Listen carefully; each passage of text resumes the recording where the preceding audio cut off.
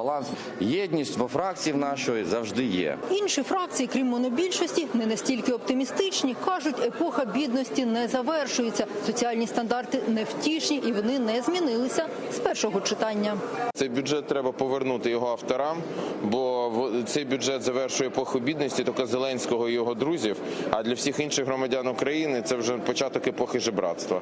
Мінімальна пенсія, яка не зростає в першому півріччі ані на копійку, а потім на 74 гривні.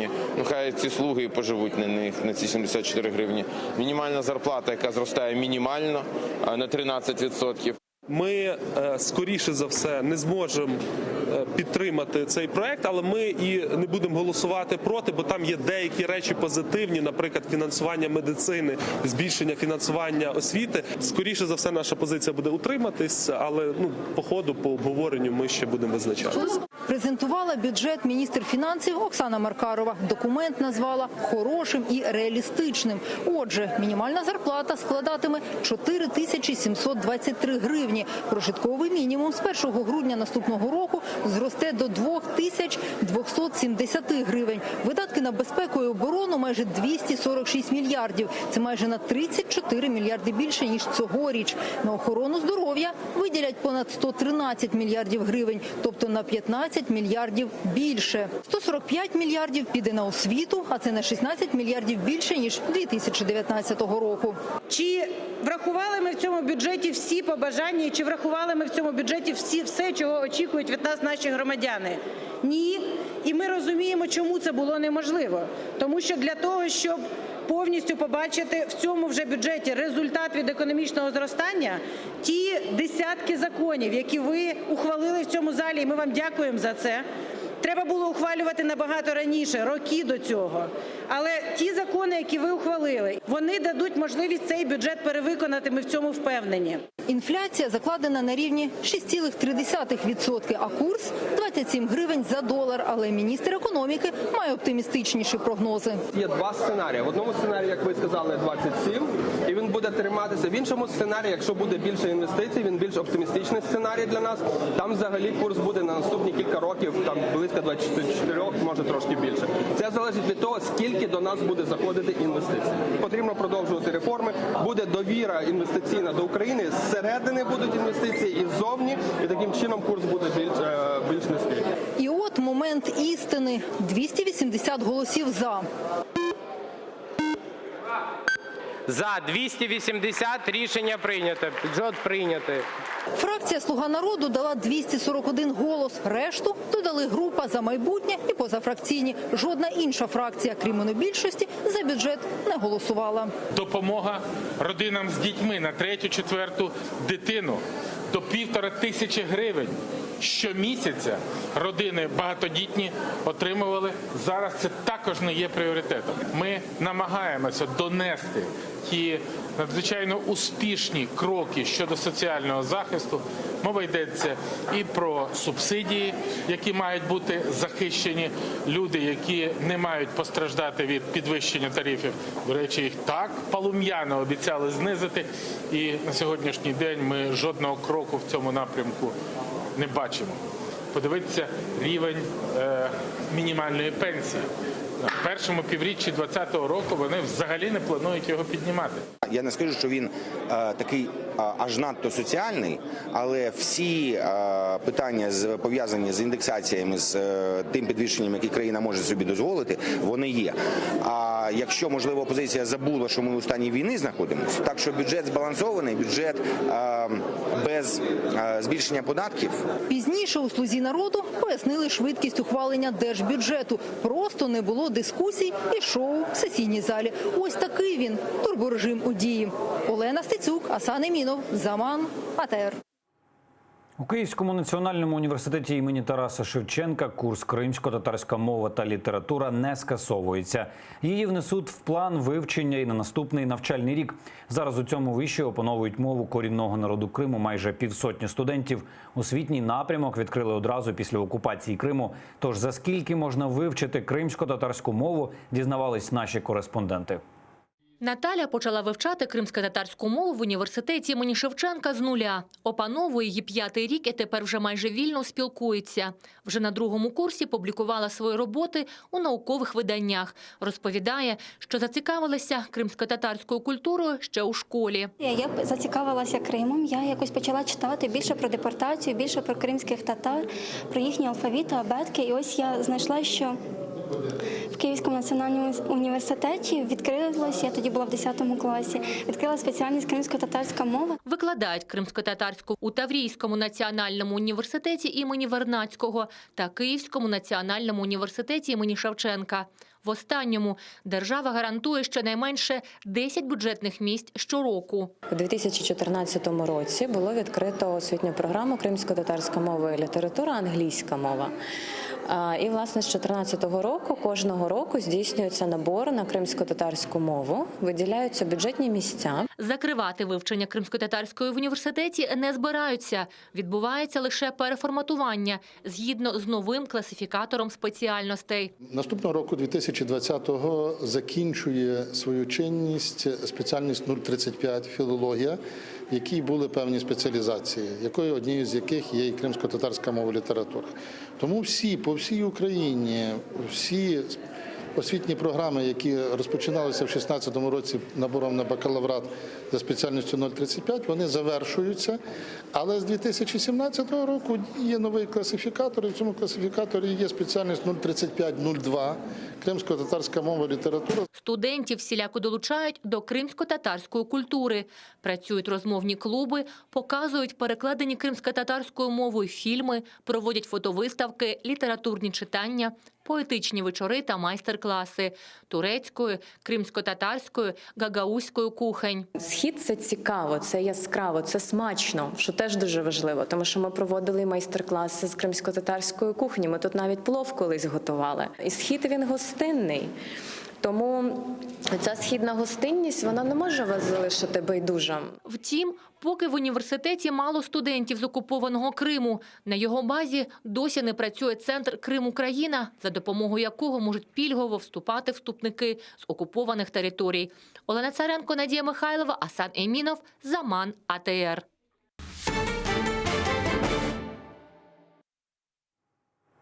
Стрілянина в російському коледжі в Благовіщенську. Студент прийшов на пари з мисливською рушницею, вбив одногрупника, 3 поранив, а тоді й сам вкоротив собі віку. Подробиці в нашому сюжеті. Постріли в Благовіщенському будівельному коледжі пролунали близько 10-ї ранку, саме в розпал занять. Один зі студентів запізнився на пари і його виставили за двері. Він повернеться за кілька хвилин, але з рушницею і почне навмання стріляти по одногрупниках. Одного вб'є, 3 поранить. Нині їх рятують в міських лікарнях. У одного ребенка шия, задняя часть головы, затылочная область и левое надплечье. У второго ребенка огнестрельное ранение ягодичного таза, ягодичной области. Дети прооперированы. Состояние одного из детей тяжелое, находится в реанимации. Второй ребенок средней степени тяжести находится в отделении. У коледжі щинилася паніка. Одні тікали на вулицю, інші барикадувалися в аудиторіях. Заходим в туалет, там он стоит с ружьем, направил на моего одногруппника. Мы все встали в ступор, не понимали, что происходит. И он говорит, типа, уходите отсюда быстро. И мы убежали. Забежали в нашу аудиторию и забаррикадировали двери, закрили и ждали сотрудников. В цей час до коледжу практично в центрі міста з'їжджалися нажахані батьки. Вони не випускали з рук телефони, чекаючи звістки від дітей, що ховалися всередині будівлі. Без 15-11, что в колледже стреляют, что убили мальчика и ранены. Что никого не выпускают, что ей страшно. Вона мені пише отойти з головного входу. Щойно поліцейські зайшли всередину, нападник спробував поцілити і в них. Та коли зрозумів, що опинився в пастці, вкоротив собі віку. Як зміг пройти з мисливською рушницею та набоями повз охоронців? Та чому стріляв? Тепер мають з'ясувати слідчі. Одного з охоронців затримали. Той не мав при собі дозволу на роботу. председатель Следственного комитета дал указание проверить в рамках расследования, как организована в учебном заведении система охраны, дать оценку действиям всех должностных лиц колледжа и установить причины и условия, способствовавшие совершению учащимся особо тяжкого преступления. Стрілком виявився студент 4-го курсу, 19-річний Данило Засорін. За попередньою версією, він посварився з кимось з одногрупників, хоча ті й кажуть, хлопець був абсолютно неконфліктним. Тихий, спокойный мальчик. С оружием? Да, с оружием. Прошел через охранников, я не знаю, как он пронес оружие. Там вроде что-то сайгали, вопрос какое-то ружье. И убил. Мисливську рушницю Данило купив легально і мав на неї дозвіл. Це відео з особистого архіву. Хлопець тренується влучати точно в ціль. Вже за місяць ці навички він використає, розстрілюючи одногрупників. За останній рік це вже 6-та стрілянина в навчальних закладах Росії. Ще один випадок стався торік в окупованому Криму. Тоді в Керчі 18-річний Владислав Росляков розстріляв 20 і так само зміг безперешкодно пронести повз охоронців заряджену рушницю і вибухівку. Анна Макаренко, Заман, АТР. Кримчан привчають до зброї з дитинства. Тепер сімферопольських учнів на порозі школи зустрічатиме Калашніков з автоматом. Такий пам'ятник встановили біля однієї зі шкіл, що названо його іменем. Відкрили з нагоди 100-річчя дня народження радянського конструктора. Автором бюсту із вогнепальною зброєю в руках є російський скульптор Салават Щербаков. Окупанти й без того навчають дітлахів розбирати зброю та стріляти, привчають носити камуфляж та ходити строєм. Про інші новини окупованого Криму далі в нашому огляді. Військові понад усе. Водний дефіцит у Криму не зупиняє російську владу забезпечувати водою російських військових. Так від Балановського водосховища протягнули додатковий водогін до Перевального, де дислокуються військові РФ. Відтак від зневоднення суттєво страждають посіви сільськогосподарських культур. Цьогоріч на півострові зійшло лише 15% озимини. Окупанти намагаються уникнути чергової екологічної катастрофи через кримський завод «Титан», яке сталося понад рік тому в анексованому Криму. Підприємство лише зараз придбало обладнання для нейтралізації стоків. Їх замовили у Чехії та Білорусі. Перші поставки очікують ближче до 2020 року. До цього часу мають завершити будівництво установок. І хоча минулоріч окупаційна влада заявила про відновлення роботи заводу через загрозу екологічної катастрофи, ситуація з нейтралізацією небезпечних відходів на підприємстві лишається. Окупований Крим не лише зневоднений, а може стати ще й обезкровлений. На окупованому півострові закриють частину станції переливання крові. Здати її можна буде лише у Керчі, Ялті, Євпаторії, Саках та Сімферополі. Станції закриють, бо нібито вони не відповідають нормам російського законодавства. На черзі закриття станції переливання крові у Феодосії. Пояснюють, російське законодавство забороняє розміщувати такі заклади в житлових будинках. Вікторія Козуб, Заман, АТР. Найпотужніший електрокар в світі. На автосалоні в Дубаї японці презентували свій гіперкар «Сова». До 100 кілометрів він розганяється за рекордний час. Для цього йому потрібно менше 2 секунд. І все це завдяки потужним електричним моторам та покращеній аеродинаміці. Компанія «Аспарк» планує створити всього 50 таких машин. Ціна кожної буде стартувати від 3 мільйонів євро. «Сова» розганяється до 97 кілометрів за годину за 1,69 секунди. Максимальна швидкість – 400 кілометрів за годину. Сукупна потужність 4 моторів – 2012 кінських сил. Це все, чим встигаю поділитись на цю мить. Більше інформації менш ніж за годину розповість Шевкет Нематулаєв. А ефір телеканалу АТР продовжить програма «Бугунь» з Ельвіною Світбулаєвою. Завжди актуальні новини шукайте на сайті ATR.ua. Дякуємо вам за довіру і побачимось.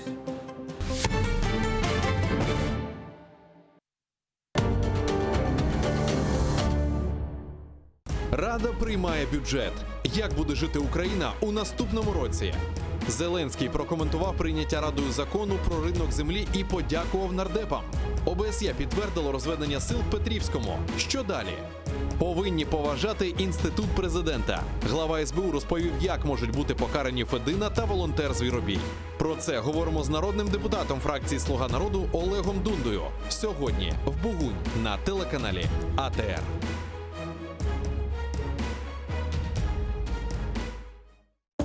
Сьогодні у Прайм Скрипін Олексій Кучеренко, народний депутат від партії «Батьківщина». Відкриття ринку землі в Україні. Держбюджет 2020. Прогноз ціни на газ та електроенергію для українців. Про це сьогодні о 20-й за Києвом та 21-й за Кримом на телеканалі АТР. Залізна завіса. Два світи і боротьба за правду. Фактичність, теорія медіа та об'єктивність журналістики. Пропаганда Суркова. Як народилася кремлівська фабрика фейків. Семантична війна. Конспірологія чи реальність. Дивіться у документальному фільмі «Фейк Ньюз» у суботу та неділю о 15:40 за Києвом і 16:40 за Кримом на телеканалі АТР. Как складывались отношения Мухаммеда Герая с польским королем Сигизмундом? Почему этот прочный союз был нарушен и доведен до военного конфликта, апогеем которого стала битва под Сокалем? И кто встал на защиту общих интересов Кракова и Киркьера? Нельзя сказать, что назревший конфликт с польским королем возник только из-за колги Ахмеда Герая. Нет, его сумел уладить уже новый колга Бахадир Герай. К тому же Сигизмунд был потенциальным союзником Мухаммеда в борьбе с московским княжеством. Смотрите в программе «Алтын Девир» в новом цикле «История династии Гераев». В эту субботу, 16 ноября в 17:35 на телеканале АТР. Мухаммед Герай I. Собиратель земель. Часть 3. 3 ай devam etken faal işten son 1990 senesi Mayıs ayında Vitaliy Doguzhiyev başlığında hükümet komissiyası Kırım Tatarlarını Kırım vilayetine kaytarу boyunca devlet programmasının konsepsiyasını kabul etti. Bu leyha devlet programmasının en mühim vazifelerini bundan gayrı Kırım Tatarlarını tarihi vatanına kaytuğunun usullarını belgileydi. Komissiyanın işi sıcak müzakerelerinin karşılangan edi ama onun faaliyeti gerçekten de semereli oldu. Sovetler Birliği'nin dağılması neticesinde komissiya öz işini kapattı. Bu Kırım Tatarlarını vatanға kaytu hareketlerini çok vakitga uzattı. Kırım Tatarlar 1990 senesi ikinci parça. ATR telekanalında noyabrın 17'sinde Bazar günü Kiev vaktine göre saat 17:30'da ve Kırım'da saat 18:30'da Gulnara Bekirova ile Tarih Sedası programmasında seyretiniz.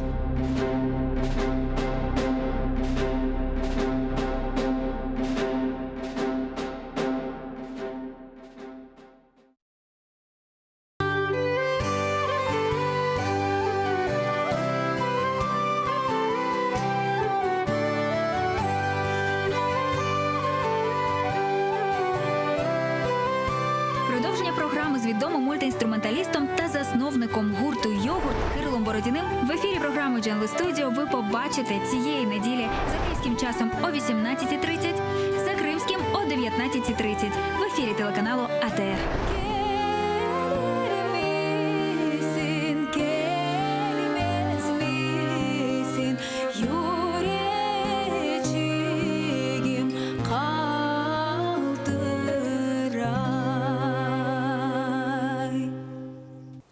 Bugünkü hikayemiz ta uzaklarda, yat topraklarda doğup, osup, yetişip Üç karanfil aşladım, ayvanın suyuna taşladım.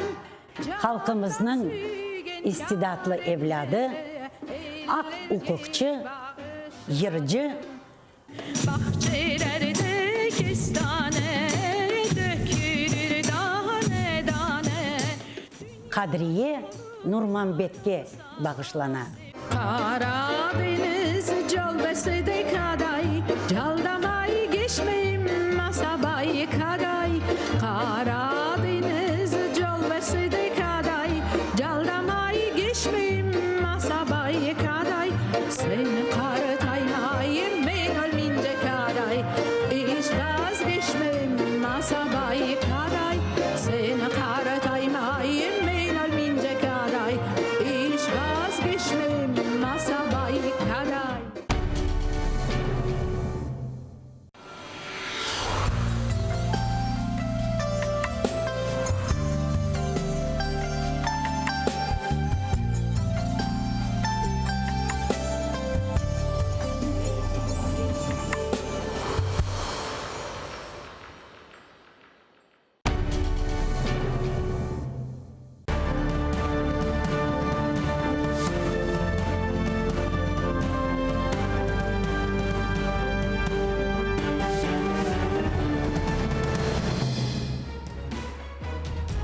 Атыр яйны девам ете, мен Эльвина Сидбулаева, актуаль меселелеріне ве базы милетіміз чун мұйын вақиялар ақында мұсафырнен бірабер сөз көрсетecekміз. Ишғал етілген ярымдада Қырым татарларға қаршы тінтувлер девам ете. Норман көрішуде Қырым музакере етілмейecek. Украина Русиянен яңы протоколны имзамаламаға истей. Ве яйнымызға қошылғанларына епсілеріне селемлайым. Ве бізі мұсафармаз Қырымдан Нариман Челял Мили Межес рейсінің біранчы мұавына қош келдіңіз терминаға. Қайырлы ақшамлар. Ве Қырым меселесінен башлармыз. Сасында бүгін саба саат 6-да Судақта ижғачелер Құрылтай делегаты ве Юнан Рома күреш бойынша идманчы Исмет Салиевнің евіндетін түв кешірділер. Юзберген вақия тоқлық көндей олды тақачыларнен бірабер селялы рус хүветшілерді келді.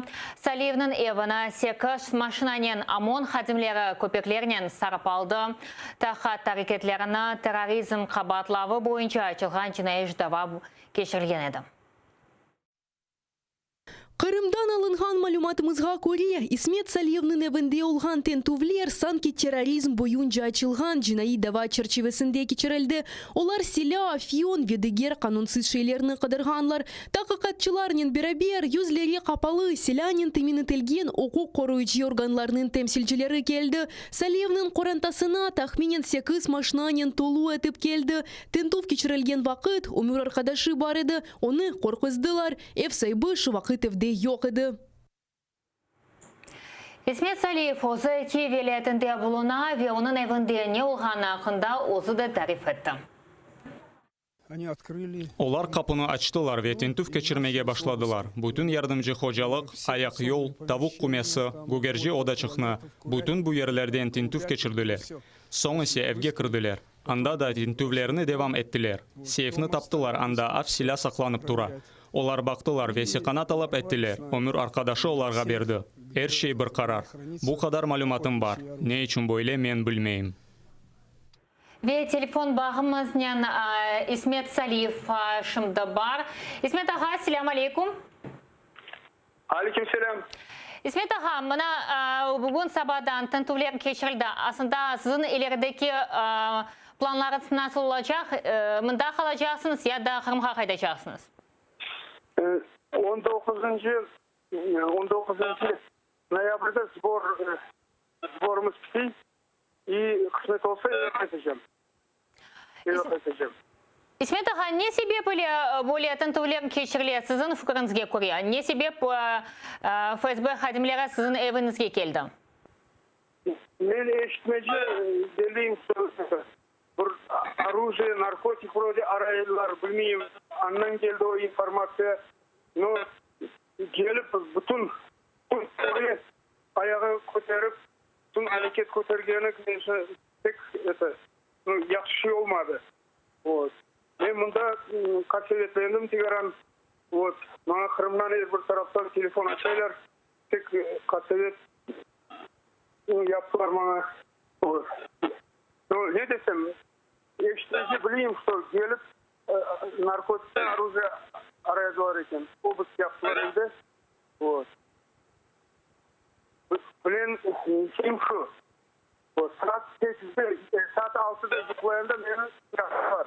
Telefondan yatıp haber verdiler. Bile saat 5'ten 5:30'da gelip tüm koyu harekete kotarıp tüm yapanlar. Neme olmaz.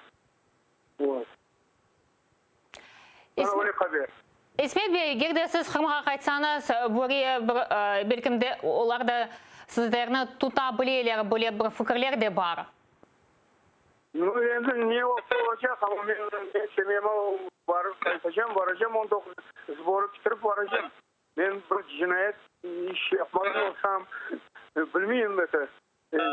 Ne sebeple gelip bende öyle tıntu yaptılar ben aklıma sığmıyor. Çok sağ olun. İsmet Saliyev, Yunan Roma Kureş boyunca Ukrayna takımının muavini olan.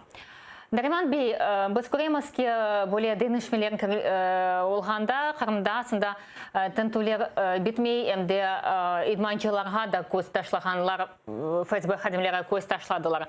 Siz bunu nasıl izahlayabilirsiniz ve ne sebeple onlar devam ederler tentuvlerin Kırım tatarlarga karşı? Мында намақ керек. Біз оны çox керегінде айтқан едік. Мында сіздің студияңызда да өлі yazған едік, арамызда бұл себеплерін қыдырамыз. Епіміз ағнамақ керекміз. Бұл тентувлер, бұл басқылар, кімге қаршы yapıldı? Бұл адамлар ярамай бір шені yapқан себебінден дегіл. İçti. Анда адамларын қабаты sıfır. Бұл Rusya devletinin ayrı мақсус бір сиясеті. Ve onlar birinciden özüne bir fayda kazanmak için halkımızını ve aslında Kırım'da yaşayan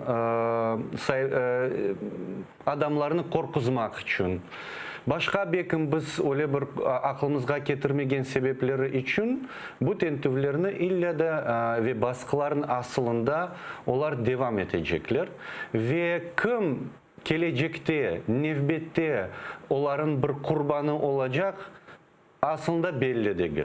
Çünkü bakınız, Kırım'da öyle bir aktif, faal, milli hareketinin bir faal adamları var.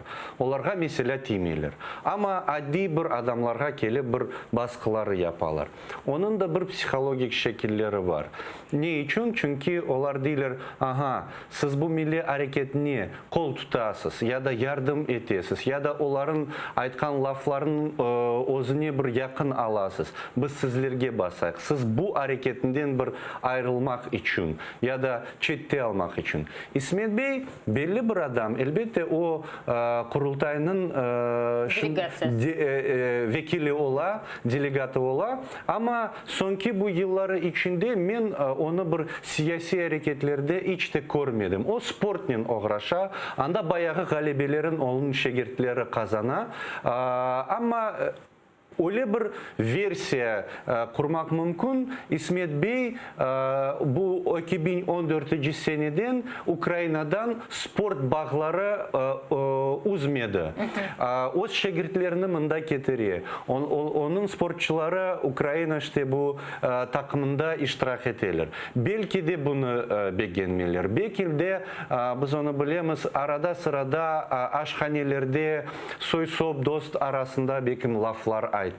Ve biz bilemiz sudak bu ayrı bir şehri ne için anda bu birinçiler vatandaşlarımız kayıtkan birinçiler anda yaşamakta. Bu birincisi anda öyle bir kavi öyle ve öyle nasıl aytayım ağır tabiatlı bir adamlar kaysı seveler gözüne bakıp bir şeyler aytmağa. Bu bir tarafı. İkinci tarafı tamam sudaktan bazı satkınlar da belli satkınlar, onlar da bu şehirden. Ve biz indi bilemiz, buna Elver Ağa Ahmetov'un meselesini alayıq. Başkaların bizim dostlarımızın öyle bir vaziyetlerini alsak, anda öyle bu devletke, Rusya devletke hizmet yapkan bizim semedeşlerimiz, onlar kaldırmaylar buna bu serbest adamlarını, boysunmagan adamlarını. Onlar öyle bir FSB'ge çakkalar, polisiyaga barıp arizalar yazalar. Ne için bu adamlar öyle bir özünü serbest duyuyorlar? Bugün akşam prokuratura bu 100 birgen vakıya boyunca Sudak'ta cinayi iş açtı. Ama Kırım'da böyle vaziyette bulunan vatandaşlarımız ne yapmalılar? Çünkü eğer de bizler Kiev'de olup böyle teklifler açsak, bizge bazıları aytalar, sanki siz bunda yaşaysınız böyle bir serbestlikte. Siz nasıl teklif edebilirsiniz, böyle insanlar nasıl özlerini alıp barmak gerek? Ben onu çok aytam. En birincisi bizim halkımız tecrübemizni, prinsiplerimizni, tariximizni unutmamak gerekler. Tariximizde çok öyle bir örnekler var. Nasıl böyle vaziyetini özünü tutmak gerek. Nasıl hareketler yapabiliriz. Elbette biz anlayımız. Hepimiz meydanlarga çıkıp ya da televizyonlarga çıkıp öyle bir açıktan hazır değil laf etmege. Ama birbirimizni kol tutmak, bazı hareketlerimizge iştirak etmek, milli duygularımız saklamak için, kim olganımızını öyle bir unutmamak için, ballarımızga adetlerimizni, tilimizni ve tariximizni ve ilahre aşlamak için hareketlerimiz. Bakınız, çoktan indi tariximizde bütün adamcılık alsak da belli edi. Kim umuttan üzüldü, o endi nasıl aytayım артта қалғандыр. O'zbekistondan Qrimga qaytgan uchun umidden üzülgen vatandaşlarımız әлі de anda yaşaylar. Bizler kim umid o güne alıp karar aldı, bir şeye bakmayıp vatanga kaytacağımız deyip, onlar endi vatanda yaşaylar. Şimdiki de zamanında kim endi evde otursa, her şey bitti, her yerde yaramay haberler, endi olmaz, bunu karar alınmadı, anda bir kanun kabul edilmedi da bir hıyar anda oldu, bu endi bilesiz adam öz özünü cüya. Onun için bir vakit bizler mutlak galibi kazanımızdan öyle bir umitten üzülmesin. Çünkü aramızda bayağı adamlar var, kayısılar hazırlar bugün az mı çok mu hareket yapıp öz halkımızga fayda getirmeye. Birisi mında Kiev'de, birisi başka bir şehirlerde. En mühim Kırım'da öyle adamlar var ve onlar az mı çok mu hareket yapıp ufak da öyle adımlar yapıp halkımızga bir fayda getirseler biz mutlak halk olarak bundan bir fayda göreceğiz. Neriman ağa, bakın siz siyasi mabüslerinin xorantalarının sübetleşesiniz, görüşesiniz. Aslında onlar Ukrayna'dan böyle bir yardım olğanını duyarlar mı ya da yok mu? Münasebetleri nasıl, üzüldüm ya da yok mu? Bilesiz bu ağır meselesi çünkü elbette adamlar Ukrayna'dan aslında bu halkara bir cemiyetinden büyük bir yardım bekleyler. Elbette bu yardım istegen bir şekilde, istegen bir vaktinde ya da istegen bir yerinde öyle olmay. Ukrayna'dan elbette biz onu açıktan aytamız. Da ziyeti yapabilirdi ama Ukrayna nasıl vaziyette biz de onu ağnayımız. Neyse biz ağnayımız bakınız umid, hareket ve kaç adam endi çıkarıldı. İnşallah kalganları da serbest olacaklar. Şimdi bu Rusya ve Ukrayna arasında anlaşmanı tizmege isteyirler. Rusya ve Ukrayna devletleri öz arasında Azaq denizdeki balıklarının tutuvu boyunca anlaşmanı tizmege tırışarlar. Bunu ilk gün devamında yapmağa isteyirler anlaşmanı Zaporojye vilayetindeki Berdyansk'ı tizmege közde tutarlar. Onun tahzir nasıl vaziyette bizler cemaat faali Erfan Kudusov'nun bilmege isteyimiz. Erfan Bey, selamun aleyküm. Aleyküm selam aleykum. Erfan Bey, sonki haberler nasıl aslında anlaşma tızıldı mı ya da yok mu ve anda ne yapılar şimdi?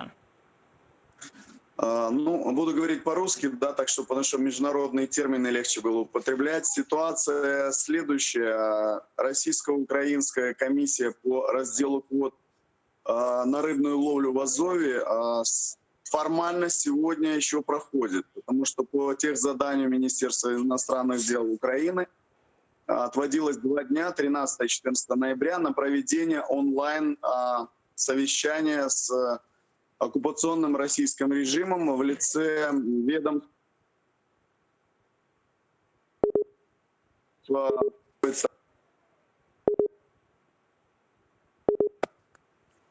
Şimdi bağımız üzüldü galiba. Алло, которая находится в Ростове. Мне нас прервали, извините.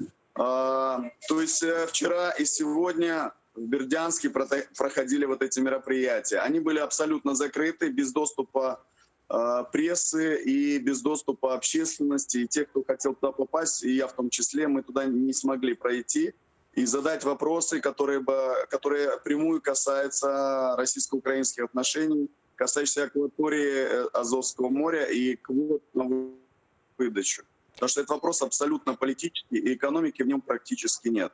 И результатом вчерашних мероприятий, в том числе и наших, было заседание Комитета по иностранным делам, который обратился к Кабмину Украины с предложением об отмене этих переговоров и рассмотрении более подробной ситуации, которая фактически может легализировать, частично легализировать оккупацию Крыма и акваторию Азовского моря Российской Федерации. Çok sağ olun. Serfan Kudusov, Cemaat Faali Bağımsızda. Narman Bey, bu balıklarını tutuluğu hakkında söz etmek istemeyeyim. Aslında ne sebeple Ukrayna şimdi böyle vaziyette olup bu tecavüzcü memleketinin Rusya'nın anlaşmanı tizmek isteyle geride hatırlasak geçkensine aslında davada olgan edi ve Rifat Çubarov bu meseleni kotargen edi ve Rusya vekilleri mında kirmege 3 yılga лягу етілді мұнда кірмеге. Не себебі бағыларını uzmege istemeyler? Bilesiz tek bu bağları değil. Bağları pek çok çünkü bu komşu devletler ve bir şeye bakmayıp bayağı kanunlar, bayağı kararlar da Rusya'nı ve Ukrayna'nı bağlaylar. Ve malumatlar birbirinden haberleşip, bazı öyle bir malumatlar berili, kim kayda pensiyala, kim kayda bardı, kim kayda çıktı. Buna Interpol tarafından ya da başka bir şeylerden. Biz bilemiz buna ATO'da Rusya'ya karşı cenk etken Ukrayna tarafından bazı Rusya semedeşleri onlar anda yollanılar. Ve öyle münasebetler çok. Ne sebepten? Çünkü Ukrayna özü da öyle bir ağnamay, onun siyaseti da öyle bir yolu saylamadılar. Onlar nasıl özlerini tutacaklar? Ukrayna'nın halkının bir parçası değiller. Buna böyle yapmak gerek. İkinci parçası değil. Yok öyle olmaz. Başkaca yapmak gerek. Birisi değil. Biz cenkleşmek gerekmiz. Galibegi kazanmagacı. Birisi değil. Biz boldurduk bu cenkten. Şimdi oldu.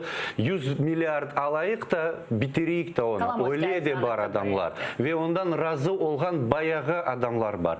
Bu meselede de bir taraftan İrfan Bey ve Rifat Ağa geçken seni aytkan gibi bunda bir faydası yok çünkü Rusya hep öz faydasına kazanacak bu anlaşmalar ama anda bu balıkçılar onlar değiller bizim horatlarımızın bakmak gerek ve ne yapayık bizni iş ve elbette bir horantalarga bir şeyler yapayık. Bunda devlet karar almak gerek. Bu balıkçılarga eğer yok olmaz çünkü bu bizim menfaatlarını boza deyip karar alsa onlarga başka bir imkanları açmak borçlular. Ama devlet onu istemi yapmağa bakmay mı bilmem ya da istemi. Ama devlet Kırım meselesini normal konuşuğunda müzakere ettirmeyecek deyip kaydetti.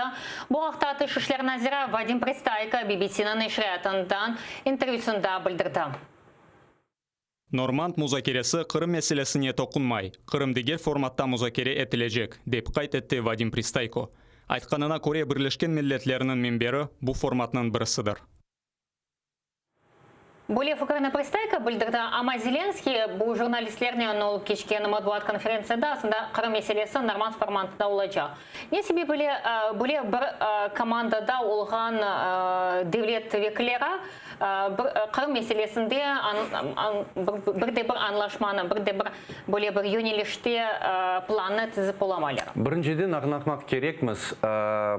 Mında Rusya'ya bağlı bazı sebepleri var. Çünkü Rusya Donbas hakkında hazır laf etmege.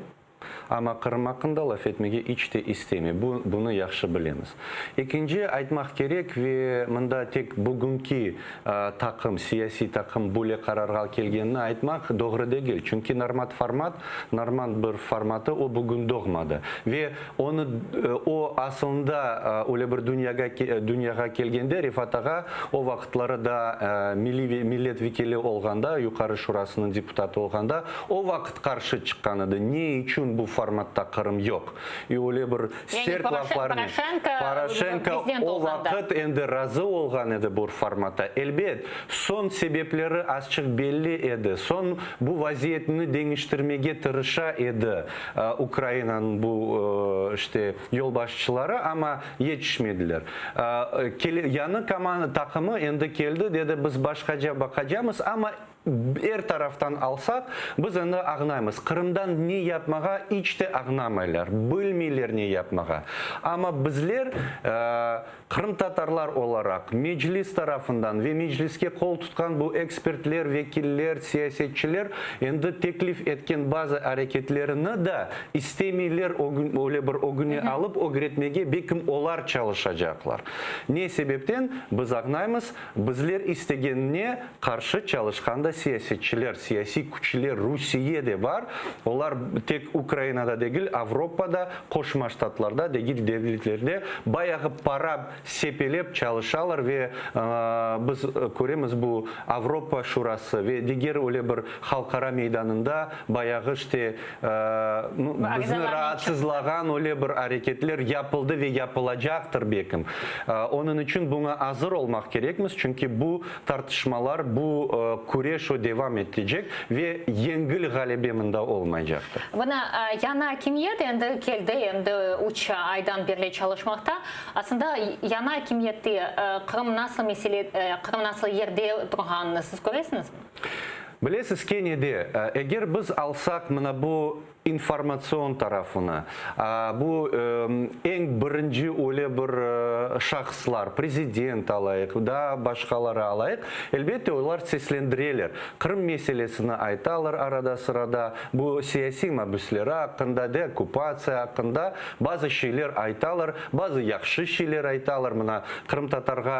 Kırım Tatarların menfaatlarına, men mında er vakit aytam, bu Ukrayna'nın menfaatlarına, bu anayasasının değişmeleri ya da Kırım Tatar statusu hakkında bazı kanunlar etrafında bakacağımız değiller. Elbette onlar gerekler değiller ama hareket kayda. En mühimi mında ne yerde hareketler, kararlar, onların da görünüyor. Kında Kırım'daki Ukrayna prezidentinin daimi temsilcisi Anton Krineviç, hakimiyet Kırım Tatar Milli Muhtariyeti hakkında nasıl düşünceler olğanını bildirdi, keliniz dinleyik. Muhtariyet hakkında söz yürüsetkende bizde böyle bir pozitsiya var. Bu sualni bizler muzakere seviyesine çıkarmak gerekmez. Bugünkü kunge olgan muzakerege göre daha kengеш olmalı. Cemaatка muhtariyet manasını anlatmalımız. Mında separatizm tehlikesi olmaganını bildirmelimiz. Şimdi biz göremiz ki cemaat onun manasını yaxşı etip anlamay. Nerman ağayında bu yana hakimiyetin vekili hem de Poroshenko vaxtında hem de şimdi Zelenskiy vaxtında bir Ukraynalerde böyle Kırım Tatar muhtariyeti hakkında söz yürüsetkende böyle bir heyecanlanalar. Siz nasıl bilirsiniz Ukraynalılar Kırım Tatarlarga münasebetini değiştirmediler mi? Mından ne aytmak gerek? Bir taraftan mında objektif bir sebepleri var. Çünkü Anton Bey doğru ayta. Bayağı Ukraynalılar da ağnamaylar. Çünkü onlarını da korkuzalar. Ana separatizm olacak, ana Zakarpatya ne olacak, ana Rumunlar ne yapacaklar ve öyle. Ve elbette o doğru ayta. Da çalışmak gerek, da ağnatmak gerek. Bir taraftan doğru. Ama mında da korkuzumuz öyle bir korkunçlu şeyler var. Bu hakimiyet tarafından gerçekten öyle bir isteği ağnatmağa kalganlarga, ağnamagan adamlarga ya da onlar onu öyle bir laflarga batıp bu meseleni kaldırmağa isterler.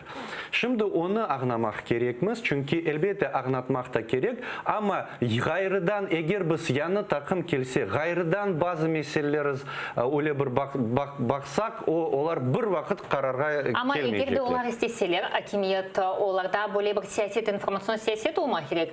Çünkü eğer de Poroshenko bir şey istese böyle Thomas olsun ya da til meselesi o bütün Ukrayna boyunca böyle plakatlarına koyar. Devlet isteyeyim mi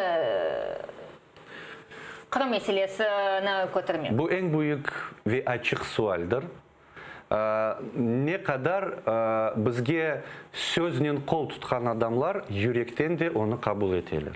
En açık sual mundadır. Ve ne kadar onlar isteklerini hazırlar getirmeye. Elbette munda büyük irade gerek. Elbette bu 20 kaç yıl devamında Ukrayna müstakilliği devamında elbette bu öyle bir mühim bir meselesini. Bu Ukrayna'ya imtihan gibi bir kararı. Ve ama mesele şundadır, Ukraynalılar olanı anlamak gerekler. Onlar bu imtihanını 5'e verecekler mi ya da 2'ye verecekler mi? Zelenskiy'de nasıl? Men bilesem, mında Zelenskiy'e çok bağlı da değil. Mında cemaatçılık istese Біз білеміз, Украина бөле бір девлеттер, оле бір халықтыр, олар істесе, оларын да президентті тоқтатмас. Әлбетте, президент қол тұтса, пек бұйық ве яқшы бір иштір. Ама қол тұтмаса да, яда оле бір ойынлар япса да, жематшылық арзыр олса, олар бұл қарарыны едереріне кетірежеклер. Нариман Жилял, милимиші сіресінің бірінші майвіні чоқ сағыл стармынаға келгенісі чун. 5 тағадан сон яйнымызна заман девам етежек, Шевкет Наматулаев күн девамында ол кечен вақайлыға екінші кечек, мен есе игірімді қадан сон. Сізлеріні бұл студияда қарышламаға азырым бізле олыңыз.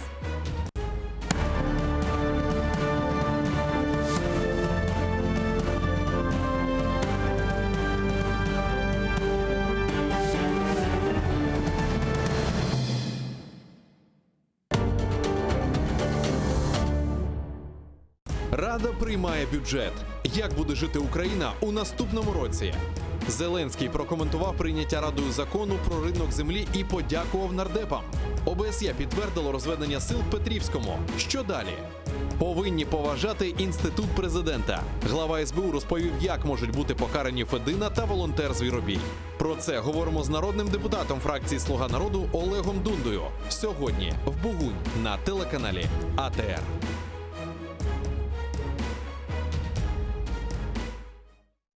Сьогодні у Прайм Скрипін Олексій Кучеренко, народний депутат від партії «Батьківщина». Відкриття ринку землі в Україні. Держбюджет 2020. Прогноз ціни на газ та електроенергію для українців. Про це сьогодні о 20-й за Києвом та 21-й за Кримом на телеканалі АТР.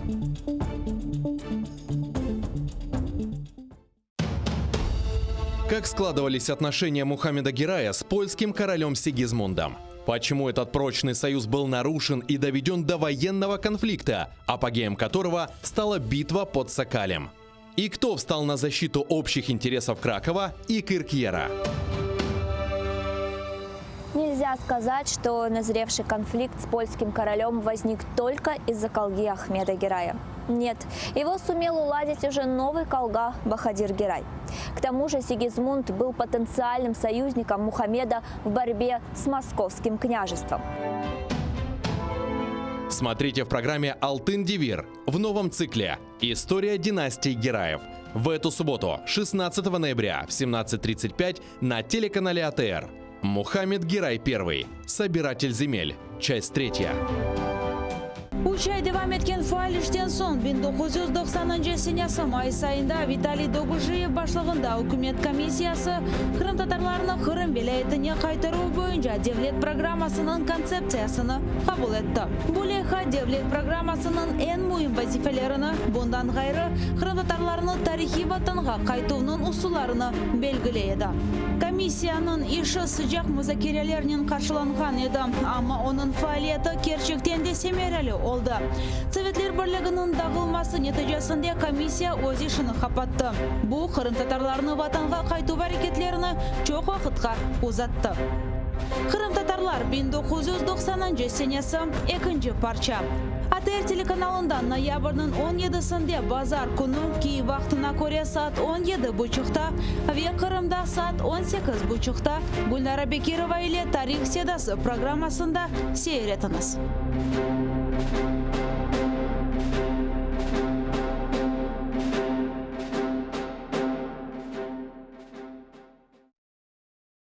...1996 Milli Mektep açtık ve Milli Mektep'te aman 19 yıl müdürlük ettim. Tabii ki biz anlayalım, bizim anamız sade bir kadın değil ve biz gurur duyarız, bizim anamız öyle insan. Kırım Tatarı olarak her bir ana baba aslında balasına, milli sınıfka balasını verse, ballar bahçesinde milli grupaga verse, milli mektepke verse, demek onlar ballarına baxt geleceğini bağışlayırlar. Aslında bizim ballarımız başkaca özlerini hissederler. Onlar mektepten çıkanda duyarlar ve bilirler, onlar bu toprağın sahipleri. Milli şuur şekillendirirsek biz ballarga, demek onlar endi düşünürler, fikir ederler. Onların her şeyi milletle bağlı, onların her şeyi vatanımızla bağlı. Onlar her şeyini tarihke bakarlar, bilirler. Bu büyük kıymet kesip deyip sayam. En mühimi birinciden insan olmak, demek merhametli, saygı, hürmet etmek büyüklerine ve elbette milli duygular aşılamak üstünde çalışamız. Bugün görgeniniz gibi biz eski Kırım şehrindemiz. Aynı mında Milli Mektep'nin açılımında büyük hissesini koşkan ve ilk günlerinden müdürlük vazifesini eda etken Ayşe Hanım Çabanova bugün bizlerini evine davet etti. Kettik.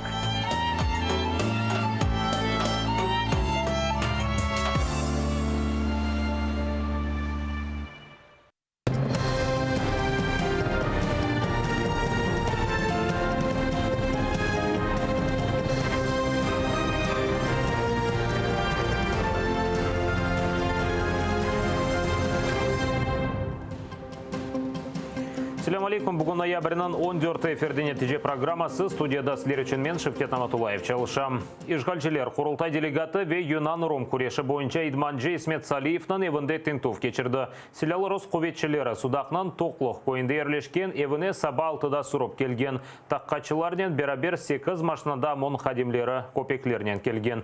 Таққа тарекетлеріні терроризм қабатлавы бойынша açılған жинайдава бойынша кечіргенлер. Евінде Силя, Афьон ве дигер қанунсыз шейлер қыдырғанлар. Исмет Салиев тентув откерілген вақыт евінде жоқ еді.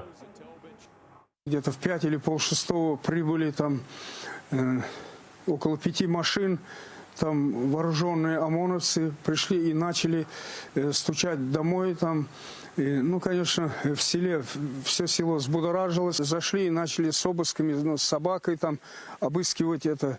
Не знаю, что они там искали, там оружие или наркотики, что они там искали. Обыскивали там и туалеты, и курятники, и голубятники, ну, все, что можно. Когда обыскивали дом, они, у меня сейф есть дома, там, ну, охотничье оружие есть там, они попросили открыть, ну, жена говорит, как я без мужа это открою.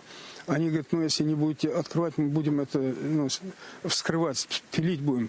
И там жена открывает, они смотрят охотничье это оружие, и она предъявляет документы, они проверяют, ну, все в норме, обысками прошлись по всему дому. Исмет Салиев Қырым ве Украина бойынша белі Идманджи о Юнан Ром күреші бойынша Украина жима тақымынан спортшыларын азырлай. О судақта ашқан спорт салонында да бірчоқ бала ве генчлер идманлардан кече. Исмет Салиев шымды Киевде болуынып Олимпиадаға азырланған спортшыларыны идмандан кечере. Я не могу понять, там, ну, доброжелателей у нас хватает, и в Крыму тоже хватает доброжелателей. Вот. Я занимаюсь своей профессиональной деятельностью, я тренирую детей, я тренер сборной Украины, я постоянно выезжаю на все международные турниры. Вот у меня ученик, призер Европы и мира, мы завоевали лицензию на Олимпийские игры, и сейчас у нас вся цель – это подготовка к Олимпийским играм в Японию. Ишгалчылар Қырымнан мемори сыңырында Ялдайжы Алекс Сафяникны тұтқанлар обілдіргенне көре, бір саатқа Қырымдан шыққанда тоқтатқанлар сонра есе ярамадаға қайтқанда да 1,5 саат тұтқанлар весиқаларыны тұтып алғанлар, ләкин тұту себеплеріні аңлатмақтан вазгечкенлер. Русыңыржылар айтқанна көре ер шейіні Москва чезе. Сонра есе бір шей аңлатмастан весиқаларыны қайтарғанлар. Алекс Сафяников өз ұзын ялдавларынен белі о Қырым татар халқы сүргінлігінен құрбанларына аңмақ үшін ялдавлар кечереді ве Қырымдан Түркия ялысына кечмегеді ниетлене. Хизбут Тахрирге алақасы бар деп терроризмде қабатланған Серан Салиевны карцерге кечергенлер адвокат Эмиль Курбидинов қайдеткенне көре бұңа саат себеп болған. О тұтылған камерада тентув кечірілген сон саатын алғанлар, ләкин ойледі қайтармағанлар. А для мусульман, которые читают пятикратную молитву, ориентироваться во времени крайне важно, чтобы не пропустить намаз. В знак протеста, настаивая на том, чтобы часы отдали, он не зашел по пересчету в камеру и вот за это получил 5 суток карцера. Ишгалчылар Қырым бірдемлік әрекетінің фаалыны 2017 сенесі күзде тұтуына Русияде акиметні күчінен запт етмейін тылуы ве Хизбут Тахрирге алақасы бар деп терроризмде қабатлайлар. Серан Салиев 4 бала бабасы. СИЗОдан мектуб ФСБ тарафындан тутулып терроризмде кабатланган Украин фали Олег Приходько Украина халкы ве президентке муражат етті. Язганна көре оны Украина менфаатларына ве Украина байрағына корчалаганы үчүн такып этелер. Приходько украинлер ве президентна Русия түрмелеринде тутулган эпосы саясий мабуслерге кол тутмасыны чагырды. Буне берабер оңа ве корантасына кол туткан Кырым татар фаллеріне айрыжа тешеккурлер билдирди. Я бачу, як політичних бранців підтримує наша країна. За це я і пишаюсь своєю нацією. З повагою звертаюсь до нашого президента Зеленського. На вас дивляться всі політв'язні Криму. Не має наша нація перетворитись в запроданців-манкуртів. Ми не останні, хто тримає боротьбу за існування нашої ідентичності та нації. Якын вақытта мабуслерінен деңіші фоткерілмейджек Русия Минсте кечірілген аңлашмаларына бозған музакерета бір қач күн евелсі кечірілмек керек еді. Сонра оны видео бақ бастасынен кечірмекні келішкенлер. Сонра есе аслында Украин темсілжілеріне музакерелер лағы өтілгенін айтқанлар. Бұл көрошуде деңіштірілмек керек олған мабуслер жедвеліні таздықламақ керек еділер. Навіть тих людей, яких ОРДЛО розшукує по неправильних особистих даних, ми знайшли і частково підтвердили. Нам нікого не підтвердили у відповідь. Більше того, сьогодні я отримала лист від нашого модератора, що відеоконференція скасована, тому що не знайшла підтримки у всіх учасників.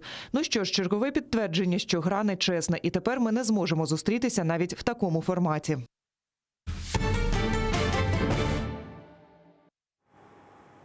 Халық депутатлары 280 рейнен кележек сені бюджетіні екінші оқууда таздықлады. Мұхалефет Болейханин разы дегеледі бір чоқ тенқыт чықшылар яптылар. Слуга народа фракциясының темсілжелері айтқанына көре кележек бір қачай деваманда бұл қанунға кереклі деңішмелеріні көрсетежеклері. Бойле да олмағаныды саты кыбычоқта елбаш наратсыз депутатлар девлет бюджеті лейхасыны қабыл етті. Әлбетті, чунки Укюмран фракциясының рейлері етті. Да сабадан депутатлар бюджет қануны тест бақылмасы үшін оны юқарыға көтерділер. Слуга народа фракциясында 5 сат етер деп тахмин еттілер. Є мажоритарники, і вони їздять постійно, працюють в своїх округах. Дуже багато людей хочуть підтримки з центрального бюджету. Да? І от ось нам треба було знайти цей баланс. Разів 10-15 зустрічались мажоритарники з урядом і шукали цей баланс. Єдність во фракції в нашої завжди є. Слуга народа фракциясындан гайры башка фракциялар кадар оптимистик дөгүл. Оларнын айтканына көре, фукарилик деврых битмес. Ичтимаи стандартлар теселлисыз ве биринчи окуштан денишмеді. Цей бюджет треба повернути його авторам, бо цей бюджет завершує епоху бідності тільки Зеленського і його друзів, а для всіх інших громадян України це вже початок епохи жебратства. Мінімальна пенсія, яка не зростає в першому півріччі ані на копійку, а потім на 74 гривні. Ну хай ці слуги і поживуть на них, на ці 74 гривні. Мінімальна зарплата, яка зростає мінімально на 13%. Ми, скоріше за все, не зможемо підтримати цей проект, але ми і не будемо голосувати проти, бо там є деякі речі позитивні, наприклад, фінансування медицини, збільшення фінансування освіти. Скоріше за все, наша позиція буде утриматись, але по ходу, по обговоренню ми ще будемо визначатися. Бюджетны Малье Назиры Оксана Маркарова тақдим етті. Весіқаны яқшы ве реалистик олара қадландырды. Демек, минималь айлық 4.720 гривна, яшайыш минимумы кележек сене декабрінің бірінден 2.270 гривнаға көтірілежек. Телекесізлікке ве мудафаға масрафлар аман-аман 246 миллиард. Бұл сенге көре 34 миллиардқа зияды. Сағлық сасына 113 миллиарддан зияды, яғни 15 миллиардқа артырыла. 145 миллиард, яғни 2019 сенесінен қияслақ 16 миллиард артырыла. Чи врахували ми в цьому бюджеті всі побажання, чи врахували ми в цьому бюджеті все, чого очікують від нас наші громадяни? Ні. І ми розуміємо, чому це було неможливо. Тому що для того, щоб повністю побачити в цьому вже бюджеті результат від економічного зростання, ті десятки законів, які ви ухвалили в цьому залі, і ми вам дякуємо за це, треба було ухвалювати набагато раніше, роки до цього. Але ті закони, які ви ухвалили, вони дадуть можливість цей бюджет перевиконати, ми в цьому впевнені. Инфляция 6.3 фaiz seviyesinde tura. $1 27 гривна civarında olacağına tahmin edilir. Lakin iqtisadiyat naziri Muzbet Danishmiller ышандыра. Є два сценарії. В одному сценарії, як ви сказали, 27, і він буде триматися. В іншому сценарії, якщо буде більше інвестицій, він більш оптимістичний сценарій для нас. Там взагалі курс буде на наступні кілька років, там близько 24, може трошки більше. Це залежить від того, скільки до нас буде заходити інвестицій. Потрібно продовжувати реформи. Буде довіра інвестиційна до України, зсередини будуть інвестиції і ззовні, і таким чином курс буде більш низький. Ve en beklenilgen an Leyhaga 280 депутат qol tuta. За 280 рішення прийнято. Бюджет прийнятий. Слуга народа фракциясы 241 лей берді. Қалғанлары за майбутне тақымы ве фракциядан тыш олған депутатлар. Слуга народадан ғайры ечбір фракция бюджетке қол тутмады. Допомога родинам з дітьми на 3-4 дитину до 1500 гривень щомісяця родини багатодітні отримували. Зараз це також не є пріоритетом. Ми намагаємося донести ті надзвичайно успішні кроки щодо соціального захисту. Мова йдеться і про субсидії, які мають бути захищені, люди, які не мають постраждати від підвищення тарифів. До речі, їх так полум'яно обіцяли знизити, і на сьогоднішній день ми жодного кроку в цьому напрямку не бачимо. Подивіться рівень мінімальної пенсії. В першому півріччі 2020 року вони взагалі не планують його піднімати. Я не скажу, що він такий аж надто соціальний, але всі питання, пов'язані з індексаціями, з тим підвищенням, яке країна може собі дозволити, вони є. А якщо, можливо, опозиція забула, що ми у стані війни знаходимося, так що бюджет збалансований, бюджет без збільшення податків. Sonra Слуга народада devlet бюджет o kadar tez suretті qabul etkенini anlattılar. Çünkü sessiya salonunda muzikililer ve şovlar yok idi. Mına bu turbo rejim. Olena Statюк, Асан Эминов, Zaman, ATR.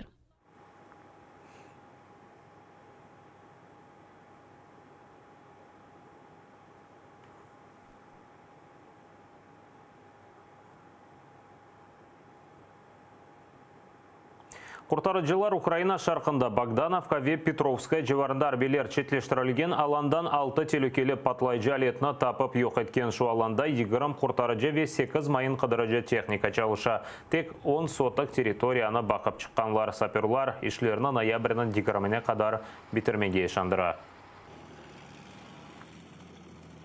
Окупанти 20 хвилин з пістольних гранатометів та кулеметів великого калібру обстрілювали позиції наших військ поблизу Новомихайлівки. Втрат серед особового складу об'єднаних сил немає.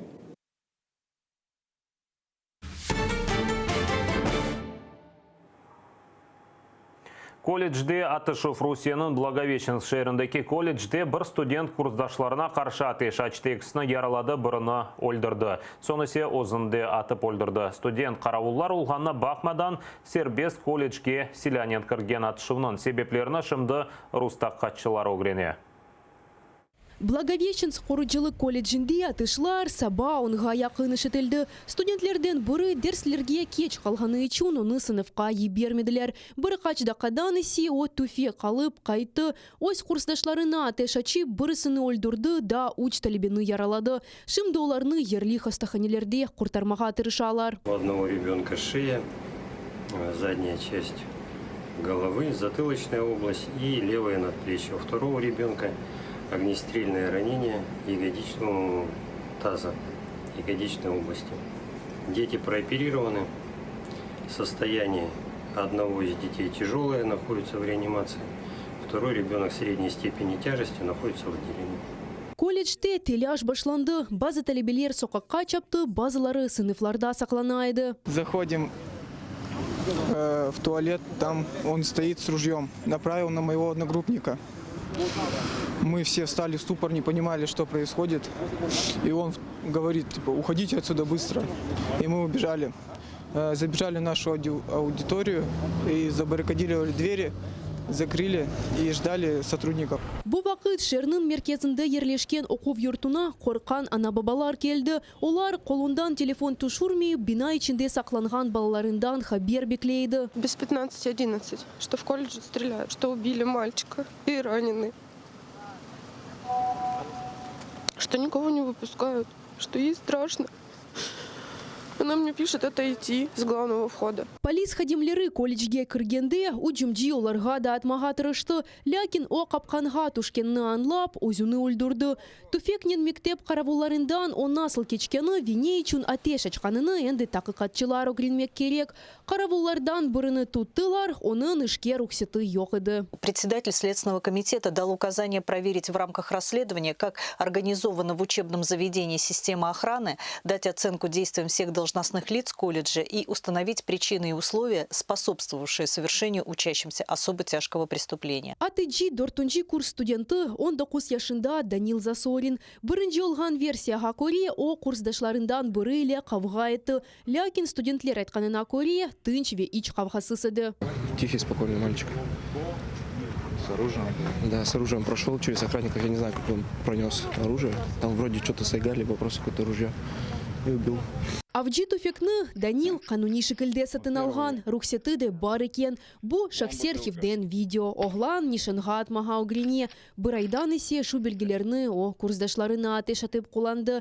Сонки ел ішінде Бурусия оқув юртларында олған енді 6-нчы атеш. Дабыр фаджа кечкен ел işgal етілген Қырымда юзберді. О вақыт келічте 18 yaşındaki Владислав Росляков 20 адамны атып өлдірді. О да қаравулар олғанына бақмадан Селяве патлайджыны сербест Сил мерkezine alıp kırdı. Anna Makarenko, Zaman, ATR.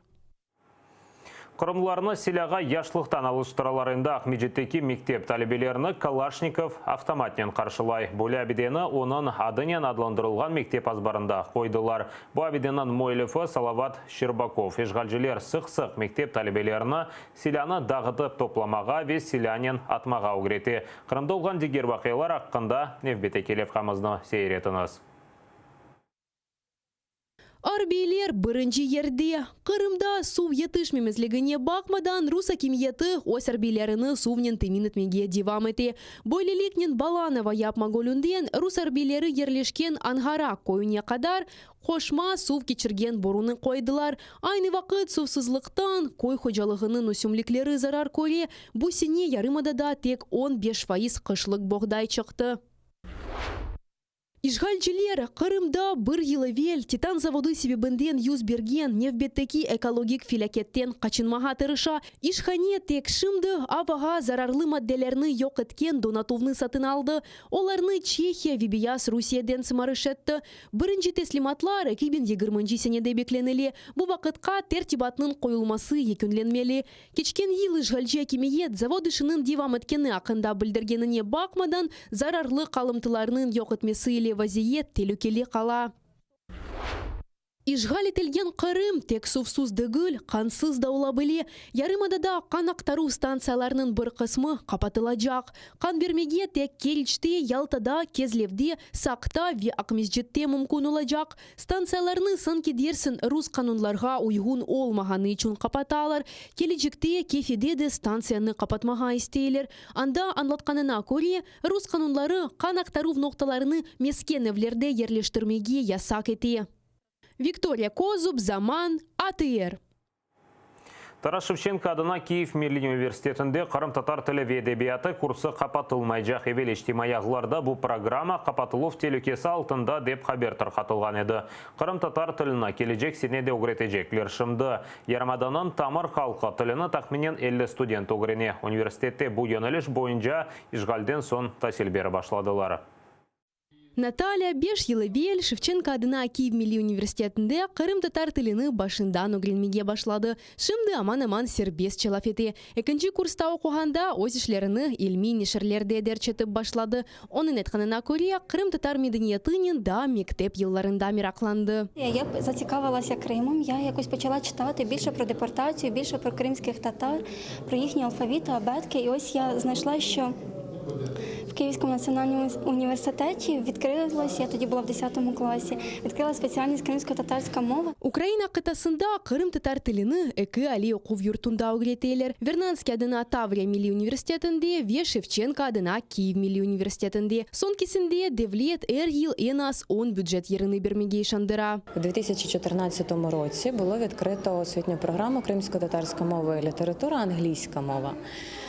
І, власне, з 2014 року, кожного року здійснюється набор на кримсько-татарську мову, виділяються бюджетні місця. Университетте Кырым татар тили бөлігіні қапатмаға планлаштырмайлар. Тек зинатларының яны классификаторы бойынша onun шифрını денештірмек керек. Наступного року, 2020-го, закінчує свою чинність спеціальність 035 філологія, в якій були певні спеціалізації, однією з яких є і кримсько-татарська мова і література.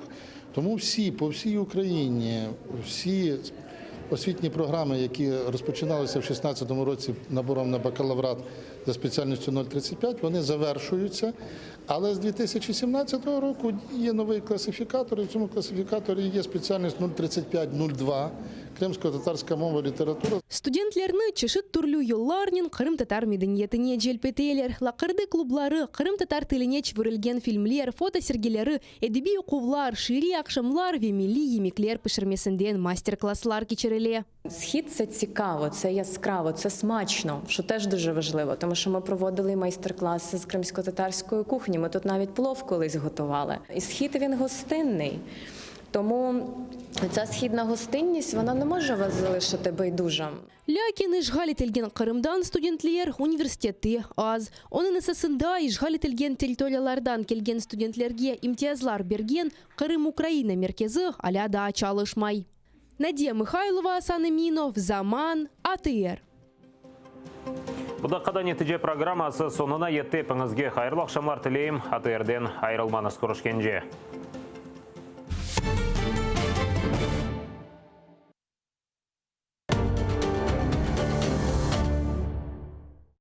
Сьогодні у Прайм Скрипін Олексій Кучеренко, народний депутат від партії «Батьківщина». Відкриття ринку землі в Україні. Держбюджет 2020. Прогноз, ціни на газ та електроенергію для українців. Про це сьогодні о 20-й за Києвом та 21-й за Кримом на телеканалі АТР. Үч ай девам еткен фаалиштен соң 1990 сенесі май сайында Виталий Догужиев башлығында үкімет комиссиясы Кырым татарларына Кырым велаетіне қайтару бойынша Девлет программасының концепциясыны қабыл етті. Бұлеха Девлет программасының ең мұйым вазифелеріні бұндан ғайры Кырым татарларының тарихи ватанға қайтуының усуларыны белгілейді. Комиссияның іші sıcak müzakerelерінен қаршыланған еді, ama оның фаалияты керчектен де семерелі oldu. Sovetler Birliği'nin dağılması neticesinde komissiya öz işini kapatты. Bu Kırım tatarlarını vatanға qaytu hareketlerini çok vakitga uzattı. Kırım tatarlar 1990 senesi 2. parça. ATR telekanalında noyabrның 17-sinde bazar günü Kiev vaktına göre saat 17:30'da ve Kırım'da saat 18:30'da Gulnara Bekirova ile Tarih Sedası programmasında seyretiniz.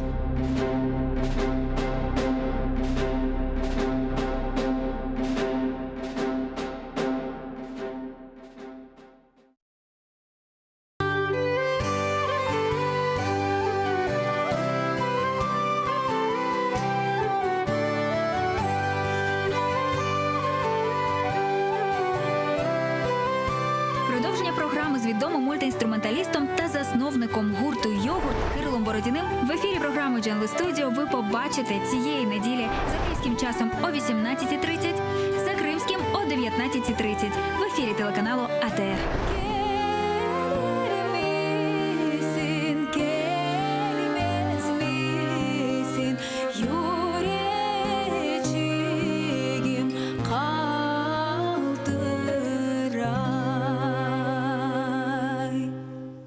В 1996 senesi Milli Mektep açtık ve Milli Mektep'te aman aman 19 yıl müdürlük ettim. Tabii ki biz anlayalım. Bizim anamız sade bir kadın değil. Ve biz gurur duyarız. Bizim anamız öyle insan. Kırım Tatarı olarak her bir ana baba aslında balasına, milli sınıfka balasını berse, balalar bahçesinde milli grupaga berse, milli mektepke berse, demek olar balalarına baxt geleceğini bağışlayırlar. Aslında bizim balalarımız başkaca özlerini hissederler. Onlar mektepten çıkanda duyarlar ve bilirler. Onlar bu toprakın sahipleri. Milli şuur şekillendirirsek biz balalarga, demek olar endi düşünürler, fikir ederler. Onların her şeyi milletle bağlı, onların her şeyi vatanımızla bağlı, onlar her şeyini tarihke bakarlar, bilirler. Bu büyük kıymet kesip dep sayam. En mühimi birinciden insan olmak, demek merhametli, saygı, hürmet etmek büyüklerine ve elbette milli duygular aşılamak üstünde çalışamız. Bugün görgeniz gibi biz eski Kırım şehrindemiz. Aynı mında Milli Mektep'nin açılımında büyük hissesini koşkan ve ilk günlerinden müdürlük vazifesini eda etken Ayşe Hanım Çabanova bugün bizlerini evine davet etti. Kettik.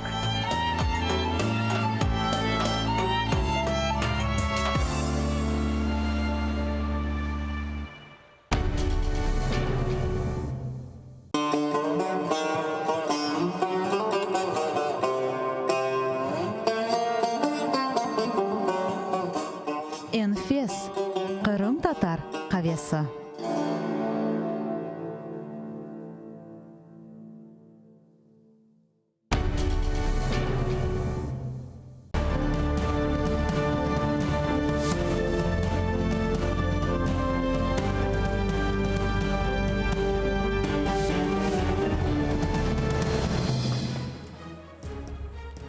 Ефір АТР триває. Я Лівна Сидбулаєва. Говоритимо наживо про найцікавіші і найактуальніші події, які відбуваються в нашій країні. І я вже рада представити наших гостей. Олег Дунда, народний депутат від «Слуги народу». Доброго дня. І Валерій Івасюк, депутат першого скликання. Салам алейкум. Салам алейкум. Добрий вечір. І поговоримо щодо держбюджету. Сьогодні ось Верховна Рада прийняла державний бюджет на 2020 рік. Дивимося, хто і як голосував. Проект закону України про державний бюджет України на 2020 рік. Реєстраційний номер 2020 для прийняття в цілому. Готові голосувати? Прошу підтримати та проголосувати.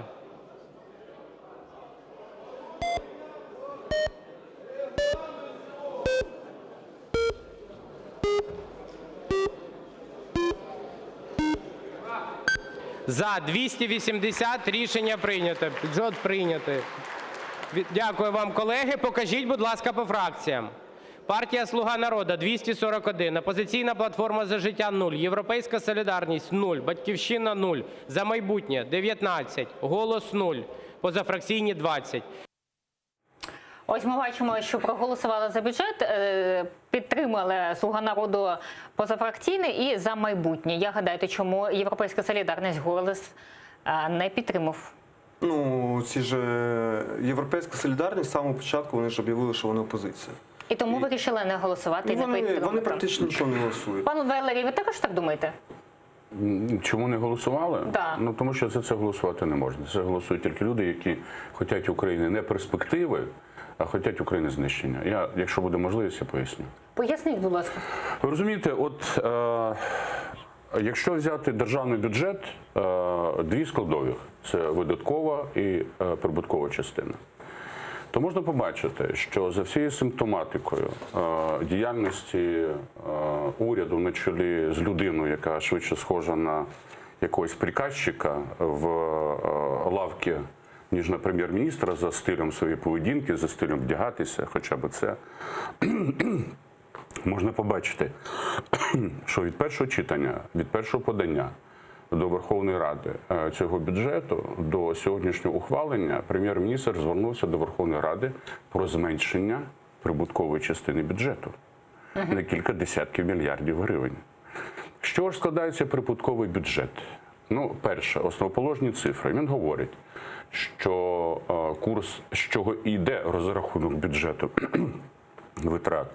Курс долара до гривні буде 27 гривень за долар. Але функція, і я би сказав, якість національної валюти, не скільки за неї можна купити доларів, а її купівельна спроможність цієї гривні. В Японії кілька тисяч єн коштує $1. Як живуть японці, як живе Україна.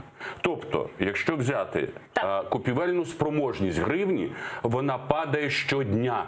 Тому що ростуть ціни, тому що йде державна спекуляція на національній валюті і на доларову.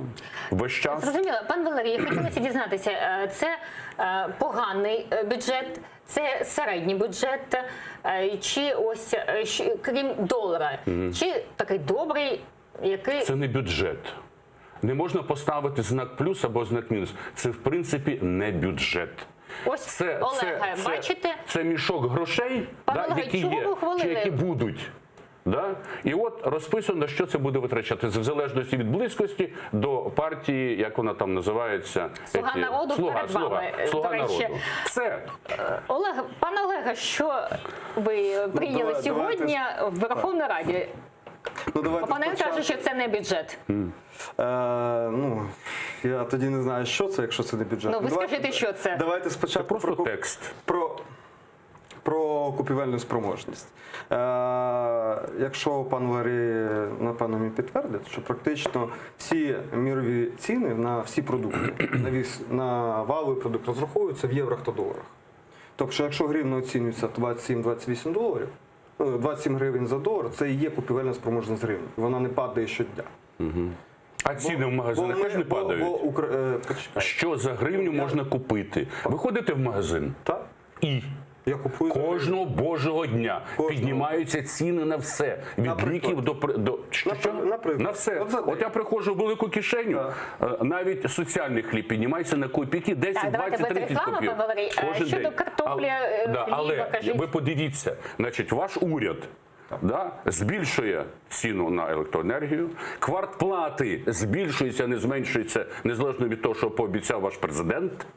Отже, таким чином, якщо взяти питому вагу з тої заробітної плати або з тої пенсії, яку отримує українець, то 2/3 йде на забезпечення його життя в квартирі, решта йде на ліки і решта йде на харчування. Постає питання.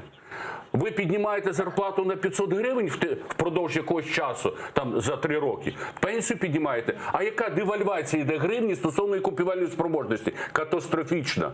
Поставте, це нормальні речі, зробити інфляцію в спосіб, який повністю відповідає купівельній спроможності гривні. Пане Олеге, я вам ще є долар що коштує відповісти? 30, 50. Я ж не буду перебувати, як пан Валерій мене перебуває. Вибачте, і останнє я хочу сказати. Дивіться, по-перше, не буде укладена угода з МВФ. Не будеться. Не буде укладена угода по транзиту газу території України, звичайно, якщо президент, даруйте на слові, не скорбиться. Не продасть Україну з потрохами. Давайте дамо слово пану Олегу. Тому прибуткової частини бюджету немає. З вашою повагою, як депутата першого скликання, я вас не перебивав. Правильно? І дав висловитися другий раз. Кажіть, пане Олеге. При всій повазі, все ж таки депутат першого скликання. Але ж прошу повагою до мене, хоча я депутат 9-го скликання. Дуже дякую. Дивіться, якщо ми продовжимо далі, відносно подорожчання в будь-якій країні світу є інфляція. Так? Яка інфляція в Україні? Ви ж кажете, що кожен день зростають ціни. За скільки ви ж були, ви ж кажете, можете уходити кожен день до супермаркету. І кожен день зростають ціни. От скільки за день зросли ціни? Ви ж фіксуєте? Звичайно. Наскільки? Наскільки що?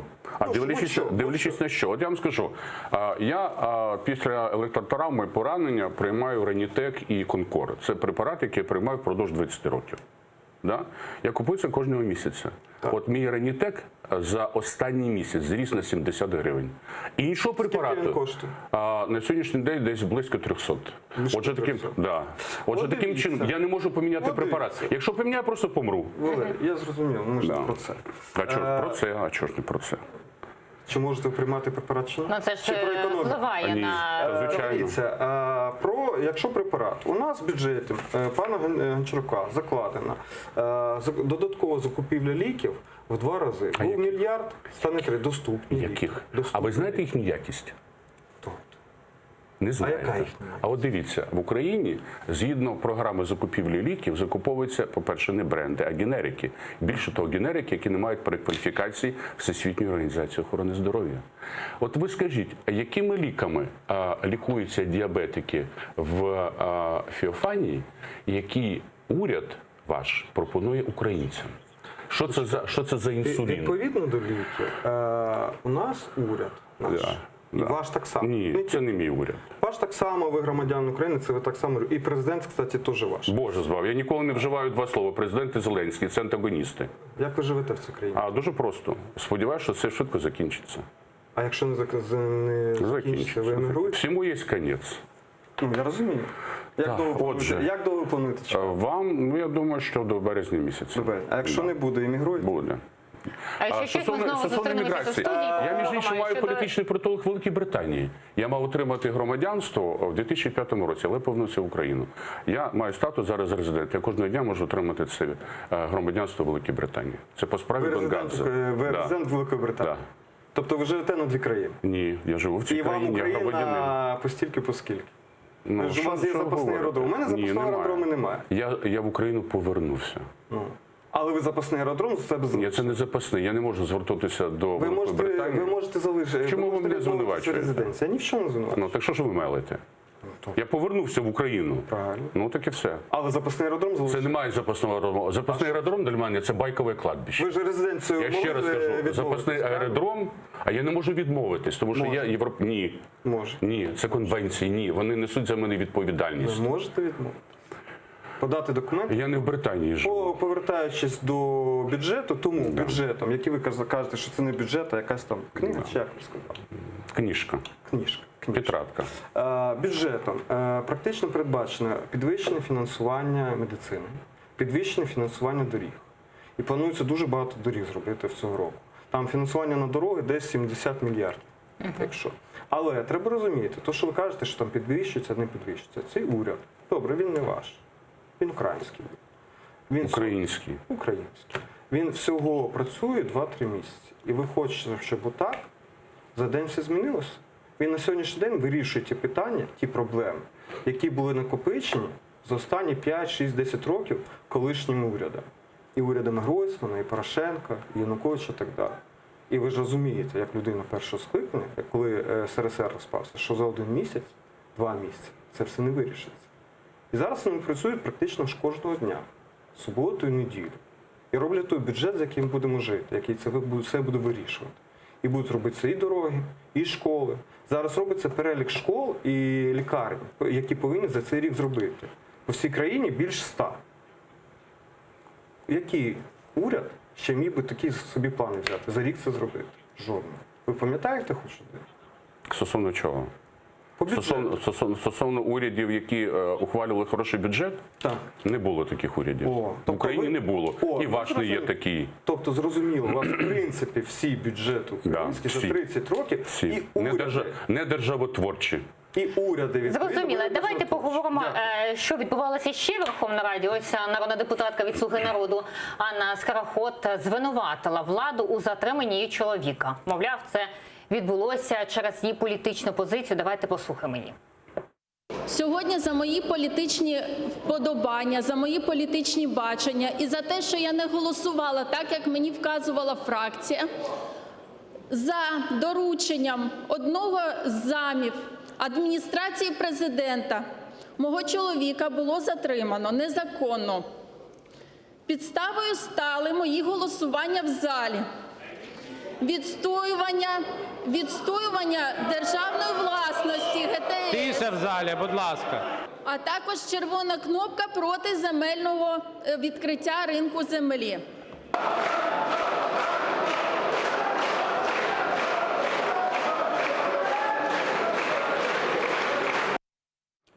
Пане Олег, як вам така заява вашої колежанки саме зі «Слуги народу»? Не знаю, яка вона була ситуація, але я можу сказати про себе або колег, з якими розмовляю. На нас ніхто не тиснув і не погрожував за наше голосування. Будь-хто. Тому, може, в неї інша ситуація, там треба розбиратися, що там буде. А ви не розбиралися, вона ж ваша колега? Розбиратися в чому? Вона тільки сьогодні це заявила, і сьогодні було пленарне засідання. Не було часу. У нас буде ще достатньо часу на наступному тижні, де розібратися, що сталося і в чому проблема. І я думаю, ми розберемося, і цієї проблеми більше не буде. Ну, звичайно, ви не член комітету, да, який буде вирішувати долю її. Це буде розмова на фракції. Досить відкрита і досить така коректна. Пан Валерій, як ви гадаєте, чому саме таке сталося сьогодні в Верховній Раді? Чи вже є у «Слузі народу» якісь свої розколи такі? Мене це мало цікавить. В принципі, є у них розколи чи немає. Тут є більш важлива, скажімо так, голосова озвучена сутність партії «Слуги народу», їхньої фракції у Верховній Раді. Це реакція начальника цієї фракції Арахамія на виступ цієї депутатки. Давайте послухаємо, зараз. І потім зверну увагу на те, що він сказав. І послухаємо Арахамія, що він сказав. Якщо ви зараз зайдете в Google і в громадському шлюбі пана Скороход, чоловіка зараз, загугліть просто, ви все зрозумієте. Ми, як політична партія, до цього не маємо жодного відношення. Ми самі зараз нема чого сказати, бо ми не знаємо, в чому справа. Але те, що пані Скороход неодноразово зверталась до народних депутатів і пропонувала їм грошову матеріальну допомогу, це є факт. Ось ми Це я не цю мав на увазі, це маразм. Це коли він давав інтерв'ю журналістам на виході з зали Верховної Ради. Він сказав одну дуже важливу річ. Знаєте, буває таке, є латиною вислів «ляпсус лінгве». Ну, так в народі кажуть, що у п'яного, у розумного чи у тверезого на язиці, то у п'яного навпаки, що у тверезого на умі, то у п'яного на язиці. Вони оп'яніли від своєї влади, від можливостей, да? І він це висказав. Оцей «ляпсус лінгве». Да, випадіння язика, от якщо перевести з латини, він сказав, що стосовно її перспективи, а вона не приносить жодної користі фракції. Отже, депутати Верховної Ради від «Слуги народу» – це не депутати народні України і народу. Це депутати фракції «Слуги народу». Оце є ключова фраза, яка сталася. Дивіться, коли... Пане Олеге, давайте, кажіть тепер ви. І це не має значення, і це не має значення оцеї депутатки, як її прізвище, що сталося з чоловіком. Це не має значення. Це, в принципі, от давайте абстрагуємо, автономізуємо цю баришню депутатку і те, що сказав Арахамія. Оце важливо. Пан Валерій, давайте послухаємо. Я почув про користь і так далі. Коли пан Зеленський виграв і були парламентські вибори дострокові, партія «Слуга народу» йшла на ці вибори, і було зрозуміло, що перед партією і перед паном Зеленським стоїть досить важливе завдання і дуже важливий тягар по підняттю економіки України, по розбудові держави України після того, в якому стані вона залишилась на сьогоднішній день. І коли депутати йшли і були кандидатами до партії, вони повинні були і розуміли про те, що у них буде дуже багато роботи. І працювання в комітетах, і працювання в Верховній Раді, і підготовка законопроєктів в тому числі. Якщо ви подивитесь, то за 3 місяці Верховна Рада прийняла більше, ніж 70 законопроєктів, що до цього ніколи не було. І може пан Арахамія мав на увазі, що пані Скороход виключила з цього процесу і не надавала тої користі для партії, працюючи на них. І це зрозуміло її в стані. Може він висловився десь агресивно або емоційно, що його не красить як чоловіка. Але, скоріше за все, він мав на увазі це, її вклад в роботу в законопроекти. Але це для пані Скороход в її випадку не є, скажімо так, у неї є уважительна причина для цього. І яка? Якщо ви не знаєте, ні, чому чоловік? При чому тут чоловік? Вона вагітна. А що вагітність хіба впливає на поведінкову реакцію людини? Ні, питання не поведінку, питання, чи вона готова фізично виконувати ту законодавчу роботу, законотворчу, яка від неї просить. Я вас хочу уточнити, коли вона плакала, пам'ятаєте, в Верховній Раді, це ж ви виступали? Тобто, І ви ж сказали, що їй потрібно ще народжувати. ні, це не я. Не ви. Це не Тобто я. ваш колега Це не я, це не я, з це не «Слуги я». народу казав. Ну, а зараз її доля вирішується, буде вирішуватися, а ось президент Зеленський... Я вибачаюсь, про долю, я думаю, там все нормально. Ми зберемося, переговоримо і вирішимо, і питання зніметься. Добре. А ось президент Зеленський подякував народним депутатам, які прийняли законопроєкт про обіг земель у першому читанні. Давайте послухаємо. Хочу подякувати кожному нашому депутатові «Слуги народу». Сьогодні була дуже важка робота. Ми сьогодні зробили, я думаю, навіть і я, і ви, ми зараз не уявляємо, що ви відмінили дійсно економічне рабство.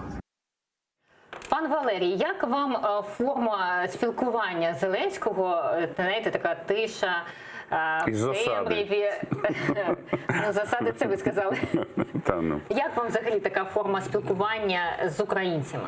Вона не гідна посади президента і звання президента. Це продовжується цей дурнуватий кіч, цей спектакль. Ну, блазень був, блазнень не є. Але стосовно цієї земельної реформи, я думаю, що буде. Давайте мати хоч якусь повагу до пана президента, Я не маю якого поваги. обрали 70%. Це моє право. Це моє право. Я розумію. Да. І тут немає поваги, це є кваліфікація. Він був блазнем і є блазнем. Тобто це є кваліфікація, це є медичний термін? Ви ж кваліфікуєте це? Ні, я не ставлю діагноз, слава Богу. Ви хочете, щоб я діагноз ще поставив? То я можу поставити діагноз. Недоумкуватість. Це те, що про українців сказав ваш начальник Коломойський, коли він почав говорити, вживати слово «дебіли». Отже, є інша тут позиція. Він вітав депутатів з ухваленням в першому читанні земельної реформи. Я думаю, що це запитання буде у вас, так? От дивіться, я завжди притримуюсь такої позиції, що будь-яке питання, будь-яка проблема, тим більше загальнодержавного значення, має вирішуватись професіоналами. То дивіться. А ви думаєте, «Слуги народу» мало професіоналів? Де? В обробітку землі? Жодного. От прийшли професіонали під Верховну Раду, ті, які працюють щодня. Це фермери, ті, які працюють давно. І вони всі були проти. Так кажіть, що вас... Ну от я ж не хочу перебивати пана депутата. Ви кажіть, давайте. Першого скликання. Дивіться, в Україні нібито кажуть, що є право власності на землю. Його немає, бо українці не можуть не купити, не продати. Пан Валерій згодиться з цим. Немає це питання стоїть в Україні вже скоро 30 років. Так, згодні зі мною. І це питання треба вирішувати. Жодна партія, якщо ви подивитесь вчорашню трансляцію, ми транслювали. І якщо ви нагадаєте собі, то практично не було жодної фракції, окрім фракції «Опозиційна платформа за життя», окрім них. Всі інші фракції казали, що так, займатися ринком землі потрібно, ми згодні, але їх не влаштовував механізм. Почекайте, але не механізми, але вони бояться електоральних ризиків. І вони хочуть далі заговорити цю тему, щоб кожного року продовжити моніторинг і не торкатися цього. Що зробив пан Зеленський? Він взяв на себе відповідальність. І він, тим, що ми проголосували в першому читанні законопроект про землю, він запропонував кожній фракції, що тепер дивіться, я взяв невідповідальність, це вже не ваша відповідальність, але сідайте разом з нами за стіл і давайте між читаннями робити той законопроект про землю, ту торгівлю землею, яка потрібна українцям, щоб вас захистила. Сідайте, ми готові, відкриті до переговорів. І ще до голосування він на фракції казав про те, що ми на сьогоднішній день не підтримуємо продаж землі іноземцям. Цього немає. Всі інші умови ми готові розмовляти. І я думаю, що після цього читання всі інші фракції долучаться до цього питання. Так думаєте, що долучаться? Звичайно, що ні. От дивіться, оскільки вони мають більшість і не потребують додаткового голосів, то якщо промоніторити оті всі купу тих законів, я вибачаюсь, зразу. Якщо ви подивитесь, за останні 2-3 місяці всі голосування за проекти в цілому, практично більшість законопроєктів приймалися 300 голосами. 300, тобто не тільки «Слуга народу» за це голосує. Ми приймаємо законопроекти, які підтримуються не тільки Слугою народу, і ми не перетиснуємо Верховну Раду через коліно. Тому прохання не перекручувати. Політична проституція в нашому парламенті 9-го скликання, вона очевидна. Ну давайте не Питання полягає тільки в одному, скільки грошей це коштує. Але подивіться, якщо промоніторити все законодавство, яке було ухвалено останнім часом, то по суті друге читання, текст майже один до одного співпадав з першим читанням. Жодна поправка не проходила. І ми це бачили, що по державному бюджету, що ми бачили по іншим законам. Тобто будь-які поправки, вони подавалися десятками, сотнями. Та? Вони всі не голосували. Валерій, це перше. Друге, дивіться, питання приватизації землі і питання Валерій, пане Валерій, щоб ви не перескочували, я зразу відповім на вашу тезу про те, що правки не голосуються. Буквально сьогодні, якщо ви подивитесь ще раз, було проголосовано те, що просили Асоціація міст городів, Асоціація міст України. Було проголосовано правка залишити акциз на містах, місцевих бюджетах. Ну як це не голосують? Набрало 275 голосів, а кажуть, не голосують. Це одна поправка, яка абсолютно не є сутність цього закону. Отже, дивіться, перед тим, як зробити таку важку операцію, бо по суті, ввести ринок землі в Україні – це важка операція. Для того, щоб провести її, треба підготувати. Підготувати чим? По-перше, всі питання, які стосуються купівлі-продажу, закладання, спілкування з самою державою, яка тобі надає таке право і повинна його захищати, все зводиться інтегрально до судів. Судова система в Україні не є на боці громадянина, це очевидно для всіх. Перше, друге. Для того, щоб запустити ринок землі, треба ввести всі, так мовити, обслуговуючі інститути, які дозволять людині, що вирощувати, які дозволять збирати, зберігати, у нас немає бази зберігання.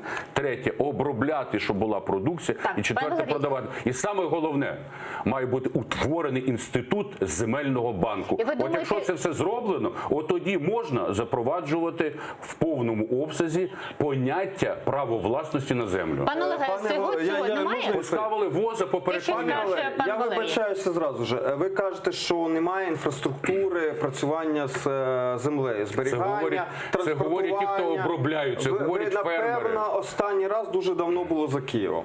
Якщо ви вийдете за Київ, ви побачите, що практично у кожного більш-менш крупного фермера є своя база для зберігання, є свої елеватори, вони сьогодні не багато коштують. У нас в портах багато терміналів для зберігання. У нас є транспорт. Заїдьте, наприклад, у Фастів, ви це все побачите. 60 кілометрів від Києва. Ну, виїдьте хоч раз за Київ, подивіться. Хто володіє? Який начальник агрохолдингу? Фермери володіють. Це неправда. Ні. Ну ви ж говорите неправду. Якщо люди приїжджають до Верховної Ради і говорять, ті, які обробляють землю кожного дня, люди добрі, ми не можемо взяти 200 тисяч гектарів, тому що ми не обробимо це. А хто візьме? Правильно, візьмуть ті, які за кордоном, або через ваших олігархів, ті закуплять цю землю. Ну, це безполезний розговор абсолютно. Ну, ми зараз в Google зайдемо, я вам покажу. Тоді хто біля Верховної Ради? Можна взяти і поїхати. Ви бачили, що люди приходили і на тракторах приїжджали до Верховної Ради. Хто ці люди тоді, які працювали? Я приведу приклад. Ви знаєте, хто прийшов? Дивіться, я ж їх не питав. Буквально за 2 дні. Ви не цікавились? Буквально за 2 дні до цього голосування до мене прийшли фермери з Фастовського, Сквирського району, Макарського, з моєго округу. І в нас була про це розмова. Що виявилося? Що, наприклад, є населений пункт, де населення 800 осіб. Там всю землю так чи інакше тримають 3 фермери місцеві. 3 фермера. Всього лише 3. А продати землю хоче 150-200 чоловік. Це по їхнім оцінкам. Ось, Валерій, і тобто 3 проти 150. Ну про що ми розмовляємо? Я їм кажу, хлопці, якщо ви не зробимо вільний ринок землі, рано чи пізно ці 150 людей, які не можуть отримати гроші, яких ви тримаєте в заручниках, вони вам спалять вашу хату. Воно вам потрібно? Пан Валерій, вам є що додати? Ні, я не збираюся реагувати на неправду. Те, що я сказав, я сказав. Отже, я ще раз повторюю, коли під Кабінет міністрів, під Верховну Раду приходять матері хворих дітей, коли приходять лікарі, коли приходять Академії наук, каже, люди добрі, ми гинемо. А в уряді сидять, на це не звертають увагу. Хто з них професіонал? Так і тут. Приїхали люди, які щодня, це ж не люди куплені. Ну, може, скаже там, хто там цей Богдан казав, що платили гроші, хто прийшов на Майдан. Може, і він скаже, що платили гроші тим, хто приїхав з цих фермерів. То хто розумніший? Депутати Верховної Ради чи оці фермери? Хто розумніший, хто більше на цьому знається? Я повторюю, ринок землі в Україні потрібен. Треба дійсно ввести інститут приватної власності на землю. Але для того, щоб це зробити, треба зробити оці передумови, про які сказав. Це цивілізований шлях, який проходила вся світова спільнота. Більше того, при царському кривавому режимі, коли після скасування цього рабства, як це воно називалося? Кріпацтво, да. Значить, перше, що було зроблено, це утворено земельний банк. Земельний банк – то той інститут, без якого не може функціонувати ринок землі. А я вам розповім, як це було, якщо ви не пам'ятаєте. У нас залишилася хвилиночка. Кажіть, пане Олег. Це була реформа 19 сторіччя, там 60-70 роки, по якому можна було продавати, купувати землю, але за згодою місцевої общини, громади. В результаті ці громади нікому не дозволили цього зробити.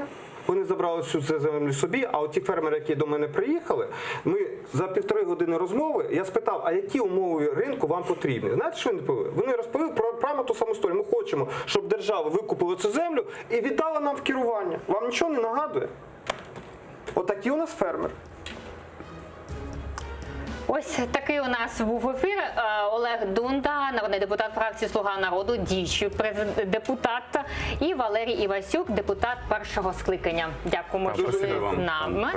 Далі ефір продовжують Прайм Скрипін. В гостях у нього Олексій Кучеренко, народний депутат, фракція «Батьківщина». Залишайтесь з нами.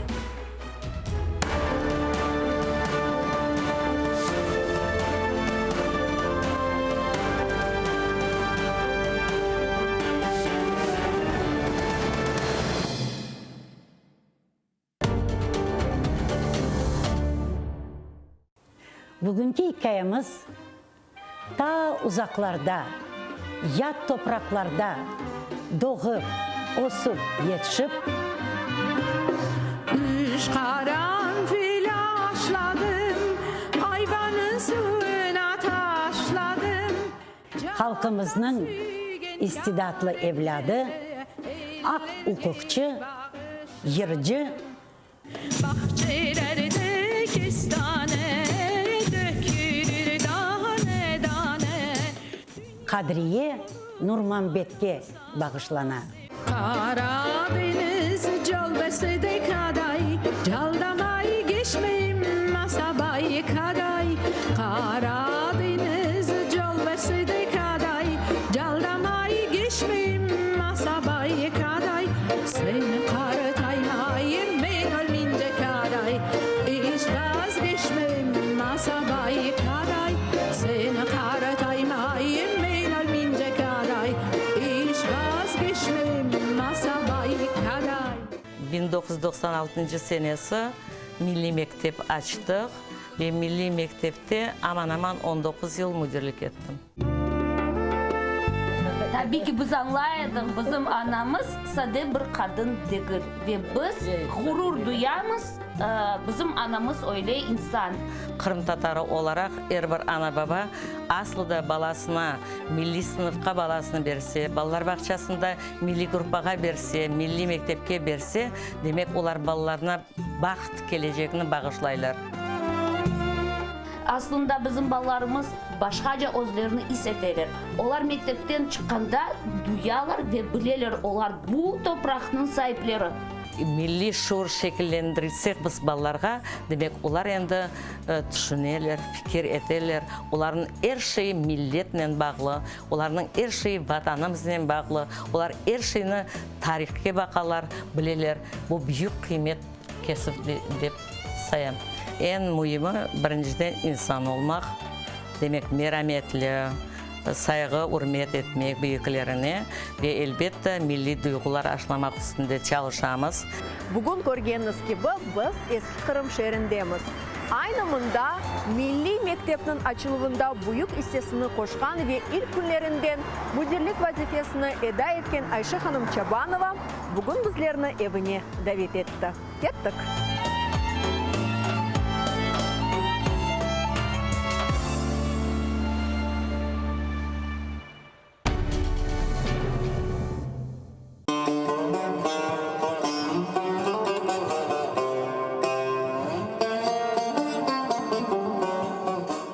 Enfes.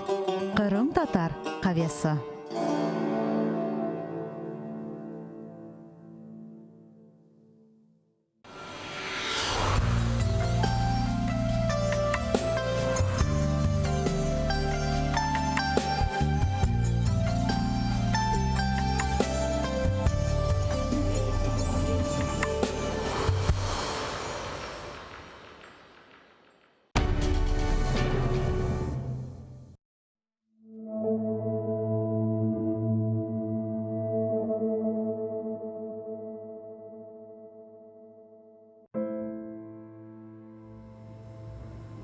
Meni kim qorchalar ekan bu dunyoda?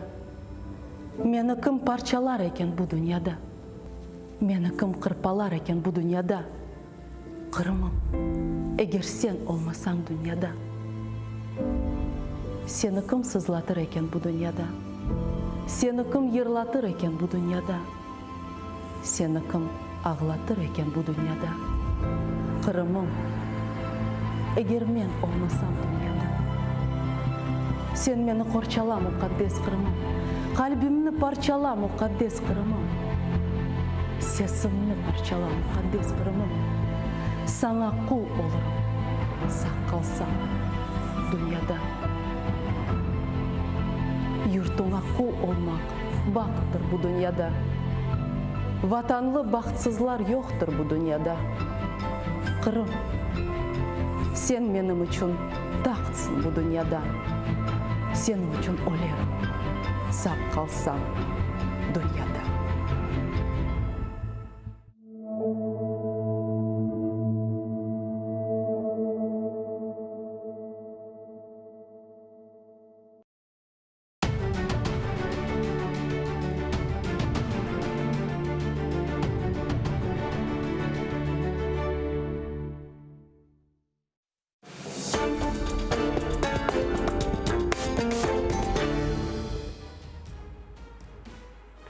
Добрий вечір. Опозиціонер з великої літери А, бо опозиція, і великої літери Б, бо батьківщина. Про землю, газ та ЖКХ і бюджет. Олексій Гончаренко сьогодні в Прайм Скрипін. Олексій Кучеренко, 58 років, народився у Вінниці. Закінчив факультет кібернетики Київського державного університету імені Тараса Шевченка. Спеціальність прикладна математика. Закінчив Академію державного управління при президентові України. Народний депутат Верховної Ради України 3, 5 та 6 скликань. Голова Запорізької облдержадміністрації у 2000-2001 роках. З грудня 2007 до березня 2010 року міністр з питань житлово-комунального господарства України. Нині перший заступник голови комітету з питань енергетики та житлово-комунального господарства. Народний депутат від фракції «Батьківщина». Олексій Кучеренко. Саме зараз на АТР. Що б ми робили без візитки, оскільки Олексій Кучеренко, а не Гончаренко, я, напевно, так от просто під враженнями від зустрічі з Олексієм Гончаренком, який був на Праймі тиждень тому. Добрий вечір вам.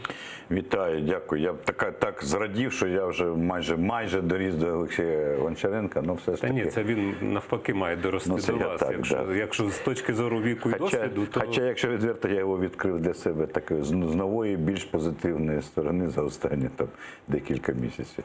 А чому? А людина, яка така тримає удар, він такий, він росте як політик, знаєте, він росте, і він від цього отримує кайф, тому хай розвивається. Ну, дивіться, так, я маю спочатку сказати глядачам, що для вас традиційно досяжний є Viber плюс 380 73 419 41 58 та skype atr.tv. Звертаю увагу на skype atr.tv. Чому? Тому що дуже часто плутають і дзвонять на інший скайп. Але так, цей ефір можна дивитися так само на YouTube-каналі Скрипін.ua та Ukrainian Media Network, ну і в ефірі телеканалу ТЕР. Отже, не соромтеся, будь ласка, долучайтеся до розмови. Ну, ясно, що з вами перше, як вам це в опозиції, я маю на увазі цілі фракції, аж уже добу. Здорово, вже добу, опозиція. І що, як відчуття? Легше, трошки легше стало, бо знаєте, ну так воно не подобалося, але треба було казати якісь розумні там слова, типу, от молоді політики, ми їм допоможемо, ми їх підправимо, вони роблять дурниці, а ми їх підправимо, ми не будемо звертати на це увагу. А зараз же можна більш відверто казати, хлопці, не пішли б... Чекайте, кому хлопці б не пішли? Тобто хлопці без дівчат? Ну, там і дівчата є, там таке. Та я до того, що, розумієте, ну, я в чудо не вірю, розумієте? І тому, коли ця монокоаліція, от вона така, виявилася така 254, уявляєте собі? 254, я уявляю, де їх отак, і отак вони десантом виписано, вони такі горді, такі вони красиві, файні, такі розумні, ходять. А в перші дні роботи я так подивився, я зрозумів, чим воно закінчиться. А ну чим, давайте? А ну пророкіть. Ні, стратегічно. Я маю на увазі, що наша скромна, інтелігентна фракція, 24 депутати, всі, в принципі, виважені, адекватні люди з досвідом. Ну, я розумів, що ми рано чи пізно зайдемо, там, займемо свою нішу. Я би хотів, щоб це була така інтелектуальна, розумна, навіть конструктивна, інколи, не завжди інколи, конструктивна опозиція, яка все ж таки свою позицію обстоювала. І головне це сьогодні, щоб люди якомога швидше розібралися, хто там, що, кого, на кого працює, під якими гаслами, чиї інтереси і чиї гроші відпрацьовує. Вам не здається, що опозиційність, або поясніть мені тоді логіку дій Батьківщини від початку роботи цього парламенту, цього скликання, коли вимальовувався такий симбіоз, вимальовувався Тимошенко, яка сипала там, не знаю, компліментарною лексикою під час виступів на адресу «Слуги народу». Тобто це ж на адресу Зеленського. Так, ну це це велика різниця, ви хочете сказати? Побачимо, поживемо, побачимо. Так ніколи не буває. Знаєте, Ющенко так само вважав, що наша Україна – це він. Потім виявилося, що це не так. Та й у Януковича не все так просто. Я розумію, що ви теж не Тимошенко, що ви... Я вже помилився, впевнено. Я член фракції, я абсолютно субординована людина і відповідальна. Якщо я зайшов, я буду, безумовно, дотриматися фракційної дисципліни. Я не член партії на сьогодні, але багато речей, які абсолютно адекватно сприймаю, в тому числі готовий працювати в команді фракції «Батьківщини». Так це кон'юнктура була з підтримки Зеленського, Тимошенко? Чи чому розрахунок на якісь бонуси від такої неоформленої коаліції, тому що монобільшість вона не потребувала створення коаліції? Давайте. Ви казали, що Юлія Тимошенко дуже хоче стати прем'єром. Просто дуже хоче. Це погано?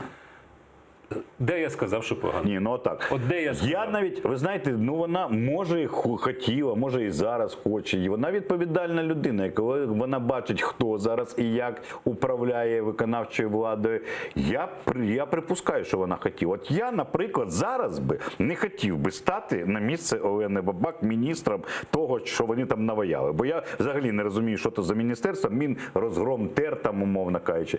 Але Юлія Володимирівна, в неї величезний досвід. І я можу сказати, що навіть люди з молодої цієї команди, вони навіть, може, і не любити їх, але вони з повагою відносяться до них. Вони розуміють, що там багаж такий досвіду, що ну, їм треба дійти до нього.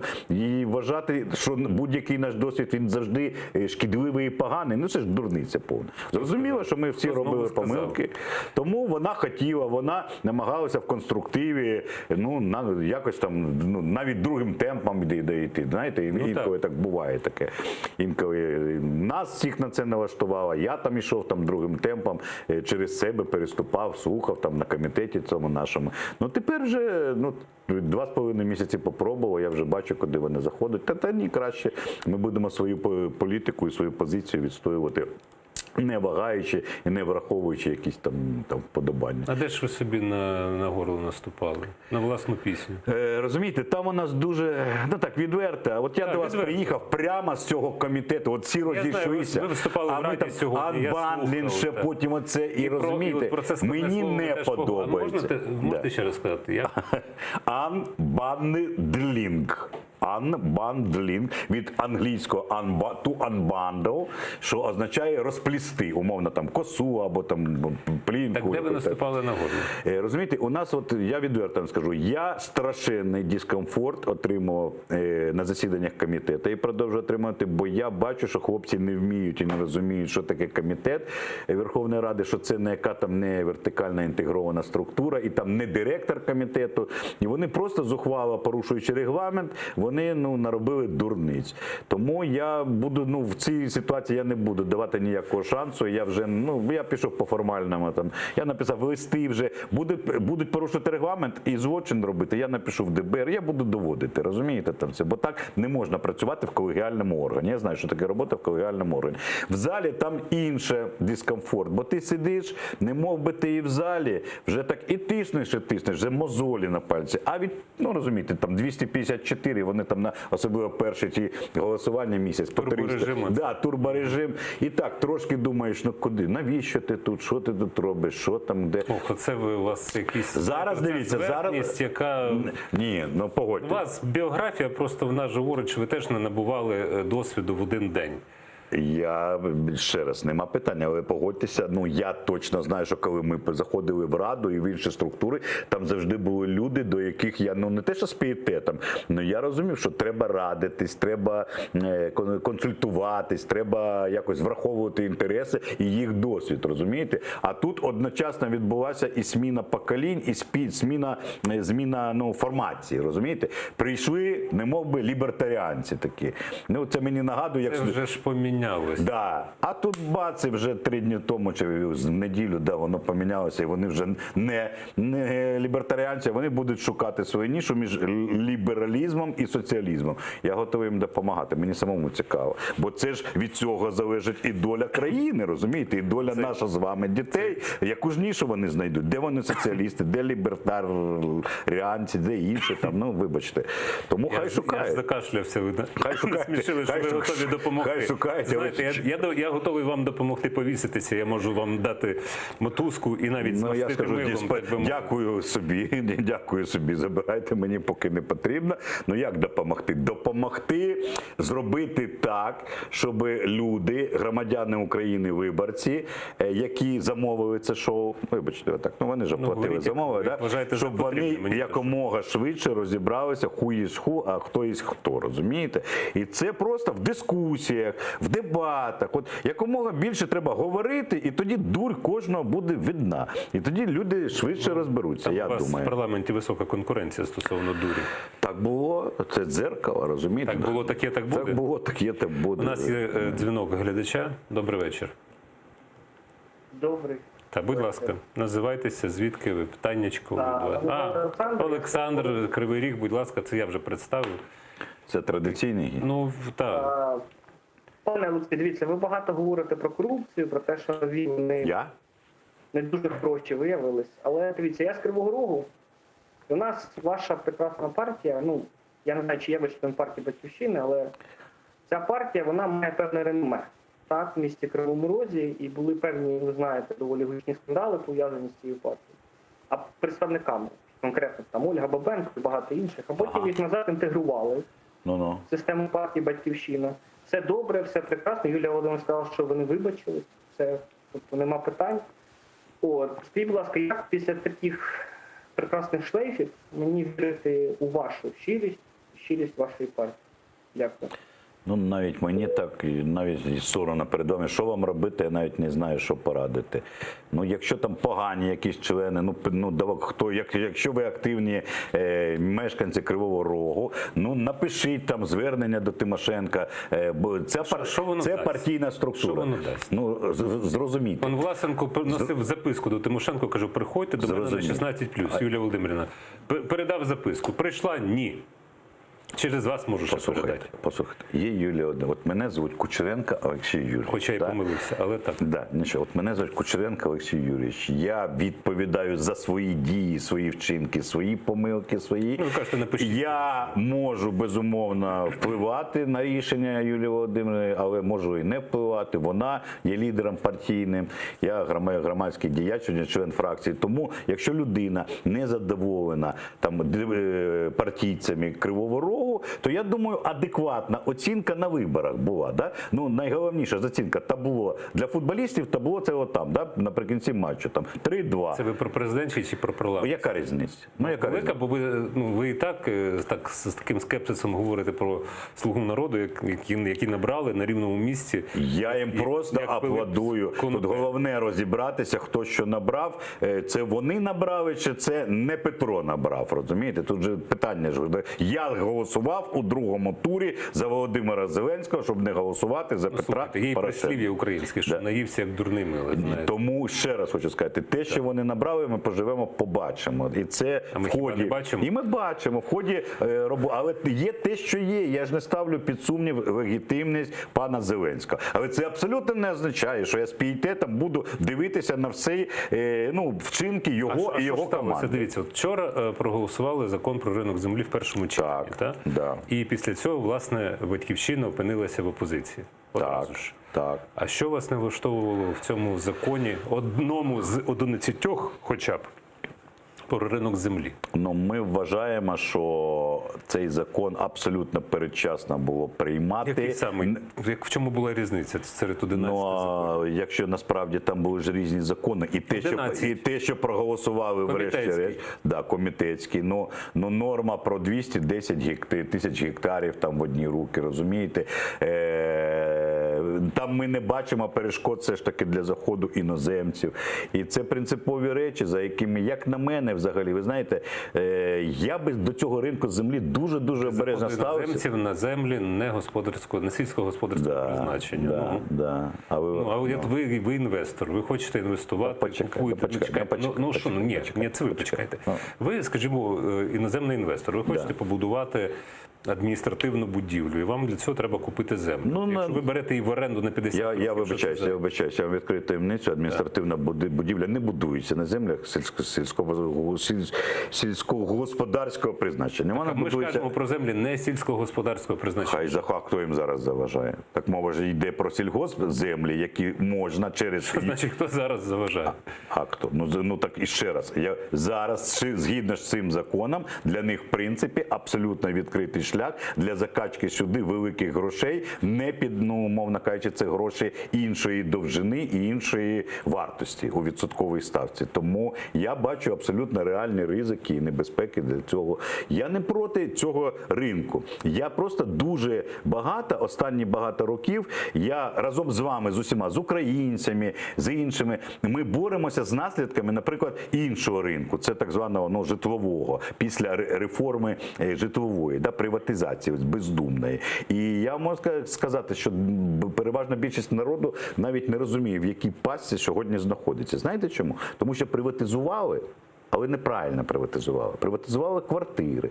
І люди... Це ви про ЖКХ зараз? Яка різниця? Це окрема тема просто. Яка різниця? Ви зрозумієте, то зразок неправильно запущеного ринку. Я вам можу назвати приватизацію велику, неправильно проведена приватизація. І я ж вам не буду заперечувати. І я вам не буду заперечувати. Дивіться, не мов би все було непогано. Я дуже добре пам'ятаю, це 20 років тому давали папірець, сказали, ти акціонер, ти міноритарний акціонер, ПІС, КС, там все.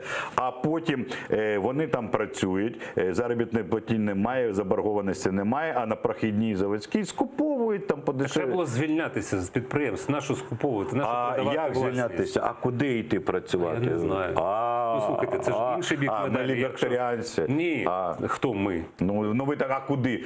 Вони ходили на роботу, бо їх так, туди ходили їх. Так працює економіка з людьми, які не мають економічної освіти. Вони звикли ходити на роботу. Їм сказали, ви ще й співвласник. Але ці люди, тих же підприємств в більшості випадків, ви ж знаєте, їх немає вже.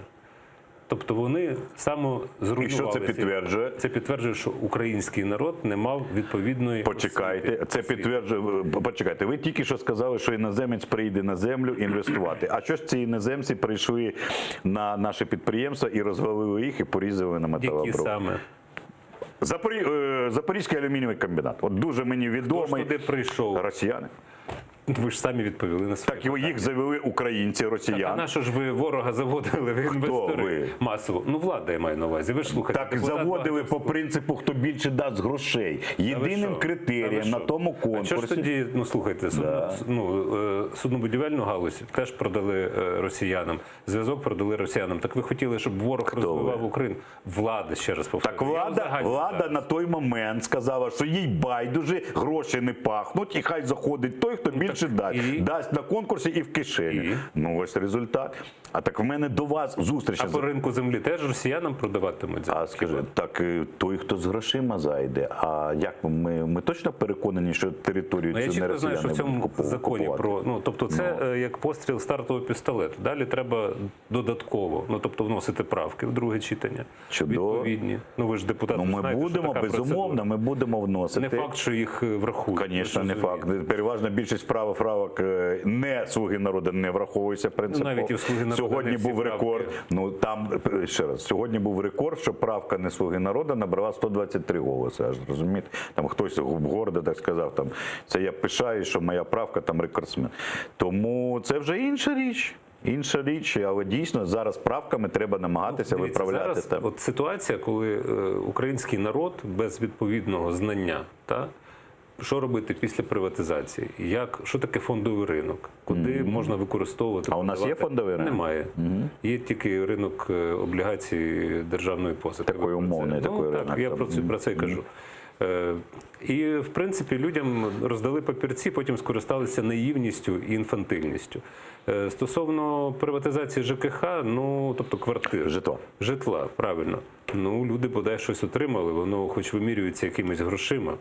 І ринок далі вже формувався по-іншому. Можна я вас трошки поправлю, бо воно все і так, і не зовсім так. Розумієте, це дійсно так, що люди поки що значна частина може утримувати свою квартиру, але на них насувається величезна проблема капітального ремонту. Відкинули нові будинки інвестиційні, от просто відкинули, там своя проблема, але вона буде за 5, 10, 15, 20 років. Я вам кажу про 70% населення міського, яке живе в старих, але радянських, хрущівки, панельки і все. Люди зараз починають розуміти, коли їм сказали, де-факто, їх же не попереджали, що ви не власник квартири, ви співвласник будинку, і проблема капітального ремонту – це ваша особиста проблема. Вона невпинно насувається. Ви знову випереджаєте тематику, бо я зараз хотів про землю. Тому, ще раз, от дивіться, я до чого веду. Земля – це земля, житло – це житло. Не треба порівнювати це різні ринки. Людям дають те, чим вони не вміють користатися. Тут погоджуюсь. І зараз з ринком землі, тобто говорив Ющенко про необхідність запуску, правильно? Говорив же ж, було таке. Не Порошенко говорив? Теж говорив. І партія «Батьківщина», Юлія Тимошенко постійно каже, ні, не дамо розпродати українську землю. Замість освітньої роботи, що робити з землею? Замість встановлення запобіжників, ухвалення низки інших законів. Там їх доведеться ухвалювати. Про земельний тут банк. Не тільки про закони має йти мова. Інших законів. Я погоджуюсь, що тут багато законів, тут і інституції мають бути спеціальні. Той земельний банк. Скільки років минуло, слухайте, чому за Ющенка з тих пір вже, чекайте, це ж третій був президент Ющенко, третій. Потім Янукович, Порошенко. Хороше питання. Так скільки років треба ще, щоб... І чому? Чому Ющенко не зробив? Чому Янукович не зробив? Так Тимошенко постійно вимагала мораторію. Можна запропонувати вам? Хоча там один депутат від «Слуги народу» показав законопроект. Це законопроект, який там в 2008 році на виконання МВФ. Але він показав один тільки законопроект, але це так само був один з багатьох. Скільки років треба, щоб впровадити Треба? Точно переконаний? Я вважаю, що чим більше розвинутих ринків, чим краще працює економіка. А який, наприклад, розвинутий ринок ви в Україні бачите? У нас відсутній. А що ви вирішили, що земельний ринок він стане розвинутим? А я вважаю, що він стане саме механізмом. Ми вже про фондовий поговорили. Тому я ще раз кажу, я можу сказати одне, я за цей ринок, який дуже має бути обмежений, регульований, і абсолютно там не мають діяти ті механізми, які діють на вільному ринку картопля, навіть нерухомість. Наприклад, я переконаний, що концентрація максимальна має бути в одні руки для фізичних осіб. Дуже така може 300, може 200 гектарів, це можна дискутувати. Бо ці гектари мають прокормити родину. Розумієте, на цій землі мають прокормитися якась кількість українців, щоб вони не поїхали звідси. А якщо більш того, ви говорите про самозабезпечення людей чи про я говорю про те, що земля несе абсолютно свою філософську функцію, і вона відрізняється від нерухомості на землі, від заводів, розумієте? Бо земля – це дуже специфічний ресурс. По-перше, це територія. По-друге, функція її – це забезпечити націю продуктами питання, а не просто спекулянтів механізмом продажу-перепродажу. По-третє, навколо землі існують населені пункти. І якщо їх не залучити в цей процес, який за приватизацію, переробки, обробки, навчання малого бізнесу, то вони вимруть, розумієте, ці населені пункти. І це буде те, чим ми любимо весь час дошкуляти Росії, коли ми там фотки це робимо, коли в них хати там такі там занедбані і все таке інше, розумієте? Ну, знаєте, тому це дуже непростий ринок. Законопроект, який передає право на землю з Держгеокадастру місцевим громадам. І утворюється агентство, тобто є законопроект. Є, да. Скажіть, будь ласка, а що заважало місцевим громадам? А ви мені скажіть, будь ласка, тому що ви очолювали Запорізьку обласну державну адміністрацію. Це не місцева громада, я вам відкрию таємницю. Це вертикаль, це виконавча влада, я вам теж по секрету точно. Так ось, я вам можу сказати, а покажіть мені ефективну громаду, яка ефективно використовує свою землю територіальної громади. Наприклад, давайте з Києва почнемо. Да? Це ж наше місто, ми тут живемо. Не зовсім. Тут двовладдя, ви ж знаєте, наше зараз. Але це Київ, да? От здавалося, ми тут з вами під мікроскопом. СБУ тут, прокуратура тут, всі тут. Все, що можна, землі розпродали, перепродали, перепродали. Вся незаконна там половина цієї забудови, інфраструктура занедбана, хмарочоси зростають. Оце вам яскравий приклад, як громада Київська, це ж столиця України, да, ми ж любимо, як вона розпоряджається своєю землею. А ви переконані, що там воно в інших? Може є відсотків 5-10 населених пунктів, де дуже такі відповідальні міські голови все ж таки дійсно мають якісь стратегічні плани. 5-10%. Повірте мені, коли в Одесі міська влада забудовує наше з вами. Не міська влада забудовує. Міська влада. Ви ж знаєте, ім'я і прізвище людини. Почекайте. Одесити обрали його? Ви знаєте Аднанківа? Одесити обрали його? Кого? Труханова? Так. Обрали. Обрали? Так.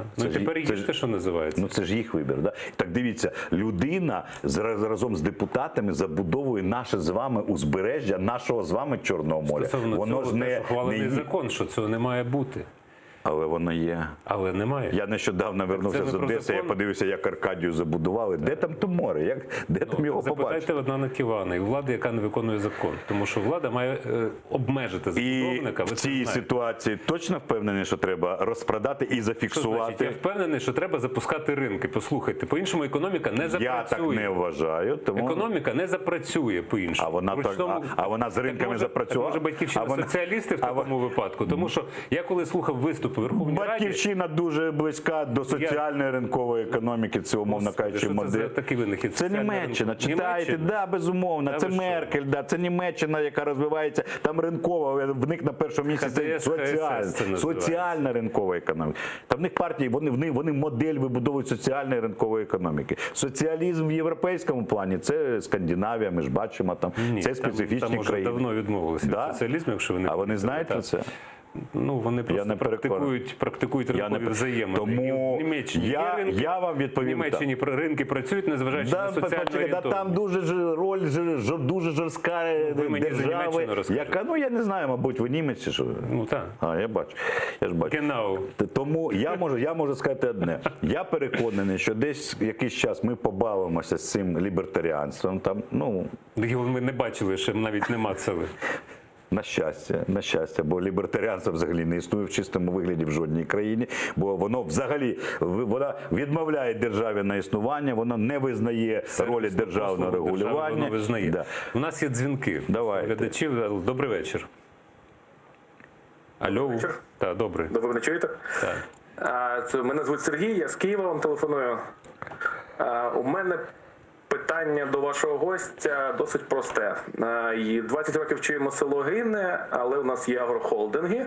Це так репліка. А питання таке, наскільки подешевшала за 28 років земля як товар? Є такі оцінки без лозунгів, просто як товар? Дякую за ваше запитання. Ви записали? Подешевшала, чи подорожчала, чи як? У нас, чекайте, ви записали дзвіночок та питання. Там є наступний ще телефон. Якщо не помиляюся. Добрий вечір. Немає. Ну, тобто, ось тепер відповідаєте на той. Ну, з другого. От кияни, вони звикли землю як товар вимірювати сотками, на яких там можна побудувати щось або в Києві, або під Києвом. Відкрив вам те, дійсно, моя інформація. Свого часу в Києві, ну, на певних вулицях, Зверинецька, там як вони, біля Редутна, по 200 тисяч доларів сотка коштувала. Да. Але ж це не ринок сільгоспземлі, розумієте, це вже на вторинному, третинному ринку. Зараз, думаю, дешевше, але теж не чималі гроші. В Козині, як це не дивно, значно подешевше, бо свого часу там хотіли там по 80-100 тисяч, а зараз, думаю, там і по 10. Але це не сільгоспземлі. Вони всі ж знають, що таке Козин. Козин це... Всі знають. Ну, запитайте людей. Ні, всі знають, ви впевнені по всій Україні, що таке Козин? 100%, я вам всі знають, що таке Конча-Заспа. Ну, Конча-Заспа. А Козин – це, в принципі, продовження Конча-Заспи. Це столиця. Це елітне таке житло, куди прагнуть оселитися представники влади та бізнесу, які є... Ну, прагнуть чи не прагнуть, зараз вже і не дуже прагнуть, бо є там інші міста. Тому, якщо ми про це говоримо, то це одна вартість землі. Якщо ми говоримо про вартість, орендованих паїв, то я можу сказати, вона тільки зростала за останні роки. Вона точно не падала. Знаєте чому? Тому що сучасні методи землеобробки та вирощування, вони стали, люди навчилися врешті-решт, і вони зрозуміли, що з гектара землі можна дуже легко отримувати 500-1000 доларів за один обіг, розумієте? Тобто, рахуйте саме, 100 гектарів землі – це 100 тисяч доларів. Ось воно і підняло ось цю ціну ринкову, але це абсолютно не значить, що для власників паїв зросла ця вартість оренди. І ось тут треба було дійсно від якоїсь ринкової оцінки встановлювати і підіймати мінімальну вартість цього пая. І я думаю, люди були б дуже задоволені. Та щасливі люди. Просто ви скажіть, скільки ж треба часу для того, щоб запустити ринок? Я не знаю. Ми поживемо, побачимо, до чого призведе цей ринок. Це емпіричний експеримент, вибачте за тавтологію, наслідків якого точно не знає ніхто, бо не моделює влада наслідків своїх рішень. Це я вам гарантую. Зеленський подякував. Зеленський має право подякувати. Пряма мова. Своєрідно, але подякував. Хочу подякувати кожному нашому депутатові, слуги народу. Сьогодні була дуже важка робота. Ми сьогодні зробили, я думаю, навіть і я, і ви, ми зараз не уявляємо, що ви відмінили дійсно економічне рабство. Отже, це була пряма мова, і тут дійсно каже, що ми не знаємо, що ми зробили, не уявляємо ніяк. Мене остання фраза цієї подяки, взагалі, тобто пан Зеленський щиро вважає, що він відмінив економічне рабство. Він все ж таки, більше це для нас з вами, бо це від відповіді на це питання тут дуже багато залежить. Я можу сказати, що президент Зеленський точно помиляється, якщо він вважає, що він економічне рабство відмінив, бо економічне рабство в першу чергу пов'язане з мізерними доходами населення і мізерними заробітною платнею, в першу чергу, до речі, на селі. Тому це величезна помилка, вона мені нагадує мого і іншого іншу помилку мого опонента, так само з Кривого Рога, яка, до речі, вони, ну, я розумію, що в них саме пан Зеленський пролобіював Алену Бабак на посаду міністра, яка свого часу, 2 роки тому в дискусії зі мною сказала, ми відмінили рабство комунальне, українці все життя просто мріяли управляти самотужки своїм житлом. Пройшло вже 2 роки, і якось українці ніяк не можуть своє це мрію цю реалізувати. Бо ніяк вони ні ОСББ там особливо не створюють, ні управляючі компанії, а вони просто очікують, що ті ж самі ЖЕКи перейменовані будуть їм надавати послуги. Це такий же міф, це дуже схожий міф на те, що ми тільки що побачили. А от стиль пана президента, як він мені відверто хочу сказати, це, ну, я вважаю, що це неправильний стиль. Він не просто ж втомлена людина, він ще президент, він верховний головнокомандуючий. Я все ж таки хотів би бачити, сподіваюся, що і ви так само, все ж таки більш чітких меседжів для країни. А це таке... Дивіться, в опозиції ви тепер опинилися, я розібрати, хто в опозиції. Давайте. Важкувато, але за бюджет ви ж не голосували сьогодні. Точно. Теж. А чого? Що тут? А що там в цьому бюджеті? А що? Чого я що в ньому не так? Чого я за нього повинен голосувати? Я не сказав, що ви повинні. Ну слухайте, що ви одразу, що я повинен? Він мені, а, не подобається, б, багатьма речами. Багатьма. Я нічого не бачу абсолютно в соціальному там плані. Для мене там є, ну, якісь здобуття. Для мене там багато питань. Я не розумію, наприклад, чому з одного боку непогано підняти розходи, витрати на оборону, на Укроборонпром. А з іншого боку, я хотів би, щоб показали, а скільки грошей наших з вами десятків мільярдів зникло за минулі роки в оборонпромі. Що, може, вони ж казали на виборах, що ви як почекайте? Це вже сталося. Я кажу, чим вам не подобається цей бюджет? Багатьма речами. Мені не подобається, що на теплі кредити там всього 400 мільйонів. Мені не подобається, що там питна вода 0 в чергові. Мені не подобаються інші рядки цього бюджету. Мені не подобається, і навіщо мені брати відповідальність за цей бюджет? Ну скажіть мені, будь ласка. Ну ви такі питання задаєте. Чому? Тому я не хочу брати відповідальність за цей бюджет і за його виконання урядом нинішнім. Тобто в опозиції тепер у нас виходить Європейська солідарність, Батьківщина, Голос, який теж не голосував за бюджет. Ну, в принципі, відомо, хто голосував за бюджет. Слуга народу і За майбутнє, якщо я не помиляюсь. Мажоритарники. Знаєте, як мажоритарники голосують? Знаєте? Рукою. Це як, а тепер як? Чому? Ось тобі на округ 10 мільйонів. Це не в кишеню. Ще раз, я не кажу, це не злочин, це не злочин. Це просто кажу, тобі на округ 10 мільйонів, садочки, там щось там підфарбуєш, щось побудуєш. Для мажоритарника це ключове, бо йому треба звітувати перед виборцями. Він розуміє, що якщо він грошей не залучить на округ, він не обереться. Тому саме це і є ось ця біда, розумієте, ці 200 Дивіться, далі ОПЗЖ теж не голосує за бюджет, тобто такий конгломерат.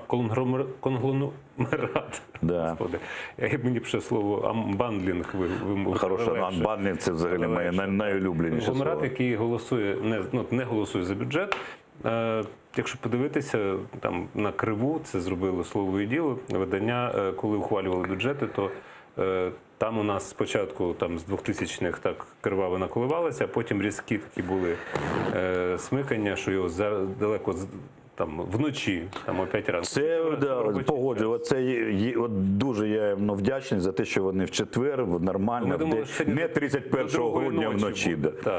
Я пригадую ті голосування. Тобто ви просто принципово не голосуєте, тому що ви не хочете брати відповідальність. Я тут поставлю крапку, правильно? До мене ніхто не прийшов і не радився, а щоб я порадив їм і своїм досвідом в цьому бюджеті. Навіть пані Олена, я чомусь думав, що вона прийде порадити. Вона не прийшла і не порадилась. Ну, Бог з нею. Ну, навіщо? Це мені дає абсолютно можливості тепер абсолютно професійно її опанувати по всіх її, ну розумієте, професійна дискусія буде. Ми будемо дуже пильно стежити за усіма діями і уряду, і профільних міністерств. А оскільки наш комітет так би відповідає за 2 міністерства, це екології та енергетики та оцього Мінрозгромтер, то я зараз з задоволенням моніторингову групу. Вам подобається Мінрозгромтер? Мінрозромтер. Ну не я ж його так називав. Ну це ж треба було Міністерство розвитку та територіальних громад. А кожне міністерство має скорочену назву, тому ми зрозуміємо. Самі придумали таку назву, чи в них на бланку написано? Ні, це я у журналістів прочитав. Це 100%. Ну, тобто на бланку не написано Я навіть сам не звернув увагу, а потім журналісти рівно через 2 години Мінрозромтер. Ну і в принципі, Мінрозромтер. Хай розвиває громади, хай території. Там зникла термін ЖКГ. От з назви міністерства вперше за 27 років зникв оцей термін ЖКГ, розумієте? Дивіться, це дуже символічно. Про газотранспортну систему. Да. Що у нас тут? Газотранспортна система. Тут треба розуміти, які байки там вішують, як окшину на вуха. І тому спробую, я сьогодні там 3, здається, чи виступав в Верховній Раді і пояснював це своїм колегам, бо навіть вони не всі розуміють. Всі ми за анбандлінг. Що таке анбандлінг? По суті справи, ви вже перекладали на початку. Да, по суті справи, це просто треба ліквідувати монополію Нафтогаза на різні види діяльності. Бо він сьогодні у нас через дочірні компанії видобуває, транспортує, торгує і ще в сховищами оперує. Це категорично не сприймають європейські партнери, а ми ж задекларували, що ми будемо жити в цьому газовому ринку за їх європейськими правилами, тому ми взяли на себе зобов'язання, це треба було зробити 3 роки тому. 3 роки тому брали постанови, але команда Коболєва вирішила вбити одним пострілом 2 зайців. Вона вирішила і анбандлінг цей провести, і так його провести, щоб назавжди вмонтуватися в систему майбутнього оператора газотранспортної системи. Через ось ці спостережні ради, через такі нюанси, крючки, які не всі українці до кінця розуміють. Саме тому вони під анбандлінг підвели такі шахрайські речі, вартістю там десятки мільйонів гривень. Наприклад, вони взяли ГТС, відокремили від сховища, розумієте? А це єдиний технологічний процес. Зараз на пальцях поясню, що відбулося. Уявіть собі, що є НПЗ, нафтопереробний завод. От ви, умовно, ви власник там, або давайте я власник нафтопереробного заводу. Я думав, скажете автівки, нафтопереробний завод. Це до Коломойського. До Коломойського, наприклад. Але тепер дивіться, уявімо так, що якось так сталося, що нафтопереробний завод його, а ось ці посудини, як вони, ємкості, цистерни, хтось приватизував, через які відвантаження продукції йде. І так виявляється, що в тебе немов би і завод є, але ти нічого без цих бочок не можеш зробити. Або елеватори, от поля, а там елеватор стоїть, і ти нікуди не дінешся. Елеватори ж якраз, вони якраз в анбандлінгу, тому що це і будують інші власники, не ті, хто абсолютно. Там можна побудувати інший елеватор, там це великий капітальний вклад. А от сховище точно не можна, і тому я беру... Підземні ви маєте на увазі сховище? Звісно. Вони ж наші з вами. Вони природні. І от в результаті сьогодні той, хто управляє сховищами, тот буде повністю впливати на діяльність ГТСу. І ГТС, газотранспортна система, не мов би вийшла з-під НАК «Нафтогазу», а сховища лишилися під Коболєвим. Так що не треба знову... Їх не треба було розпорошувати, їх не треба. Цього не вимагали абсолютно. Це єдиний технологічний процес. Це штучно зроблено, абсолютно штучно. Це всі фахівці розуміють, про що я кажу. А друге, що зробили, це забили норми, за якими управляє цим операторам ГТС не Кабмін, а через спостережну раду. Розумієте? Що таке спостережна рада? Так Нафтогаз так само керується. Вас задовольняються? Мене не. Послухайте, вперше за всю історію новітньої України я дивлюся, що у нас немає газового шантажу щорічно з боку Росії. Україна хіба є?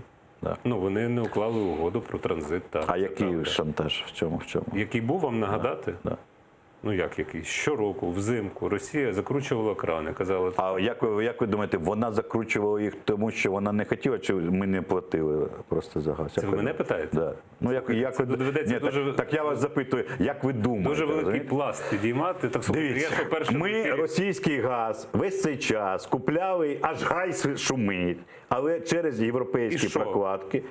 А нічого, запитайте українців, чи задоволені вони ціною, за якою їм... Є якийсь інший ще? Багато у нас газу на планеті. Мова же, вибачте, про ціну на цей газ. Кого купляти? І про ціну на цей газ. Купляти? Ціну на цей газ.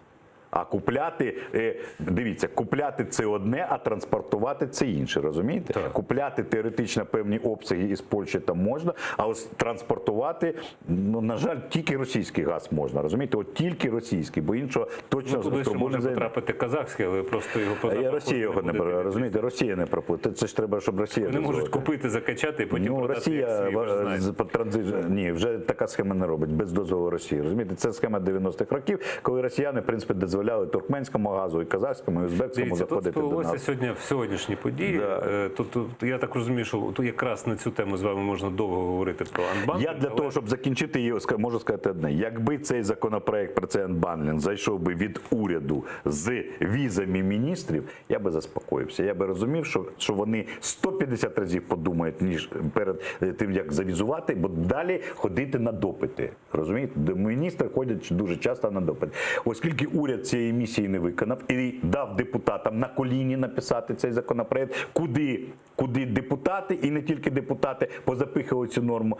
Як вам сказати, я знаю, як має бути, так точно не має бути. Так не має бути. Я все ж таки схилявся б до питання про кон'юнктуру. Якого? Тому що Тетяна Ніколаєнко написала сьогодні матеріал про те, хто така Анна Скороход, якщо ви знаєте, хто це. Я безумовно знаю. Напевно, знаєте. Да, Фотографію хотів би вам показати. Давай.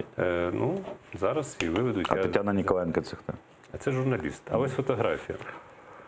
Ми бачимо Анну Скороход. Це вона ридає, Юлію Тимошенко ридає, так? Юлію Тимошенко. Це вона прийшла радитись з жінкою, яка сиділа в тюрмі, що робити в таких ситуаціях. Вона прийшла, я там поруч, я в метрі від цього сиджу, так що мене не видно просто. Це вона плаче. Отам за колоною. Я можу вам показати, коли вона плаче. Так я поруч, я за колоною. Я вам покажу на відео, що таке плаче Анна Скороход. Показуйте. От, власне, її правки, вона депутат «Слуги народу», її правки не врахували. І от сталося те, що сталося. Ну що ні? Сталося те, що сталося. Просто дивимося зараз відео не сьогоднішнього дня.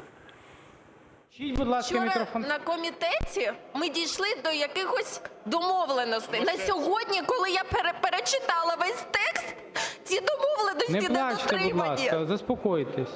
А яке відношення? Заспокойтесь, будь ласка. Номер правки яка? 1. 161. 161. Включіть, будь Відповідно ласка, до мікрофон. чинної редакції, яка пропонується, рішення Міністерства фінансів не можуть бути скасовані Кабміном. Як це так? Скажіть, будь ласка. Я пропоную це прибрати. Молодець, от просто я аплодую Анні Скороход. Вона абсолютно фахова юрист, фахова, підкреслюю, дай Боже там іншим таке бути. Вона одразу виявила, де там шахер-махери заховані, а шахер-махери заховані в наступному. Згідно з проєктом, який подали «Слуги народу», передбачалося, що цим оператором управляє не Кабмін, а міністр фінансів. Тобто, як фізична особа, міністр фінансів умовно Маркарова підписала їм якийсь статут, і підписала спостережну раду, і в принципі на цьому місія закінчена, вони пішли в автономне плавання. І забили норму, що уряд не може скасувати ось цей підпис міністра фінансів. У мене запитання, так цей оператор, він український, національний, тоді він підпорядковується уряду. Або він міністру фінансів, розумієте? Вона абсолютно прочитала і вона вивела їх на чисту воду. В результаті до неї підбіг керівник фракції Арахамія і почав їй розповідати, щоб вона цього не робила ніколи. Там в неї сьогодні зовсім інша історія. Я ще раз кажу, я був свідком, не треба мені тут взагалі нічого розповідати. Я був свідком, я поруч стояв 2 метрах. Арахамія. Ну ви ж сперечаєтесь, розумієте, ви бачите. Я кажу, що там зовсім інша історія сьогоднішнього дня, бо Арахамія каже, що треба виключити. Це не сьогоднішнє, я кажу про цей монолог, який тільки що ви зачитали, то монолог 2-тижневий. Вона по-іншому була одягнута тоді, коли Почуйте вона виступала. мене. Коли... Що ж, які сльози вона втирає? Почуйте мене. Вона ридала, коли Арахамія. Оце був текст. Це сьогоднішнє. Ні, це не сьогоднішнє, це 2-тижневої давнини монолог. Будь ласка, послухайте мене. От фотографія Це фотографія сьогоднішня, а монолог, який ви тільки що прокрутили, був 2 тижні тому. Точно. От, коли вона побачила, що на комітеті врахували її правку, а потім, коли вона побачила таблицю, побачила, що це не так. І вона захотіла її все ж таки наполягати, їй не давали слова. І до неї підбіг Арахамія і сказав, щоб вона не брала слово. Реакція людини була така. Знаєте чому? Тому що перший, хто до неї підійшов і сказав: Аня, тобі ще народжувати дитину, не переймайся, не бери це до серця. Це був я, розумієш? Це ваш голос. Це мій голос. Да. Тому я, вибачте, я не герой, але я знаю, мені цю ситуацію. А сьогодні, коли вона дізналася, як сьогодні вранці її громадянського чоловіка її там затримали, оце була її реакція. Вона пішла радитися, що робити далі. І порада, це дивне коло радників. Новінський, Тимошенко. Хочете, я вас познайомлю з Анною Скорохід, ви задасте їй питання, чого вона пішла радитися до цих людей? Ви ж не Тіндер. А що дивне? Новінський, Тимошенко. Дорослі люди, які пройшли. Це нормально. Послухайте, дорослі люди з досвідом, а з ким Іра? А з ким? Мабуть, з Арахамії не захотілося чомусь там. Знаєте, так буває. Просто Андрій Герус, він відреагував на її правки і прокоментував це так. Давайте, Андрій Герус. Складних питань, яке у нас виникло. Це були правки, які зривали анбандлінг Нафтогазу. Ми розуміємо, що зараз в Нафтогазі йдуть важкі дискусії з Газпромом. Якщо ми не будемо відповідати європейським правилам, Газпром буде використовувати цю формальну зачіпку для того, щоб не продовжувати транзит газу через Україну. І коли вона фактично своїми правками допомагала Газпрому в цій історії, щоб Нафтогаз мав проблеми на цих переговорах, то це вже початок викликати деякі питання.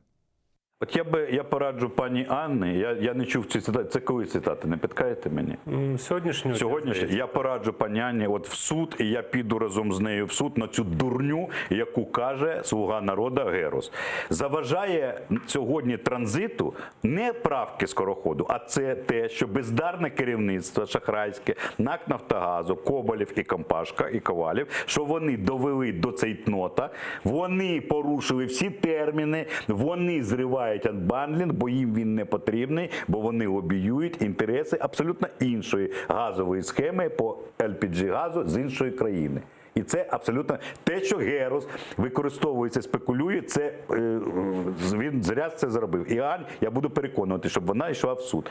Правка не може заважати чи не заважати. Це право депутата давати правку. І обов'язок голови ставити це на голосування, і якщо набирає, то набирає, якщо ні, то ні. А не коментувати, правильно ця правка чи ні. Ні, ви ж не зрозуміли. Ви ж не зрозуміли. Вона все рівно, вона мала, якщо депутат наполягає, щоб його правка в залі голосувалася, це його право. Герус ніхто, щоб коментувати ці речі, розумієте? Я не коментую всі інші нісенітниці, які Герус протягнув через наш комітет, але я після цієї цитати, ви знаєте, жалко, що я ще не знав, я 2 години тому з ним розстався, я би з ним по-іншому говорив. Тому завтра буду задавати питання. Сьогодні ж Анна, вона виступаючи в Раді, з трибуни, після того, як затримали її чоловіка, цивільно, громадянина Росії, який ніби втручався в роботу комітету, про що говорив Арахамія. Ух ти. Чого ж він не здав його в міліцію? Треба ж було... В принципі, не здав міліцію. Поліція затримала. Кого? Чоловіка цивільного. А з якою... Я не знаю, це не до мене питання, я в Раду не ходжу. Так може за те, що він втручався в роботу комітету? Я про партійну дисципліну. В принципі, Анна зараз вона у фронті проти «Слуги народу». А знаєте, скільки там членів партії?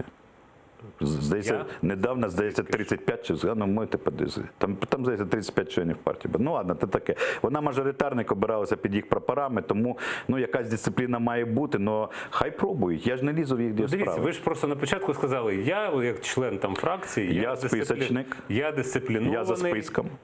А яка різниця? Принципова різниця. Послухайте, принципова різниця. Підтримка була саме принципова різниця, навіть юридична. Підтримка була від «Слуги народу». Тобто брендінг... Я не заперечую, безумовно, але це більше в площині моралі. Але вибачте, вона ж не брала на себе зобов'язання, дурниці від Геруса і компанії, голосувати. Тим більше це не вперше. Місяць тому Герус притягнув імпорт російської електроенергії. Через що побився побився з Ляшком. Шахрайським, я не знаю, хто там побився, це шоу було. Шахрайський спосіб.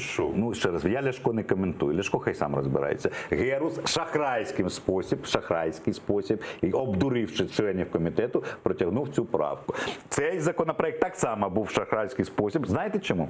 Тому що він ще не увійшов офіційно в Верховну Раду, а Герус вже виніс його на комітет, не маючи офіційного тексту. І саме тому потім, коли побачили цей текст, і розпочався цей шурум-бурум. В чиїх інтересах працює Герус такому? Коболєв однозначно, вони друзі, він лобіює інтереси особисто Коболєва, ні НАК. А чому тут електроенергія до Коболєва?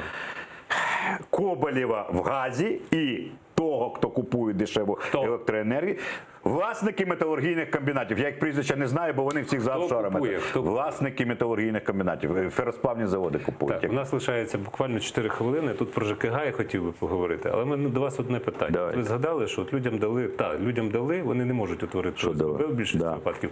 Право на власність житла. Да. Натомість, якщо про ринки, то відсутній ринок обслуговуючих компаній. Тому що я звертаюся завжди до тих, хто... Він зачаточний. Послухайте, ми ж відверто говоримо чи ні? Ми спокійно говоримо. Я вам показую. Скоріше так чи ні. Дивіться, але не треба так сприймати будь-якими рухами. Так, дивіться, ви не нервуйте. Я не нервую. Ми нормально говоримо. Я вам показую, що скоріше з вами я погоджуюсь. Дивіться, тому що я як споживач послуг, я запитував неодноразово там і в Київській міській державній адміністрації, у мерів міст різних, з якими там знайомі, а де, власне, компанії обслуговуючі? Ви хочете відповідь почути або зачепити мене? Я вам пояснюю. Згідно з законом пані Бабак про ЖКП, міські голови і мери взагалі тут не до чого. Вона вивела взагалі з процесу міські голови. За її моделлю ці керуючі компанії обслуговуючі мають взятися з повітря десь, і мер не відповідає за те, що він вам їх приведе. Ви не розумієте цього? Пані Бабак сказала, ви як співвласник, ви не розумієте? Пані Бабак сказала, я не можу утворити обслуговуючу компанію. А вона сказала, вони з'являться, чекайте, виходьте на ринок. Послухайте, раніше тривала ситуація дещо інша. Обслуговуючі компанії могли з'являтися і раніше, але була зобов'язання муніципальних, тобто ЖЕКів, погано, непогано, але вони були зобов'язані вам надавати послуги. А зараз ситуація така, що ніхто нічому не зобов'язаний. Я ж вам ще раз нагадую, що я почав. Пані Бабак сказала, українці все життя мріяли управляти своїм житлом. І згідно з законом, ви до 1 квітня, до 1 квітня 2020 року ви зобов'язані знайти собі управителя житла або зробити ОСББ. Ось вам, більше у вас варіантів немає. Згідно з законом про ЖКП. Так, а як я знайду управителя житла, якщо їх немає? А як я знайду? Я навіть не знаю. Я не знаю, чому. Я вас питаю, ви ж в цьому фахівець. Закони пані Бабак, це те, із-за чого я взагалі її не сприймаю як фахівця. Я її сприймаю як теоретика, який живе в котеджному селищі, так само, як і я, але вона полізла за людей вирішувати, що їм робити. Ось тепер це питання до мільйонів українців, киян. А ви готові цього? 1 квітня 2020 року. Це крайня межа. І я вам відкрию таємницю. Ми зараз навіть на цій проблемі почали спілкуватися з Віталієм Кличком і Петром Пантелеєвим, з якими я був в контрах. Бо я розумію, що їх загнали в тупік, і ми на наступному тижні офіційно, я звернувся до нього, буде у нас зустріч для того, щоб відтерміновувати це, бо ніякого ринку цих управителів не з'явилося. І там більше, на жаль, сьогодні от таких розумієте, які приходять не управляти, а приходять ваші гроші трошки. Мені рахунки приходять. І тут я на вашому боці. Я на боці мешканців. Вони потрапили радше в яму, про що свідчать ці провалля в Києві і в багатьох інших містах. І це так само. Про це Борис Філатов писав. Інфраструктуру я погоджуюсь. Після цієї аварії на Саксаганського Шатару-Ставелі, вона вдруге на тому ж самому місці, ви знаєте, але це величезна аварія, там автівки поправили. І Філатов правильно абсолютно каже. І я можу сказати одне. В мене достатньо своє скептичне ставлення до мерів, але в цій ситуації я на їхньому боці, бо без підтримки держави вони із цієї халепи не вилізуть. Ми маємо завершувати. На жаль, так. Тому я вибачаюсь перед вами. Експресивну розмову. Я вибачаю, я намагався бути коректним. Сьогодні був в Прайм Скрипін. Я дякую вам за увагу і бажаю вам хорошого вечора. Дякую.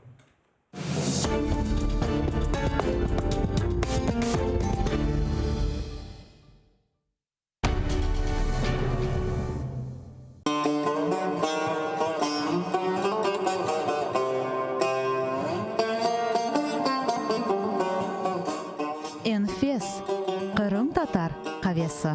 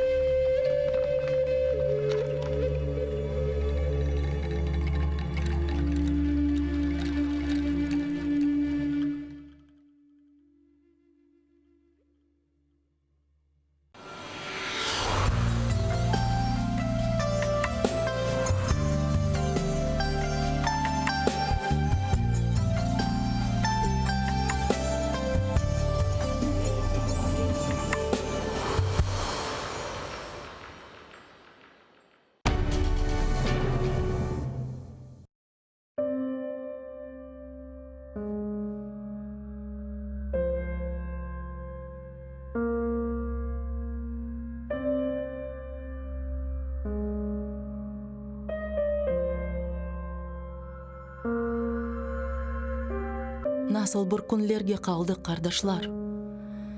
Bu uzun yollarda taldık kardeşler. Aman aman bitip yandık kardeşler. Kozumuz ogünde sabiler ole. Dünya bizge bakıp bir koznen ağlay, bir koznen güle. Dünyaga nam bergen bir millet edik. Asırlar tubundan tirilip keldik. Vatanға koz tıkıp kurbanlar berdik. Bizni kene boleler bir şına ile. Dünya bizge bakıp bir koznen ağlay, bir koznen güle. Kalmadı aramızda birlik kengeşi. Şunun için kızdırmay vatan güneşi. Şunun için yürüşme ey halkım işin. Şunun için bağrını hancerler tile. Dünya bizge bakıp bir koznen ağlay, bir koznen güle. Hepimiz habardık mengen kamırday. Karışıp kalmayık bir top çamurday. Kesilip başladık kurugan tamırday. Yaşayımız bularını bile.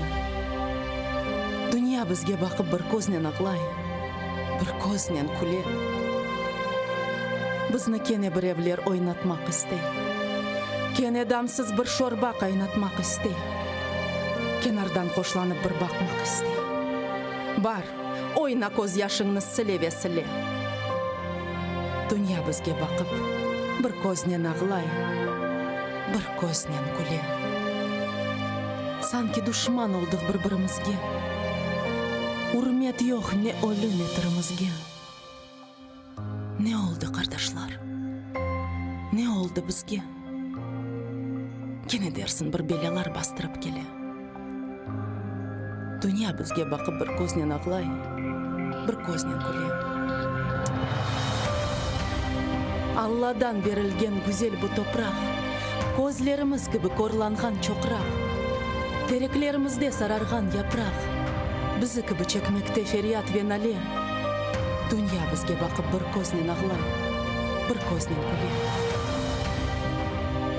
Ey felek, işine akıllar yetmey. Tatarının başında düşünce bitmey. Bir küçük arzum var, aklımdan ketmey. Ömürler bite ve ömürler kelle. Demesinler, dünya bizge bakıp bir koznen ağlay, bir koznen güle.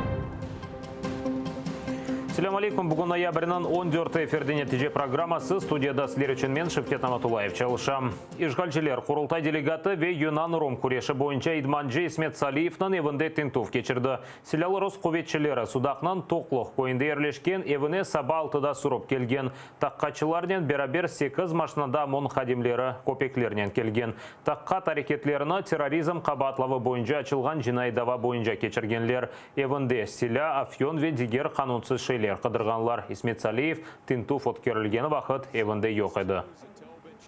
Где-то в 5 или полшестого прибыли там около 5 машин, там вооруженные ОМОНовцы пришли и начали стучать домой там. Ну, конечно, в селе все село взбудоражилось. Зашли и начали с обысками, ну, с собакой там обыскивать это.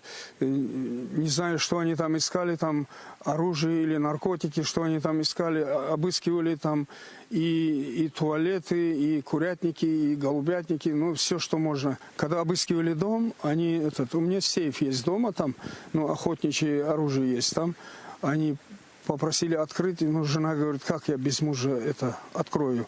Они говорят, ну если не будете открывать, мы будем это вскрывать, пилить будем. И там жена открывает, они смотрят охотничье это оружие, и она предъявляет документы, они проверяют, ну все в норме, обысками прошлись по всему дому. Исмет Салиев Қырым ве Украина бойынша белі Идманджи о Юнан Ром күреші бойынша Украина жима тақымынан спортшыларын азырлай. О судақта ашқан спорт салонында да бірчоқ бала ве генчлер идманлардан кече. Исмет Салиев шымды Киевде болуны Олимпиадаға азырланған спортшыларына идмандан кечере. Я не могу понять, там, ну, доброжелателей у нас хватает, и в Крыму тоже хватает доброжелателей. Вот. Я занимаюсь своей профессиональной деятельностью, я тренирую детей, я тренер сборной Украины, я постоянно выезжаю на все международные турниры. Вот у меня ученик, призер Европы, мира, мы завоевали лицензию на Олимпийские игры, и сейчас у нас вся цель – это подготовка к Олимпийским играм в Японию.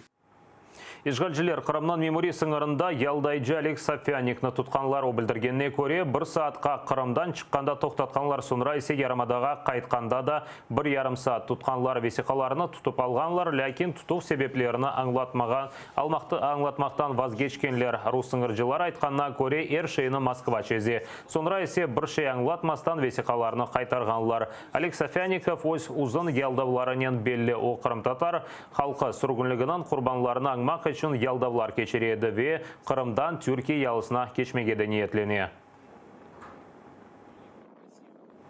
Хизбут Тахрирге алақасы бар деп терроризмде қабатланған Серан Салиевны карцерге кечергенлер адвокат Эмиль Курбидинов қайдеткенне көре бұңа саат себеп болған. О тұтылған камерада тентув кечірілген сон саатын алғанлар, ләкин ойледі қайтармағанлар.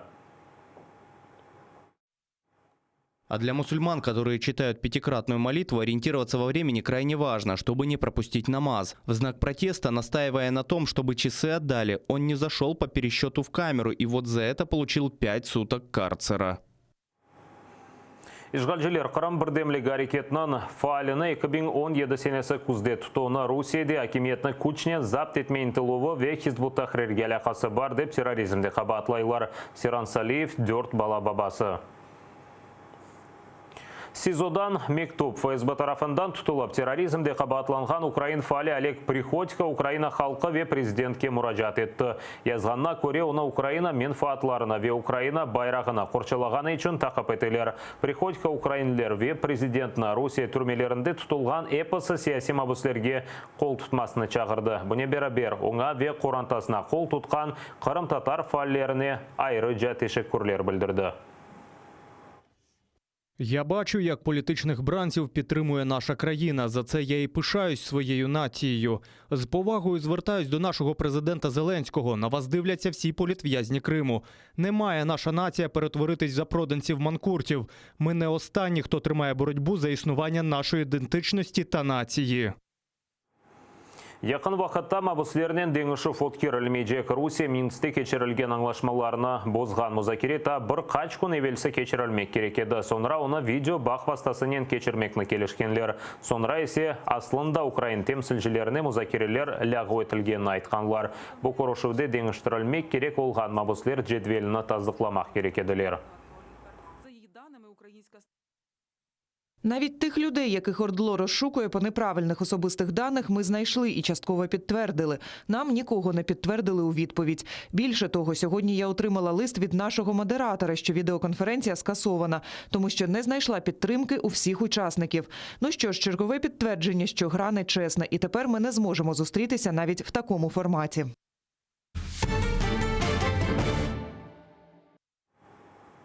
Халық депутатлары 280 рейнен кележек сені бюджетіні екінші оқууда таздықлады. Мұхалефет Болейханин разы дегеледі бірчоқ тенқыт чықшылар яптылар. Слуга народа фракциясының темсілжелері айтқанына көре кележек бір қачай деваманда бұл қанунға кереклі деңішмелеріні көрсетежеклері.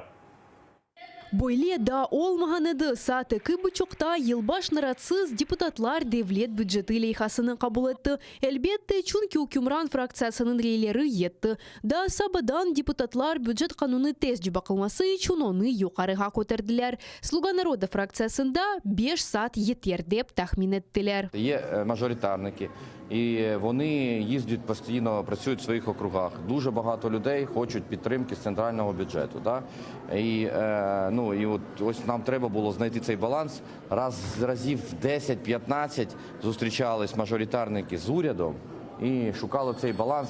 Єдність во фракції нашої завжди є. Слуга народа фракциясындан гайры башка фракциялар о кадар оптимистик дөгіл. Оларның айтқанына көре, фукарилик деврых битмес. Ичтимаи стандартлар теселлисыз ве бірінші оқуштан денішмеді. Цей бюджет треба повернути його авторам, бо цей бюджет завершує епоху бідності тільки Зеленського і його друзів, а для всіх інших громадян України це вже початок епохи жебратства.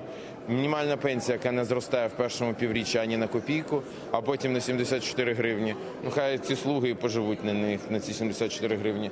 Мінімальна зарплата, яка зростає мінімально на 13%. Ми, скоріше за все, не зможемо підтримати цей проект, але ми і не будемо голосувати проти, бо там є деякі речі позитивні, наприклад, фінансування медицини, збільшення фінансування освіти. Скоріше за все, наша позиція буде утриматись, але по ходу, по обговоренню ми ще будемо визначатися. Бюджетны Малье Назиры Оксана Маркарова тақдим етті. Весеқаны яқшы ве реалистик олара қадландырды. Демек, минималь айлық 4.720 гривна, яшайыш минимумы кележек сене декабрінің бірінден 2.270 гривнаға көтірілежек.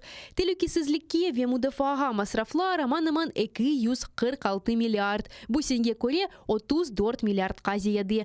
Сағлық сасына 113 миллиарддан зияды, яғни 15 миллиардқа артырылады. 145 миллиард, яғни 2010 сенесінен қияслақ 16 миллиард артырыла. Чи врахували ми в цьому бюджеті всі побажання, чи врахували ми в цьому бюджеті все, чого очікують від нас наші громадяни? Ні. І ми розуміємо, чому це було неможливо. Тому що для того, щоб повністю побачити в цьому вже бюджеті результат від економічного зростання, ті десятки законів, які ви ухвалили в цьому залі, і ми вам дякуємо за це, треба було ухвалювати набагато раніше, роки до цього. Але ті закони, які ви ухвалили, вони дадуть можливість цей бюджет перевиконати, ми в цьому впевнені. Інфляція 6.3 фaiz seviyesinde tura. $1 27 гривна civarında olacağına tahmin ettiler. Lakin iqtisadiyat naziri muzbet denişmeleri şandira. Є два сценарії. В одному сценарії, як ви сказали, 27, і він буде триматися. В іншому сценарії, якщо буде більше інвестицій, він більш оптимістичний сценарій для нас. Там взагалі курс буде на наступні кілька років, там близько 24, може трошки більше. Це залежить від того, скільки до нас буде заходити інвестицій. Потрібно продовжувати реформи. Буде довіра інвестиційна до України. Зсередини будуть інвестиції і ззовні. І таким чином курс буде більш низький. Ve en beklenilgen an leyhaga 280 депутат qol tuta. За 280 рішення прийнято. Бюджет прийнятий. Слуга народа фракциясы экиюз 41 рей берді. Қалғанлары за майбутне тақымы ве фракциядан тышылған депутатлар. Слуга народадан қайры ечбір фракция бюджетке қол тұтмады. Допомога родинам з дітьми на 3-4 дитину до 1500 гривень щомісяця родини багатодітні отримували. Зараз це також не є пріоритетом. Ми намагаємося донести ті надзвичайно успішні кроки щодо соціального захисту. Мова йдеться і про субсидії, які мають бути захищені, люди, які не мають постраждати від підвищення тарифів. До речі, їх так полум'яно обіцяли знизити, і на сьогоднішній день ми жодного кроку в цьому напрямку не бачимо. Подивіться рівень мінімальної пенсії. В першому півріччі 2020 року вони взагалі не планують його піднімати. Я не скажу, що він такий аж надто соціальний, але всі питання, пов'язані з індексаціями, з тим підвищенням, яке країна може собі дозволити, вони є.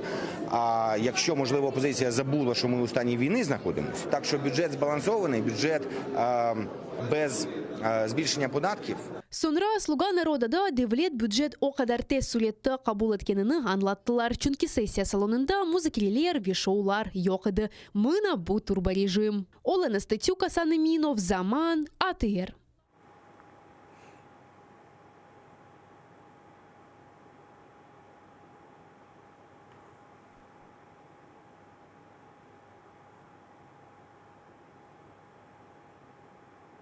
Куртарыджылар Украина шарқында Богдановка ве Петровская жеварындар белер четлештірілген аландан 6 телекелі патлайжы алетіні тапып йоқ еткен шу аланда 20 куртарыджы ве 8 майын қыдырыжы техника чалыша. Тек 10 сотық территорияны бақып шыққанлар саперлар ишлеріні ноябрінің 20-не қадар бітірмеге шандыра.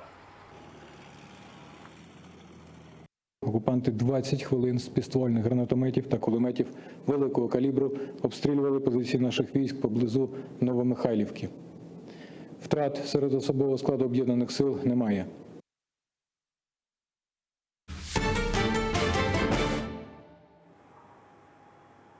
Колледжде атышов Русияның Благовещенск шеріндегі колледжде бір студент курсдашларына қаршы атеш ачтексіні яралады, бұрыны өлдірді. Сонысы озынды атып өлдірді. Студент қарауылар ұлғанына бақмадан сербест колледжге селянен кірген атышывның себеплеріні шымды рустақ қатшылар огрене. Благовещенск Қорыжылы колледжінде атышлар саба онға яқын ішетілді. Студентлерден бірі дерслерге кеч қалғаны үшін оны сыныфқа ебермеділер. Бірі қачдақадан есе о туфе қалып қайты. Ось курсдашларына атеш ачи бірісіні өлдірді да уч талибені яралады. Шымды оларны ерлі хастаханелерде құртармаға тырышалар. У одного ребенка шея, задняя часть головы, затылочная область и левое надплечье. У второго ребенка огнестрельное ранение ягодичного таза, ягодичной области. Дети прооперированы. Состояние одного из детей тяжелое, находится в реанимации. Второй ребенок средней степени тяжести находится в отделении. Колледжде теляж башланды. Базы талибелер соқаққа чапты, базылары сыныфларда сақланайды. Заходим в туалет, там он стоит с ружьем, направил на моего одногруппника. Мы все встали в ступор, не понимали, что происходит. И он говорит, типа, уходите отсюда быстро. И мы убежали. Забежали в нашу аудиторию и забаррикадировали двери, закрыли и ждали сотрудников. Бұл вақыт шернің мерkezінде ерлешкен оқу йұртына қорқан ана-бабалар келді. Олар қолындан телефон тұшырмей, бина içinde сақланған балаларından хабер беклейді. Без 15-11, что в колледже стреляют, что убили мальчика и ранены. Что никого не выпускают, что ей страшно. Она мне пишет отойти с главного входа. Полис хадимлері колледжге кіргенде ұжымжи оларға да атмаға тырышты. Ләкин о қапқанға түшкенні анлап, өзіні өлдірді. Туфекнен мектеп қаравуларындан о насыл кечкені вине үшін атеш açқаныны енді тақиқатчылар огренмек керек. Қаравулардан біріні туттылар, оның ішке рұқсеті жоқ еді. Председатель Следственного комитета дал указание проверить в рамках расследования, как организована в учебном заведении система охраны, дать оценку действиям всех должностей должностных лиц колледжа и установить причины и условия, способствовавшие совершению учащимся особо тяжкого преступления. Атыджи дортунжи курс студенты 19 yaşında Данил Засорин. Бірінші олған версияға көре, о курсдашларындан бірі иле қавға етті. Ләкин студентлер айтқанына көре, тынч ве ич қавғасысыды. Тихий, спокойный мальчик. С оружием? Да, с оружием прошел через охранников. Я не знаю, как он пронес оружие. Там вроде что-то сайгали, вопрос какое-то ружье. И убил. Авджи туфекны Данил кануни шикілде сатын алған, рухсеті де бар екен. Бұ шақсерхивден видео. Оғлан нишанға атмаға огрене. Бір айдан есе шу белгілеріні о курсдашларына атеш атып қоланды. Сонки ел ішінде Бурусия оқу юртларында олған енді 6-нчы атеш. Дабыр фаджа кечкен ел işgal етілген Қырымда юзберді. О вақыт келчті 18 yaşındaki Владислав Росляков 20 адамны атып пульдырды. О да қаравулар олғанына бақмадан Селяве патлайжыны сербест тәсіл мерkezine алып кірді. Анна Макаренко, Заман, АТР. Құрымларыны селяға яшлықтан алыштыраларында Ахмеджеттеки мектеп талебелеріні Калашников автоматнен қаршылай. Бұл әбедені оның адынен адландырылған мектеп азбарында қойдылар. Бұл әбеденің Мойлефі Салават Щербаков. Ешғалжелер сық-сық мектеп талебелеріні селяны дағытып топламаға ве селянен атмаға өгреті. Қырымда олған дегер бақилар аққында Невбете келев қамызны сейретіңіз. Арбейлер бірінші ерде. Қырымда сув етішмемізлігіне бақмадан Рус акимиеті ос арбейлеріні сувнен темин етмеге девам еті. Бойлелікнен Баланова япмаголюнден Рус арбейлері ерлешкен ангара койуне қадар қошма сув кечірген боруны қойдылар. Айны вақыт сувсызлықтан кой хожалығының өсімліклері зарар көре, бұ сене ярымадада тек 15% қышлық боғдай чықты. Işgalчилер Қырымда бір елевел титан заводы себебінден юзберген Невбеттеки экологик филакеттен қачынмаға тырыша. Ишхане тек шымды аваға зарарлы мадделерні йоқ еткен донатовны сатын алды. Оларны Чехия, Вибияс, Русияден сымарыш етті. Бірінші теслиматлар 2020 сенеде бекленілі. Бұл вақытқа тертибатның қойылмасы екінленмелі. Кечкен ел Işgalчи акимиет заводышының девам еткені ақында білдіргеніне бақмадан зарарлы қалымтыларының йоқ етмесі елі вазиет телюкеле қала. Işgal етілген Қырым тек сувсуз дегіл, қансыз даула біле. Ярымадада қан ақтару станцияларының бір қысмы қапатылажақ. Қан бермеге тек Келчте, Ялтада, Кезлевде, Сақта ве Ақмезжетте мүмкін олажақ. Станцияларны сынки дерсін рус қанунларға уйғун олмағаны үшін қапаталар. Келечекте кефедеді станцияны қапатмаға істейлер. Анда анлатқанына көре, рус қанунлары қан ақтару ноқталарыны мескеневлерде ерлештірмеге ясақ ете. Виктория Козуб, Заман, АТР. Тарас Шевченко адына Киев Милли университетінде Қырым-татар тілі ве әдебиеті курсы қапатылмайжақ евелештемай ағыларда бұл программа қапатылув телекесі алтында деп хабер тарқатылған еді. Қырым-татар тіліні кележек сенеде өгретежеклер шымды. Ярмаданын тамыр халқы тіліні тақменен 50 студент өгрене. Университетте бұл йөнеліш бойынша Işgalден сон тәсіл бері башладылар. Наталья беш елевел Шевченко адына Киев Милли университетінде Қырым-татар тіліні башындан өгренмеге башлады. Шымды аман-аман сербес челафеті. Екінші курста оқуғанда өз ішлеріні илми нешірлерде дерчетіп башлады. Оның айтқанына көре Қырым-татар медениетінен да мектеп йылларында миракланды. Я зацікавилася Кримом, я якось почала читати більше про депортацію, більше про кримських татар, про їхні алфавіти, абетки. І ось я знайшла, що в Київському національному університеті відкрилась, я тоді була в 10 класі, відкрила спеціальність кримсько-татарська мова. Україна қытасында Қырым-татар тіліні экі али оқув юртунда өгретелер. Вернадский адына Таврия Милли университетінде ве Шевченко адына Киев Милли университетінде. Сон кесінде Девлет Эргил Енас он бюджет єрини бермеге шандыра. У 2014 році було відкрито освітню програму кримсько-татарська мова і література, англійська мова. І, власне, з 2014 року, кожного року здійснюється набор на кримсько-татарську мову, виділяються бюджетні місця. Университетте Қырым-татар тілі бөлігіні қапатмаға планлаштырмайлар. Тек зинатларының яны классификатары бойынша оның шифрыны денештірмек керек. Наступного року, 2020-го, закінчує свою чинність спеціальність 035 філологія, в якій були певні спеціалізації, однією з яких є і кримсько-татарська мова і література. Тому по всій Україні, всі освітні програми, які розпочиналися в 2016 році набором на бакалаврат за спеціальністю 035, вони завершуються. Але з 2017 року є новий класифікатор, і в цьому класифікаторі є спеціальність 035-02 кримсько-татарська мова, література. Студентлерні чешит түрлі юлларнен Крым-татар медениетіне желпетелер, лақырды клублары, Крым-татар тіліне чүвірілген фильмлер, фотосергелері, әдеби оқулар, шири акшамлар, вемели емеклер пішірмесінден мастер-класлар кечереле. Схід – це цікаво, це яскраво, це смачно, що теж дуже важливо, тому що ми проводили майстер-класи з кримсько-татарської кухні, ми тут навіть плов колись готували. І схід він гостинний, тому ця східна гостинність, вона не може вас залишити байдужим.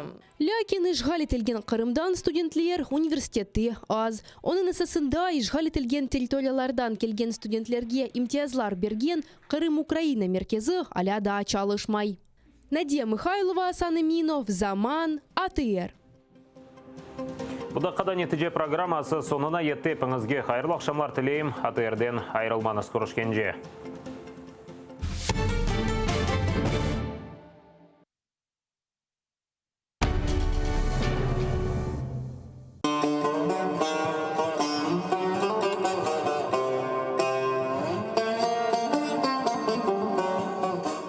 Энфес.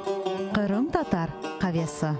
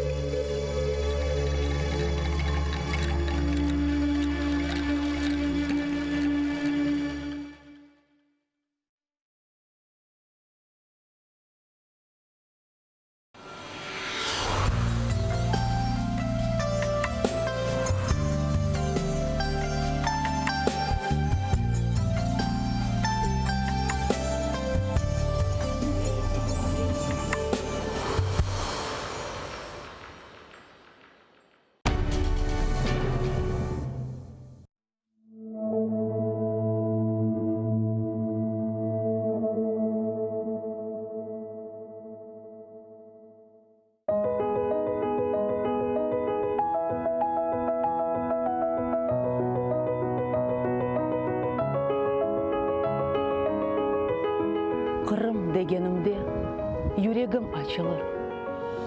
Yağmur olup buluttan гүллер saçılır. Dağ, çöller, denizden tebessüm yayılır. Kalbimnin melyemiz, ey ana vatan.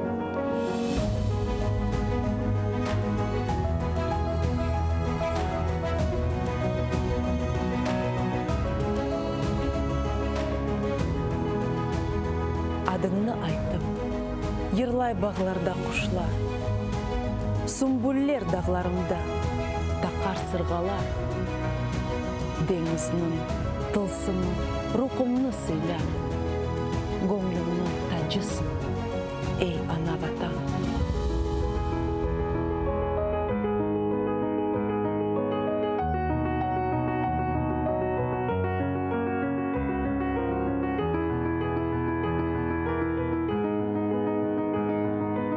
Sayıller sokaklarda cennet havası. Bahçe bağlar kalkın için dertler devası. Budur asıl insanın ömür sefası. Gözümün nurusun ey ana vatan.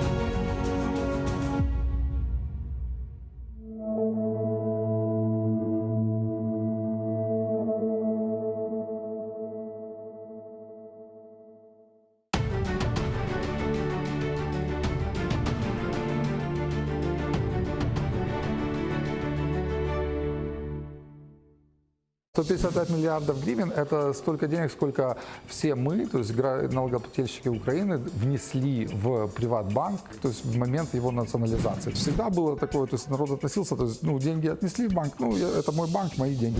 Представьте, вот вы пилот самолета, и там есть вот в России эти авиалинии, и ты там как бы, да, на них работаешь, хотя это может быть где-то некомфортно. А здесь у тебя даже аэродрома нет в стране. А Америка – это страна, которая максимально использует таланты людей. Вот, говорит, дайте мне поручение, а уже особым я його сделаю сам. Така була українська мрія, що в тебе є така хатка, жінка, корівка, кабанчик, там якийсь там садочок, і щоб у сусіда ще сарай згорів, і буде взагалі щастя. Що лучші кандидати в кабінет міністрів – це завжди таксисти. Ну, проблема, що коли ти сажаєш таксиста в міністерство, то он уже как бы перестает быть таксистом, он становится одним из них. Право, незыблемое право каждого украинца не платить налоги. Социальный договор, который у нас был, что верхи воруют, а низы не платят налоги, его придется менять.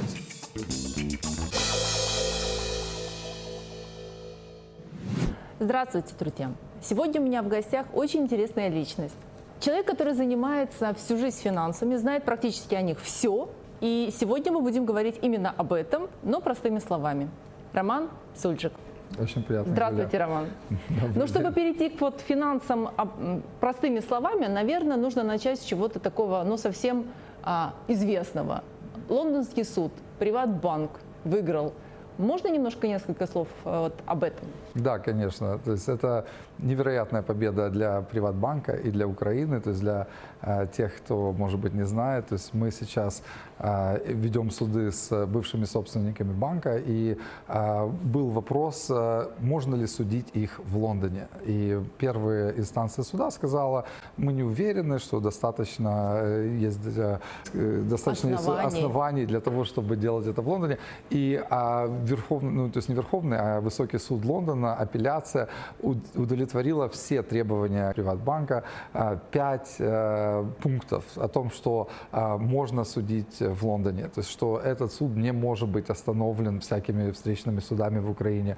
Увеличили сумму до той, которую оригинально мы просили. Мы сначала хотели взыскивать $2 миллиарда, первичная инстанция установила $500 миллионов, сейчас это обратно увеличили до всех $2 миллионов. То есть и мы уже сейчас начинаем судебные процессы в Лондоне, то есть уже даже если сейчас подадут апелляцию в Верховный суд Англии, все равно это не остановит процессы именно уже разбирательства по существу. То есть я ожидаю, что это будет очень интересный и важный год, потому что это практически первый раз, когда судит кого-то из олигархов, то есть и в такой хорошей инстанции, в такой хорошей юрисдикции. Да.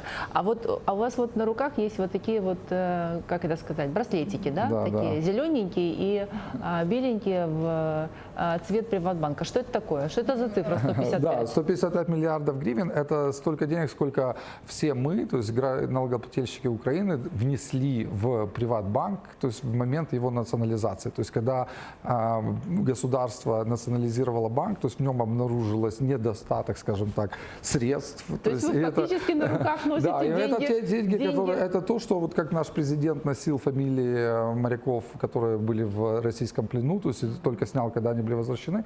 Это мы тоже делаем такой небольшой флешмоб, то есть мы действительно хотим, у нас есть цель вернуть эти деньги налогоплательщикам Украины. Перейдем, наверное, к финансам. Почему, когда курс падает или курс повышается доллара, люди иногда радуются, иногда грустят, а цены не меняются в магазинах? Ну, что это такое? Чему радоваться? И о чем грустить? Нет, смотрите, то есть не нужно ни радоваться, ни грустить. То есть это абсолютно нормально, когда мы начинаем включать Украину в капиталистический мир и в рыночную экономику, то есть все вещи, и цены будут колебаться, и курс доллар-гривна будет колебаться. И это нормально. То есть вот мы видели тоже курс евро по отношению к доллару. Несколько лет назад был 1.35, сейчас 1.10. Там тоже колебания примерно в районе 20% произошли за несколько лет. И сейчас вот то, что вот мы всегда пытались где-то изолировать Украину от мира. То есть вот экономика Украины это порядка $120 миллиардов. вся мировая экономика – это порядка 80 триллионов долларов, то есть в 800 раз больше.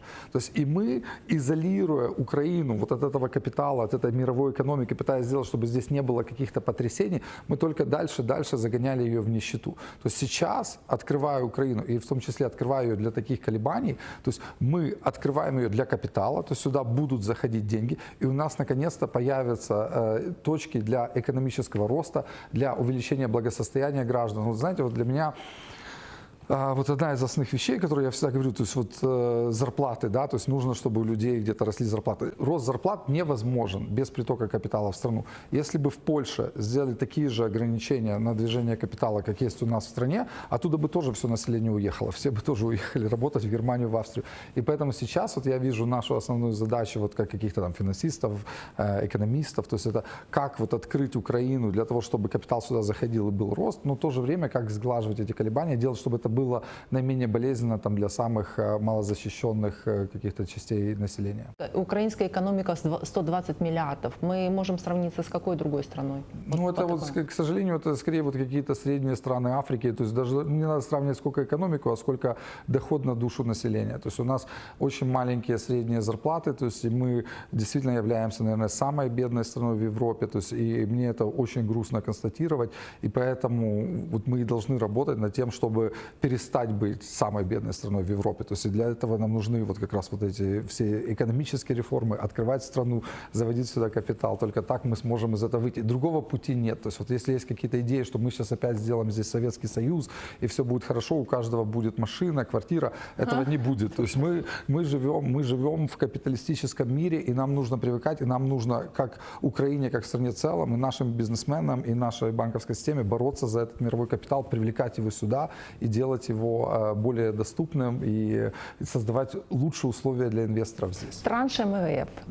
Почему это важно? Почему мы не можем без него? Почему нам важно, чтобы мы ждем всей страной транш МВФ? Кто-то понимает? Это не сколько сам транш МВФ, сами деньги, сколько продолжение сотрудничества с программой МВФ. То, что МВФ, он как представитель всего класса инвесторов. То есть МВФ приезжает сюда, он постоянно, на самом деле есть постоянные представители, которые здесь постоянно находятся. И они следят за тем, как наше правительство реформирует свою экономику. То есть как мы делаем правильные шаги для того, чтобы делать Украину более похожи на нормальную европейскую страну, чтобы у нас соблюдалось там, право собственности, чтобы у нас были вот та же самая свобода движения капитала. То есть все эти вещи, то есть вот сейчас требования МВФ, которые они сейчас говорят, независимость Нацбанка, невозможность возврата привата бывшим собственникам, делать так, чтобы все банкиры, которые чьи банки были выведены из системы там, за последние 5 лет, чтобы, если там будет доказано какое-то мошенничество, чтобы все там средства были возвращены или было это доказано, и там люди понесли наказание. То есть это вот то, что сейчас требования МВФ, понимаете? И поэтому отчасти очень важно на это смотреть. Вот многие думают, у меня вот мои друзья, инвесторы, которые приезжали из Лондона, они здесь общались несколько недель назад с и представителями правительства, и бизнеса, и они говорят, некоторые нам задают вопросы, они говорят, а если МВФ, например, мы не сделаем транш с МВФ, вы будете продолжать инвестировать в Украину, вы будете заводить сюда деньги? И они говорят, мы однозначно, все из нас сказали, нет, если только вы прекращаете сотрудничество с МВФ, мы сразу забираем отсюда деньги, потому что для них МВФ это больше как маркер, то есть как бы, если Украина слушается МВФ, если она делает правильные вещи, движется в правильном направлении, они готовы за ним следовать. Если они видят, что МВФ, вы знаете, вот то, что я иногда вот сравниваю, то есть это всегда тяжело, вот представьте, вот над тобой стоит какой-то цербер, если ты алкоголик, и он говорит, вот нельзя пить, то есть ты можешь иногда пить, но там по выходным, там по праздникам, то есть нельзя каждый день напиваться, понимаете, и не обязательно, чтобы все, кто дают тебе деньги, там за тобой следили, пьешь ты или нет, достаточно, что вот один МВФ за этим следит. А все ориентируются на него. Все на него ориентируются, понимаете, и поэтому, и кроме этого МВФ дает самые дешевые деньги в Украине, то есть он действительно дает, мы получаем так на рынке под 6-7%, МВФ МВФ дает примерно по 3, по-моему. То есть, и кроме того, что это дешевые деньги, то есть основной, конечно, эффект от МВФ это то, что на него ориентируются все западные инвесторы. Но, конечно, когда-то, я думаю, в течение даже нескольких лет, если мы сделаем правильные реформы, мы сможем отойти от вот этого сотрудничества с МВФ, и нам уже будут давать деньги, потому что мы уже выстроим здесь достаточно институтов, и нам уже будут доверять и просто так. Но сейчас мы еще не на этом этапе. Хорошо. Какая роль Национального банка Украины? Ну, Национальный банк – это важнейший независимый орган, который, одна из основных вещей, которой занимается Национальный банк, он следит за тем, чтобы банковская система была стабильной. То есть, понимаете, потому что вот если человек получает банковскую лицензию и открывает банк, и начинает получать депозиты от населения, это не право любого человека прийти и просто так открыть банк. Это скорее привилегия. Точно так же, как, например, получить водительские права – это не ваше право, это привилегия, которую вам дают. То есть, если вы начинаете неправильно использовать эту привилегию, например, вы водите пьяный, или вы там кого-то сбиваете, или небезопасно, государство в лице полиции может отобрать у вас вот эту вашу водительскую лицензию на некоторый срок или даже навсегда. То же самое и здесь. То есть, государство в лице Национального банка, оно обязано следить за банковской системой, что если человек принес депозит в банк, то у банка есть правильный контроль, что он правильно использует средства этого человека. Если человек придет и захочет эти деньги обратно, что банк ему всегда вернет. Что банк не просто так использует вот эти средства людей, которые их туда принесли, как просто свой владелец банка, как свои собственные средства. То есть вот мне захотелось что-то купить, я пошел, взял вот из этих депозитов и что-то купил. И вот это как раз одна из важнейших ролей Нацбанка, которую он, к сожалению, не выполнял практически за всю историю нашей страны. То есть у нас всегда было такое, то есть народ относился, то есть, ну, деньги отнесли в банк, ну, это мой банк, мои деньги. То есть и Нацбанк вот в процессе вот этой очистки, то есть вот процесс, вот, который был действительно очень болезненный, и когда 400 миллиардов гривен вот, дыра попала в фонд гарантирования вкладов, то есть, но поднял планку, то есть я не могу сказать, что сейчас планка уже на том уровне, как в Европе, но она уже достаточно высоко, и я лично оцениваю, что надежность наших банков в среднем и всей финансовой стабильность финансовой системы очень высока. Второе, чем занимается Национальный банк, это иногда интервенции на валютном рынке. То есть действительно они сглаживают колебания, чтобы курс, то есть не совсем сильно колебался. То есть они, поэтому вы видите новости, там 100 миллионов долларов купили, 100 миллионов долларов продали. Это нормально. Это часть их монетарной политики, и они решают, вот, какая у нас в стране процентная ставка. Вот недавно как раз они понизили процентную ставку на целый процент. Сейчас она уже примерно 15,5%. Это нормальный процесс, и ставка будет продолжать снижаться, и кредиты и населению, и бизнесу будут более доступны. Но нам нужно было некоторое время держать, особенно после кризиса, эту ставку достаточно высокой, для того, чтобы привлекать вот этих внешних инвесторов, для того, чтобы инвестиции сюда заходили, для того, чтобы люди покупали наши долговые обязательства. То есть, конечно, мы бы хотели, чтобы они их покупали по 8%, но вот так уже пришлось, что они покупали по 16%. Это была рыночная цена. И вот, но сейчас, чем больше мы будем делать реформ, тем эта ставка будет все снижаться и снижаться. И вот я просто хочу даже сказать, знаете, даже в Америке в 80-е годы, когда у них был кризис, связанный с ОПЕКом, там арабы создали монополию и задрали очень сильно цены на нефть, и в Америке был огромный кризис, даже Америка в 80-е годы в сегодняшних долларах платила по долгам порядка 15-16%, как Украина сейчас. То есть Америка для того, чтобы занимать деньги, для того, чтобы привлекать внешние инвестиции, сегодняшняя Америка в сегодняшних тех же самых долларах платила по 16% годовых на где-то 20 лет. То есть в 81 или 82 году вот такого уровня были ставки, даже в США. И потом они их все снизили там, до 5, и уже вот мы видим ту экономику. То есть я не говорю, что в Украине мы тоже там будем иметь через 10 лет 5%, но мне бы хотелось это видеть. То есть хотя бы, то есть, ну, я думаю, это, ну, если совсем совсем оптимистичный сценарий, может быть, мы до этого дойдем, но я думаю, что мы вполне можем на горизонте даже 5 лет выйти где-то на, там, ну, может быть, даже, да, 6-7% годовых в гривне. Поэтому сейчас вкладывать в гривневые как раз долговые обязательства по 15%, если на длинный срок, это одна из самых лучших инвестиций, которую сейчас можно сделать в стране. Вкладываем, друзья, в гривнях на долгий срок. Не, именно в государственные облигации. Это мой был вопрос. Государственная облигация, что это такое?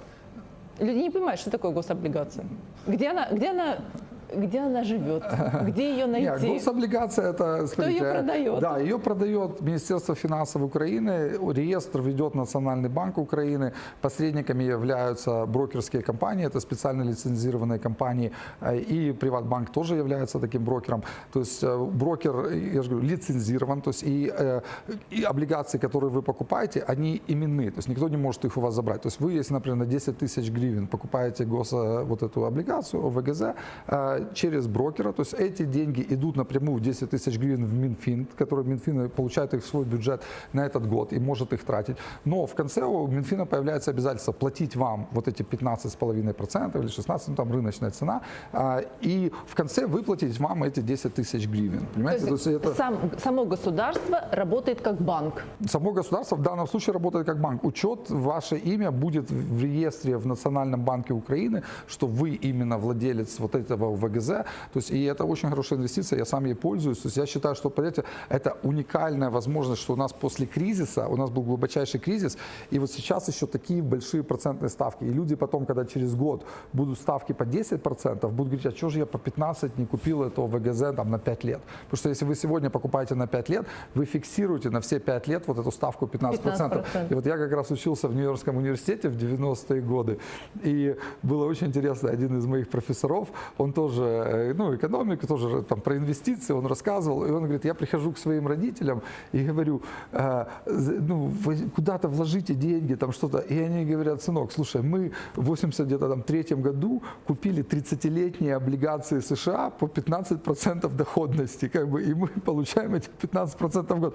Вот во что мы можем еще вложить, что будет лучше? То есть, и он такой сидит и говорит, и я вот сам думаю, да, вот если ты так, тебе так повезло, и ты смог такое купить, лучше уже ты ничего не придумаешь. То есть, конечно, они моментально растут в цене. То есть, конечно, они бы могли теоретически продать это и что-то другое вложить, но если ты уже, тебе повезло, и у тебя есть такой актив, тебе не имеет смысла его менять. То есть у нас, к сожалению, таких длинных облигаций нет. У нас пока самые длинные 5-летние. Вот сейчас, может быть, Минфин сделает 7-летние.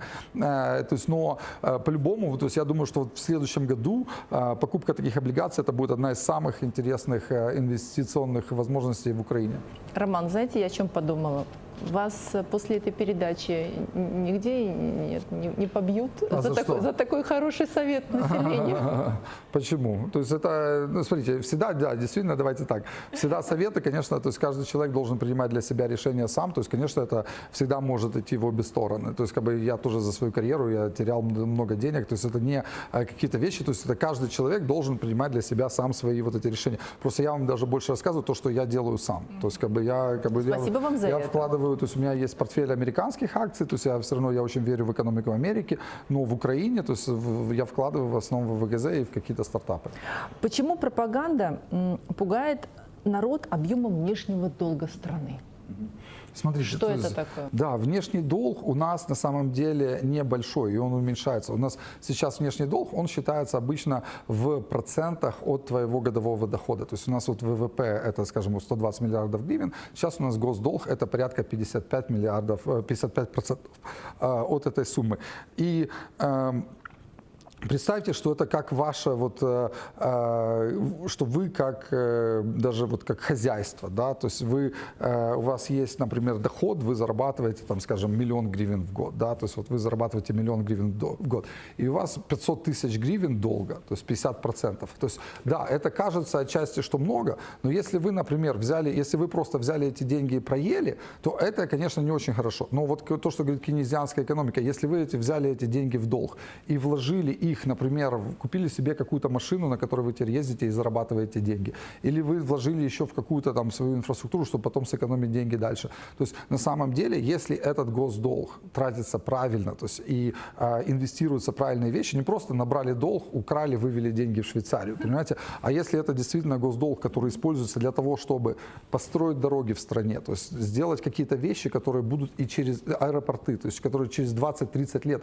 будут приносить пользу в стране, это абсолютно нормальные. То, что вот мы сейчас видим, вот строительство дорог, все, то есть у нас отсутствие вот этой инфраструктуры, и куда у нас есть огромное количество мест, куда действительно можно вкладывать эти деньги. И то есть сейчас, наверное, и образование тоже крайне важно. То есть вкладывать эти деньги так, чтобы оно и через 20, и через 30 лет приносило пользу государству. То есть вот это, и поэтому я бы не боялся, потому что даже вот в Греции, когда у них был кризис в 2011 году, у них долг был 230% от их ВВП. То есть представьте, что вот они зарабатывали 1 000 000 гривен в год, а долг был 2,3 миллиона. То есть вот из этого уже тяжело вылезти, да, то есть как бы у тебя, а пока у тебя еще долг такой маленький, ты его уменьшаешь, если ты его разумно вкладываешь, ну, то есть я сейчас не вижу абсолютно никаких проблем с относительным размером госдолга, мы из него очень легко вырастем.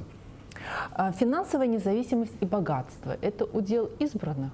Нет, я думаю... Как вы стали успешным человеком? Ну, смотри, я бы не назвал вы себя безумно... Вы же не родились сразу? Нет, ну я бы не назвал успешным. себя безумно успешным. Просто я действительно сделал хорошую карьеру, но вы понимаете, это тоже, знаете, вот огромное количество какого-то везения по дороге. То есть да, у тебя должны быть правильные качества, правильная какая-то мотивация, правильное стремление. Но вот я приехал в Америку в 20 лет примерно, и я там жил в подвале и работал грузчиком. И потом я увидел объявление в газете, что мы нанимаем программистов, делаем рабочую визу. И вот я уже собирался уезжать. У меня все было на 3 месяца виза. И я пошел по этому объявлению, тут же меня взяли на работу. И потом я вот менял работу и делал свою карьеру. Потом пришел в JP Morgan, по вечерам сделал Masters of Business Administration уже в Нью-Йоркском университете.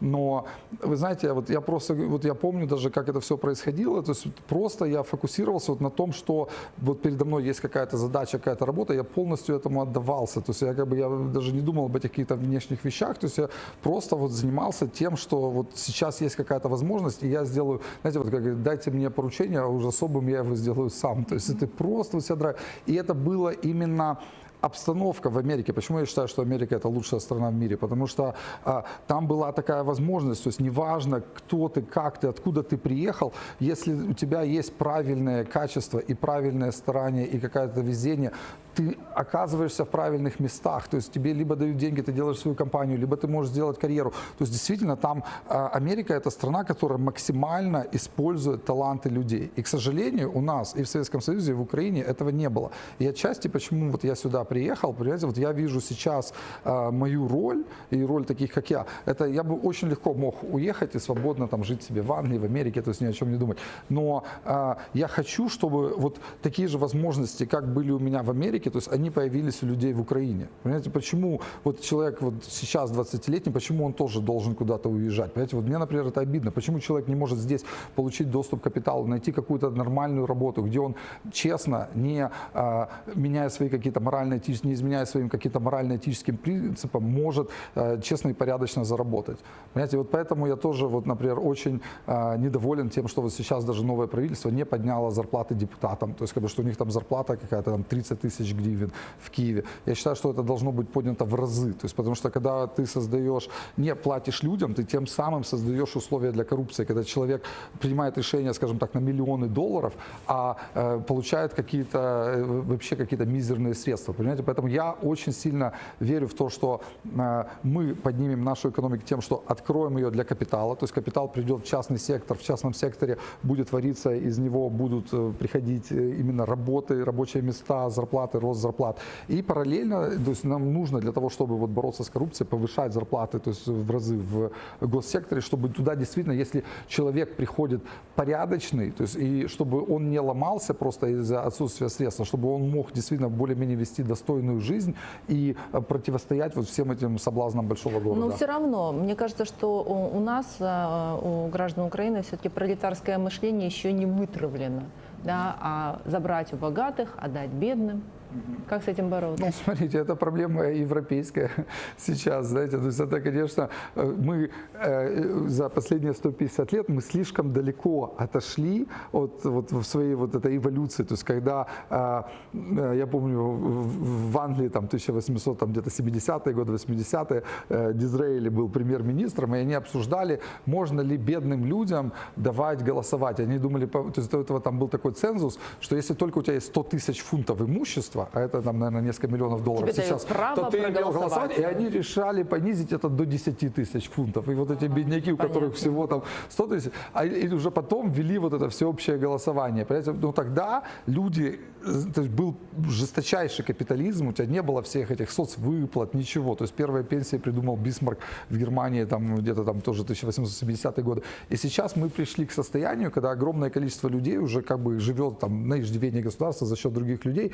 И даже в Европе мы видим, что уже народ готов просто забыли. Платить, да? Нет, готов просто вот проголосовать за то, чтобы все забрать и поделить. Понимаете? И это на самом деле, да, это действительно очень большая проблема всего мира в целом. То есть как вот, если брать вот последнюю книжку Харари «21 вопрос для 21 века», это как раз он и задает вот этот вопрос, что делать, когда действительно появится новая экономика, где очень много людей окажутся как бы не удел. Но мне кажется, смотрите, вот я очень верю в как раз вот украинскую такую индивидуальность и украинскую, и то, что у нас люди всегда были, вот я же говорю, такая была українська мрія, що в тебе є така хатка, жінка, корівка, кабанчик, там якийсь там садочок, і щоб у сусіда ще сарай згорів, і буде взагалі щастя.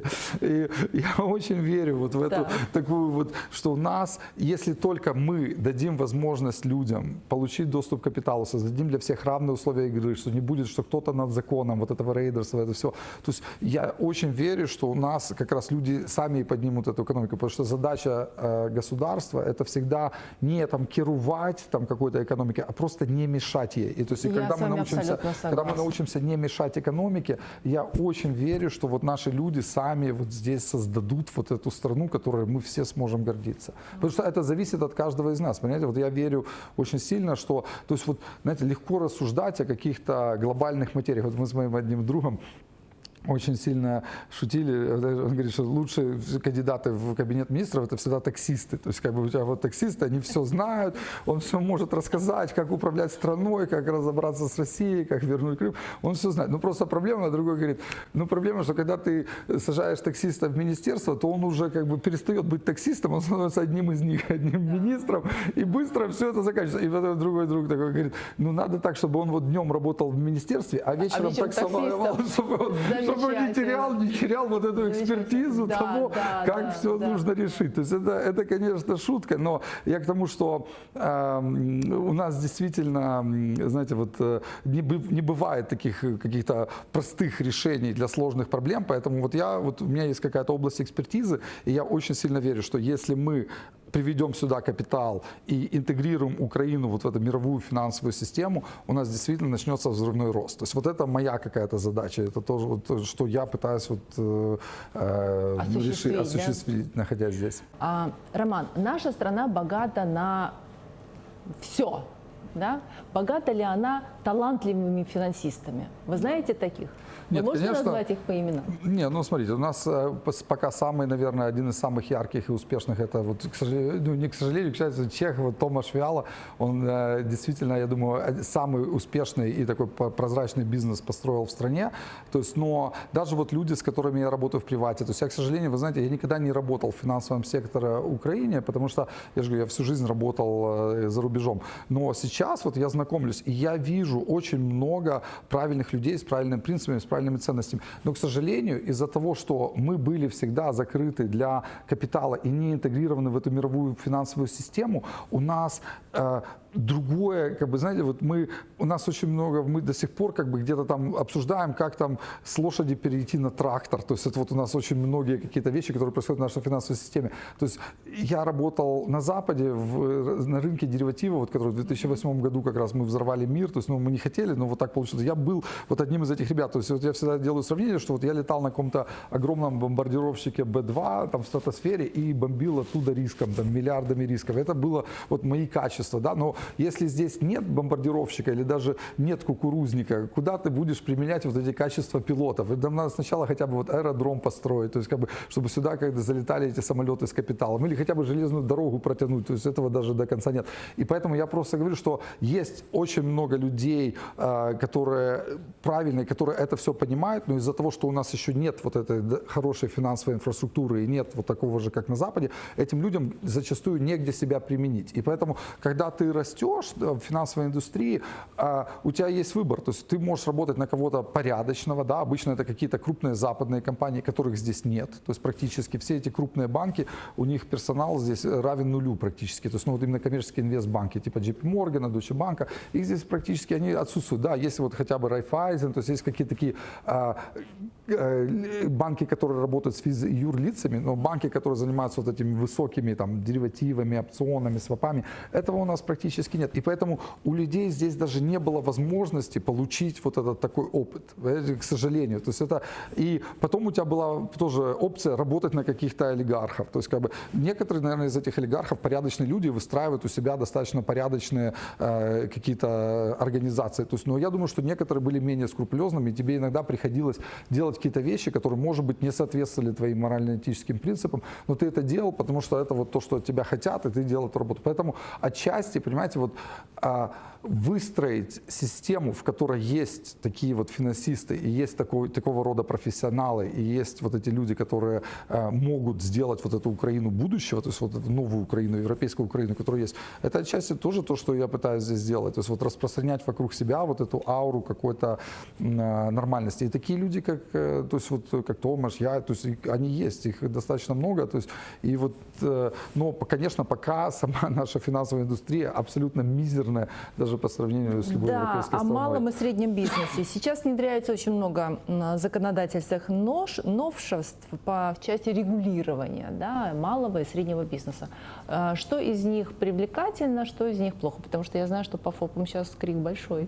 Да, ну смотрите, я не эксперт в этой области, но отчасти вот широкими мазками я на стороне государства в этом вопросе. Вот мои многие друзья, которые вот за ФОПы сейчас очень расстроятся тем, что я это говорю. То есть, но на самом деле это неизбежный какой-то процесс. То есть, когда мы идем к Европе, то есть нам неизбежно придется платить налоги. То есть это вот этот социальный договор, который у нас был, что верхи воруют, а низы не платят налоги, его придется менять. То есть, понимаете, и тут, да, всегда есть вопрос, то есть низы говорят, давайте вы сначала перестанете воровать, да, а мы тогда, может быть, начнем платить налоги, да. То есть, но это должен быть процесс с обеих сторон. То есть вот мне сейчас объективно кажется, то есть, ну, вот со стороны, то есть, что действительно идет какая-то борьба, то есть потенциально будут воровать меньше, то есть или уже начинают. То есть нормализовать отношения с ФОПами, то есть нормализовать отношения с маленьким бизнесом, чтобы действительно люди могли показать настоящий источник средств и показать, откуда у них деньги. Вот у нас сейчас мы сталкиваемся с тем, что мы увеличиваем уровень финансового мониторинга, то есть в привате, и в других государственных банках, и в других вообще финансовой системе, до уровня, чтобы она хотя бы была похожа на европейское. И я вот, ко мне очень много людей приходят и говорят, ну как так, я в 2014 году принес там миллионы гривен на депозит, а сейчас вот я пытаюсь его там куда-то перевести, и мне говорят, а покажи источник средств, откуда у тебя эти деньги. Я говорю, какие источник средств, я же тогда положил. Понимаете? И вот такое вот огромное количество такого рода вещей люди не понимают, почему это банк спрашивает, откуда у тебя деньги. Раньше было, вот принес мешок, ты там какую-то справку нарисовал, что ты взял суду у кого-то, и все нормально, понимаете? Сейчас это начинает меняться. И я к тому, что это не будет безболезненный процесс, то есть не будет вот переход, но ты не можешь хотеть жить как в Европе, ну, как и все переходы, они все болезненные. И не платить налоги как в Украине. И я же говорю, до сих пор у нас самые низкие налоги, возможно, в мире, что ты через этот ФОП за 5% можешь себе получить легально доход, то есть пропустив это и заплатив какие-то минимальные даже деньги в бюджет. Я в Америке и в Англии, когда я жил и работал, я всегда платил там 40-50% годового дохода в налоги, понимаете? И я даже приведу один пример. Я общался с одной женщиной, переводчицей, то есть и она, ну, высокого уровня переводчица, достаточно хорошо зарабатывает. Она говорит, я сделала это через ФОП, то есть у меня легальные все средства, то есть я могу всегда показать справки. И я, говорит, в моей индустрии, говорит, 90% людей этого не делают. Они просто работают за наличные. И потом они приходят ко мне и говорят, слушай, а как ты заплатила за учение там дочки в Англии? Как ты там перевела деньги куда-то? Как? Она говорит, ну как, я показала справку из налоговой, и все, и банк все сделал. сказал, он говорит, а откуда у тебя справка из налога? Я говорю, ну я плачу налоги, я как бы, понимаете, то есть вот люди, то есть у нас вот эта концепция, что если ты, то есть у тебя не было вообще, то есть у нас, ну, как бы, у нас люди относятся к этому, что это право, незыблемое право каждого украинца не платить налоги. И мне кажется, что вот мы должны отходить от этой концепции и отчасти, знаете, вот можно спорить о каких-то конкретных шагах и насколько они болезненны, насколько они правильны. Но если брать вот Украина, вот новая Украина, в которой мы хотим жить, то есть через 5 лет, то есть я вижу, что в среднем люди будут там платить налоги и будут платить все равно меньше, чем в Европе. То есть эти налоги будут, то есть это будет, наверное, порядка там налоговая нагрузка 15-20%, как бы, но люди будут платить эти налоги, иначе у тебя не будет этой новой Украины. То есть иначе у тебя будет такое опять коррупция, опять тот же самый совок. Да, американцы говорят no pain, no gain. Да? Нет боли, нет достижения. Нет достижения. Да? Вы сами сказали о том, что вы всегда работали за границей. Вы возглавляли Московскую биржу. Последняя моя работа до Украины. До Украины, да. Не возглавлял Московскую биржу, я возглавлял один из больших отделов на Московской бирже. Да, правильно. Да. И тем не менее, в 2015 году вас объявили врагом. Ну, еще в 2014. В 2014.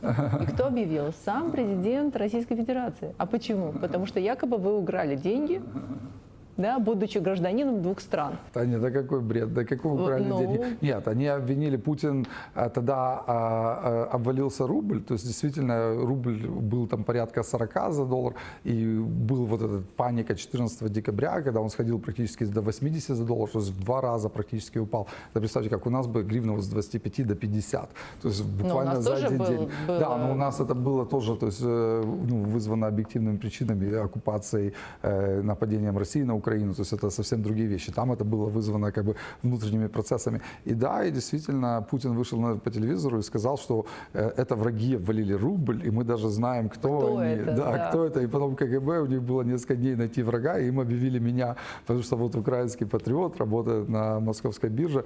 И да, это действительно было такое, несколько дней такого, скажем так, животного ужаса, когда ты находишься в такой тоталитарной стране, и ты вообще, то есть мог оказаться на месте Сенцова эти 10 лет, просто тебя берут в заложники, и ты не можешь никак это все доказать. Но у меня был отпуск как раз запланирован буквально за несколько месяцев до этого, через несколько дней, и я оттуда улетел, больше никогда не возвращался и не собираюсь. То есть, вы знаете, то есть это настолько вот для меня, то есть единственное, что я жалею, что я оттуда не уехал раньше, то есть, но это такая какая-то вот, знаете, для меня было очень неприятно, видите, я находился в этой транзиции, я был на Болотной вот в 2011 году, когда я там находился, мне казалось, что Россия будет какой-то нормальной страной, то есть и я не замечал вот эти все процессы, как она превращается вот в какое-то такое ужасное тоталитарное государство. Знаете, вот, да, когда ты внутри, то есть лягушка как-то варится, не замечает, что вода уже становится почти кипятком. И поэтому, вы знаете, то есть это вот какие-то такие, наверное, это произошло, чтобы вот так вот форсировать вот какие-то события, форсировать вот эти, вот эти решения. А я знаю, что вы встречались с Джоном Маккейном. Была у вас такая, скажем так, очень важная встреча. Это просто случайная абсолютно встреча, но она действительно очень сильно, вы знаете, вот как-то, из-за этого, из-за того, что ее поймали там на все камеры, из-за этого там и началось, что украинский такой националист, патриот возглавляет достаточно большой департамент Московской биржи. То есть, но я просто, когда у нас вот только начинался этот Майдан, я сюда прилетел, то есть, потому что я душой всегда был, с нами, то есть, как для меня было, знаете, вот настолько вот ужасно, когда Янукович пришел к власти, вот мне казалось, что вот мы потеряем Украину, то есть что вот на Украину опустится какой-то мрак, и мы потеряем ее вообще на 20 лет. То есть, потому что я всегда видел Украину свободной европейской страной, с европейскими ценностями, где нормальная страна. И вот когда я видел, что начинаются строительство такой же диктатуры, как вот в России, то для меня это было шоком. И когда вот начался этот Майдан, это было такое просто невероятное движение. Мои родители были там почти каждый день. То есть, и я приехал, и я пошел в Михайловский собор, куда вот привели как раз вот первый первый день Майдана, вот когда он начался, эти же студенты окровавленные туда прибежали, эти фотографии, монахи ходили вокруг них. И вы знаете, вот я же говорю, я считаю, что это было как раз такое освящение этого собора, потому что это великий старейший собор в Украине, который коммунисты взорвали в 30-х годах, потом его в 90-е отстроили. И вот как раз вот этот Майдан, и вот сама символика, что Набат бил первый раз со времен хана Батыя именно на Майдан. И это было такое какое-то вот эмоциональное событие. Я пообщался с этими монахами, дал денег на этот монастырь. И потом я просто выхожу, и приезжают эти американские лимузины, и мой друг говорит: ой, это из американского посольства. Я говорю: так это Маккейн должен был приехать. И как раз вот вышел Маккейн, и я просто не мог к нему не подбежать и не пожать ему руку и сказать: мистер Маккейн, спасибо большое, что вы приехали в нашу страну, что вы нам помогли. Все совпало, да нет, это да? невероятно. Я очень, вы знаете, и вот, конечно... Знаково. Да и знаково, я очень рад, я же говорю, что потом, то есть, может быть, если бы этого не было бы потом этих событий, мне было бы тяжело, потому что когда у тебя такая карьера, я же говорю, то есть, вот представьте, вот вы пилот самолета, и там есть вот в России эти авиалинии, и ты там как бы, да, на них работаешь, хотя это может быть где-то и некомфортно. А здесь у тебя даже аэродрома нет в стране, понимаете? И вот как бы, и ты вот пилот, и ты как бы абсолютно здесь не, ну, то есть, можно пересесть на трактор, но если ты уже летал, то есть это, конечно, чуть-чуть другое, понимаете? И поэтому я безумно, вот, я очень рад, что мне довелось даже вот эти 15 минут переговорить случайно с Маккейном, и как раз, вы знаете, он недавно умер от рака, поэтому я вот честно, для меня это очень, да, эмоциональное событие в моей жизни.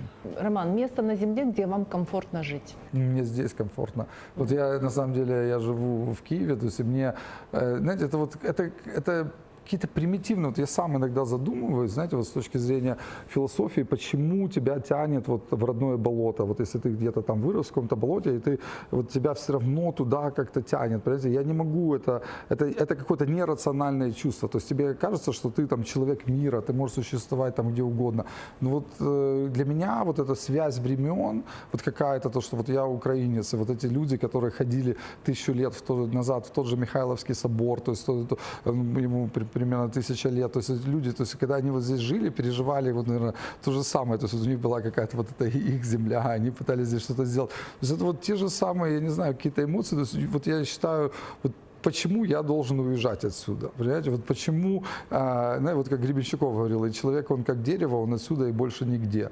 То есть вот почему вот я должен уезжать, почему я не могу сделать так, чтобы вот эта точка на земле, вот она стала где-то лучше, и в ней было другим людям жить комфортнее, там уже после меня. То есть почему, понимаете, то есть поэтому вот здесь это, я же говорю, я не ищу какого-то, у меня вот, наверное, это какая-то черта характера, то есть для меня какой-то персональный, какой-то комфорт, да, он не настолько как-то важен, чем понимать, что вот то, что ты делаешь, оно оставляет какой-то след и делает вот мир вокруг тебя чуть-чуть лучше. И мне кажется, что здесь вот я могу его сделать чуть-чуть лучше. Это то, что я пытаюсь сделать. А я вот такой хочу задать вам вопрос, Роман. Вот вы же человек, у вас есть много друзей, да?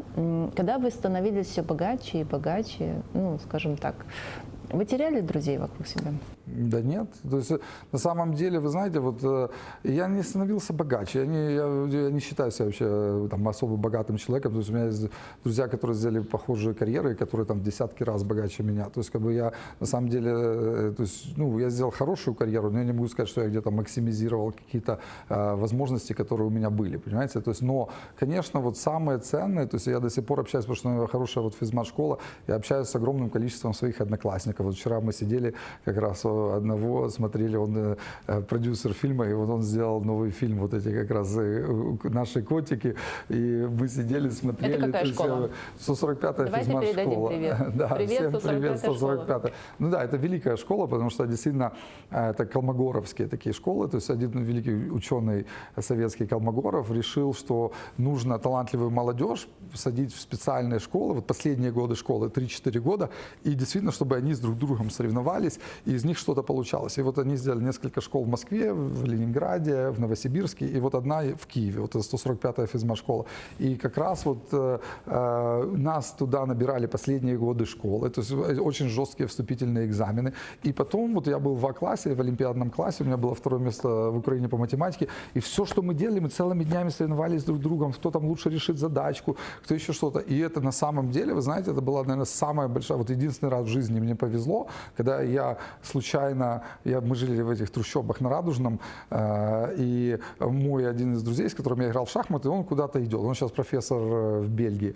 И он куда-то идет. Я говорю, куда ты идешь? Он говорит, да там какая-то физмат-школа, я пойду туда сдавать экзамены. Я говорю, я пойду с тобой. И я написал там заявление, просю принять меня в эту школу. И там что-то сидел весь день, сдавал экзамены. Потом пришел родителям, ничего не сказал. То есть как бы просто гулял во дворе. А потом я увидел, я думал, что не поступлю. Зачем им говорить, все равно я не поступлю. А потом я увидел список. И я себя сразу не нашел. Он себя нашел, а я нет. А потом я смотрю, в самом верху списка вот этот А-класс, и я там тоже болтаюсь. Оказалось, что вот А-класс, они действительно брали вот самых таких лучших олимпиадников. И когда мои родители пришли на первое родительское собрание, они были в шоке, что там пришли все партийные дети, все партийные лидеры, там какая-то элита украинская. Они увидели те лица, которые показывают по телевизору. Да, то, что детей из первого класса готовили туда к поступлению. То есть, как бы, и там, там было, конечно, много таких случайных, как я, но все равно то есть, родители просто были в шоке. И мне приходилось каждый день час ехать там, на Петровку, на метро, потом в школу. Но это, конечно, было вот единственное. Вот я считаю, что если мне когда-то в жизни повезло, это вот мне единственный раз в жизни повезло, то, что я поступил в эту школу, и потом вот уже там как бы я смог вот, это, там, вот в этом environment, в этой обстановке чего-то добиться. И потом вот все, что я дальше протащил по жизни, и английский университет, и американский, это чисто вот из-за вот этого запаса какого-то такой вот этой жизненной энергии, которую я получил там. И поэтому, вы знаете, я очень ценю вот всегда вот какие-то отношения с людьми, которые неважно, как они там случайно, не случайно. Вот только что ко мне приезжал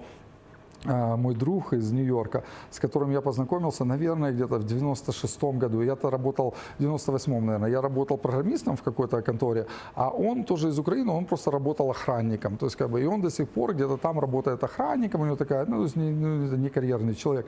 И вот, и все равно мы постоянно общаемся. Ну, как-то там иногда там в Фейсбуке. Вот тут он приезжал, он такой говорит, слушай, можно я на твоем мотоцикле прокачусь? А у него мотоцикл тоже. Я говорю, так, катайся. И я потом он приезжает, я говорю, боже, как можно было на моем мотоцикле за один день проехать 400 километров. Он говорит, я его разогнал.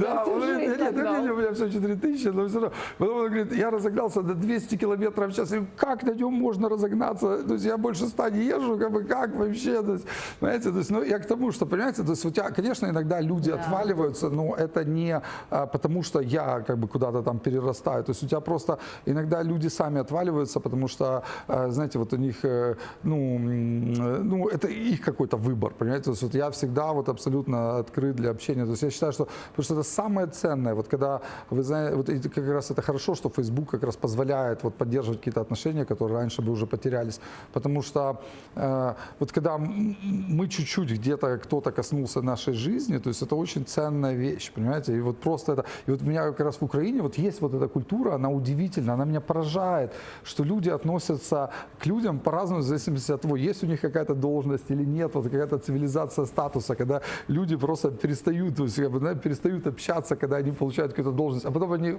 выпадают из этой должности, и потом бегут обратно, типа, дружиться. Мне нравится, как вы рассказываете про это. Да, то есть это реально, для меня это безумно смешно и дико, потому что на Западе ты всегда общаешься абсолютно ровно, потому что единственное, что у тебя есть, там нет никаких коррупционных связей, нет, твоя должность никак не важна, то есть ты есть как личность, то есть, как бы, и когда у тебя восстанавливаются личностные отношения, конечно, это потом потенциально помогает в бизнесе. Кто-то может тебя порекомендовать. Вот у нас в финансовой индустрии всегда было, то есть человек приходит, говорит, я хочу к вам на работу. Ты сразу начинаешь звонить, где он раньше работал, своим друзьям в его банке и спрашиваешь, как это, кто этот человек. И каждый всегда каждому говорит, хороший, нормальный. То есть, как бы, если люди за твоей спиной говорят о тебе в среднем больше хорошего, чем плохого, то есть это значит хорошо, понимаете? То есть и вот у нас всегда такое было, поэтому ты никогда не начинаешь вот такие какие-то вещи там отмораживаться, там, типа делать вид, что ты слишком важный. Да. То есть это как бы часть западной культуры. В Украине это совсем не так. И мне так смешно иногда за этим наблюдать. Вы даже не представляете, а на меня они смотрят как на клоуна, то есть, потому что я такой не ношу дорогих часов, то есть у меня нет, у меня нет там, я езжу на мотоцикле, то есть для них это здесь, они просто в шоке, они думают какой-то, и вот если бы я был, например, чистый американец, то есть как бы, то есть они бы не удивлялись, и поэтому, а то, что я украинец, и я вот так себя веду и свободно, и независимо. То есть для людей, конечно, вот я это замечаю. То есть для многих это просто огромный шок такой, потому что, ну, я не собираюсь из этого меняться, потому что я мог получить и американское гражданство, и английское. То есть я специально это все отдал, я всегда хотел оставаться украинцем, потому что, я же говорю, у меня всегда была мечта вот, сделать здесь нормальную страну. Вот я всегда, даже я когда учился в университете, я всегда вот пытался понять, как же нам сделать из Украины нормальную страну. Вот я поэтому пошел учиться экономику, финансов. Вот у меня всегда была какая-то мечта. Украина с Крымом? Конечно. То есть это Крым, это вообще, вы знаете, у меня очень много воспоминаний детства связано с Крымом, потому что у меня мой, ну, такой двоюродный, скажем, дедушка, его жена, она родная сестра моей родной бабушки, и он был шахтером в Донецке. И он потом сказал, что хватит глотать эту донецкую пыль, и он приехал, привез всех, купил в селе Знаменка, это возле Новоозерного, какой-то домик, и я туда ездил каждое лето, то есть где-то лет до 14, вы знаете, то есть там мне так нравилось, потому что там ловить этих крабов, там эти такие были глиняные утесы, у меня папа альпинист профессиональный, и мне так нравилось тоже по этим глиняным утесам лазить, представлять, что я альпинист, то есть у меня самые лучшие воспоминания детства связаны с Крымом, и как раз после Чернобыля тоже, то есть когда вот началась вот эта вся эта эвакуация, то есть ну меня уже, то есть я вот поехал тоже там все лето провел тогда в Крыму, то есть, и поэтому я очень люблю, и у меня осталась куча родственников там, вы знаете, для меня это тоже как бы очень такая болезненная точка, потому что даже среди моих родственников, там мои троюродные братья, то есть один, они были оба моряками, и один остался в Крыму, а второй вот вернулся в Украину, как бы, и живет в Николаеве, то есть, и вообще просто, вы знаете, вот я тоже вот, я даже вот, даже, то есть, это вот линия такая разреза проходит даже по семьям, и мне, конечно, очень неприятно лично, что Крым сейчас погрузился в какую-то тьму. То есть вот для меня вот это как вот Украина могла погрузиться вся во тьму с Януковичем, да, и вот мы вот ценой огромных жертв, вот этого Майдана, то есть все, мы спасли Украину. То есть вот Украина сейчас для меня, да, можно спорить, она медленнее, быстрее, но она идет к свету, и она идет... Крым?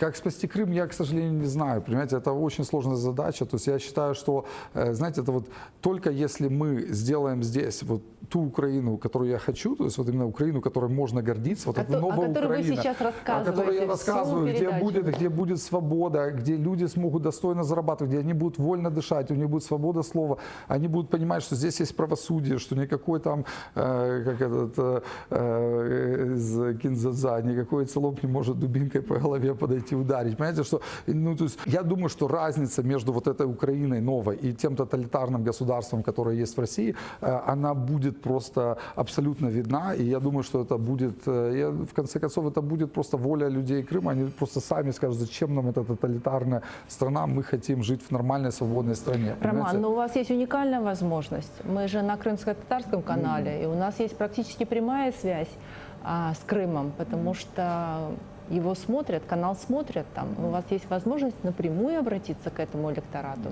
людям, которые там держат оборону. Да, я очень, вы знаете, знаете, это вот как, наверное, история с Сенцовым. Вот казалось, что невозможно вот вернуться из этого какого-то российского плена.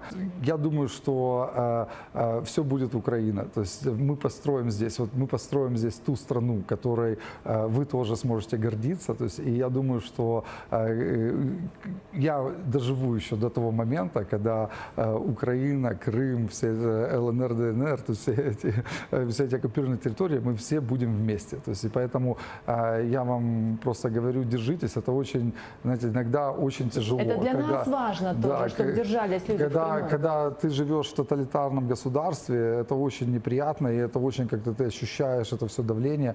То есть, ну, я просто говорю, что я думаю, что мы будем бороться до конца, чтобы Крым был украинским. Спасибо, Роман. Спасибо вам большое, Гуля. Очень приятно.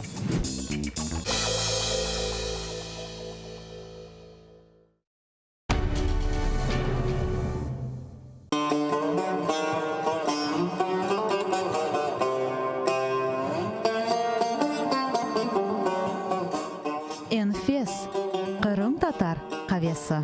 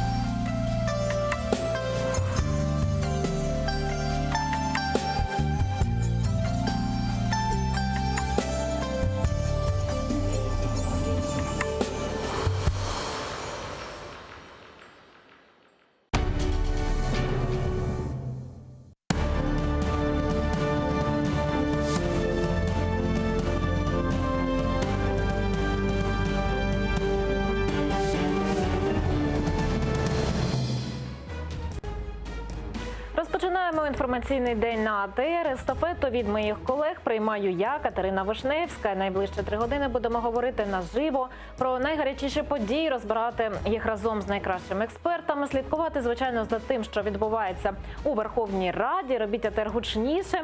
Ми починаємо наш ефір і розпочнемо з найгарячішої теми. Друге читання бюджету державного на 2020 рік відбувається сьогодні у Верховній Раді.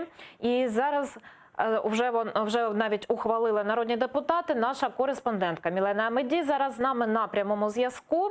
Мілено, вітаю. Розкажи, будь ласка, що зараз відбувається у Верховній Раді, яка атмосфера, які враження народних депутатів? Катерина, правильно ти сказала, 10 хвилин тому буквально вирішили таки прийняти законопроект про державний бюджет на 2020 рік, 280 голосів за, але розкажу з самого початку, що вже зранку все пішло не так. І аби внести до бюджетного кодексу правки, довелося змінити порядок денний і почати якраз з бюджетного кодексу, аби потім перейти до державного бюджету. Одна за одною у розгляді законопроекту відхилялися правки, однак ланцюжок зірвався під час голосування щодо акциз від палива, які повинні залишитися у місцевому бюджеті. Принаймні таким чином хотіли це зробити депутати, хоча Володимир Зеленський пропонував, щоб ці гроші, 7,7 мільярдів гривень, йшли одразу до дорожнього фонду. Однак таки залишили гроші у місцевому бюджеті і у голосі кажуть, що не зміг таки вмовити президент Зеленський навіть тих, хто у фракції «Слуга народу». Через це після правки оголосили 1,5-годинну перерву, на якій фракція «Слуга народу» зібралася у залі, де відбувається погоджувальна рада зазвичай. А мене без камери, без мікрофону і з журналістським посвідченням не пустили навіть постояти біля дверей, де відбувається це засідання. Як сказали самі «Слуги народу», вони отак от ненароком розформували державний бюджет і вирішували в терміновому порядку, що ж надалі робити. Щодо голосування, взагалі, в цілому, за законопроект щодо державного бюджету 282 голоси «за». І після цього Анна Скороход, депутат від «Слуги народу», вийшла до трибуни та закликала президента припинити переслідування і тиск на неї та її чоловіка. За словами Анни Скороход, сьогодні його затримали у ДБР без усіляких звинувачень. Вона думає, що це пов'язано з тим, що вона голосує не так, як монобільшість, і має свою власну думку. Щодо виключення з фракції, каже, що цього не боїться, однак сама залишати її не збирається. Бюджет на наступний рік ухвалено, як я вже сказала, 280 голосів за. Давид Арахамія пропонував подовжити засідання вечірнє до 19-ї години, однак вже депутати обурилися і сказали, що коли він вийшов до трибуни, було закрите ранкове засідання. Тож до ночі сидіти точно не будемо, а мені вже час йти і збирати коментарів депутатів. Катерино? Дякую, Мілена. Мілена Амеді, наша кореспондентка, була наживо з Верховної Ради і з самого ранку слідкувала за засіданням нашого парламенту. А я рада вітати в нашій студії журналіста Максима Гардуса. Добрий день. Добрий день. Взагалі, щодо бюджету, так будемо зараз все по поличках розкладати і розпочнемо з того, як ухвалювали бюджет 2020. Проект закону України про державний бюджет України на 2020 рік. Реєстраційний номер 2000 для прийняття в цілому. Готові голосувати? Прошу підтримати та проголосувати.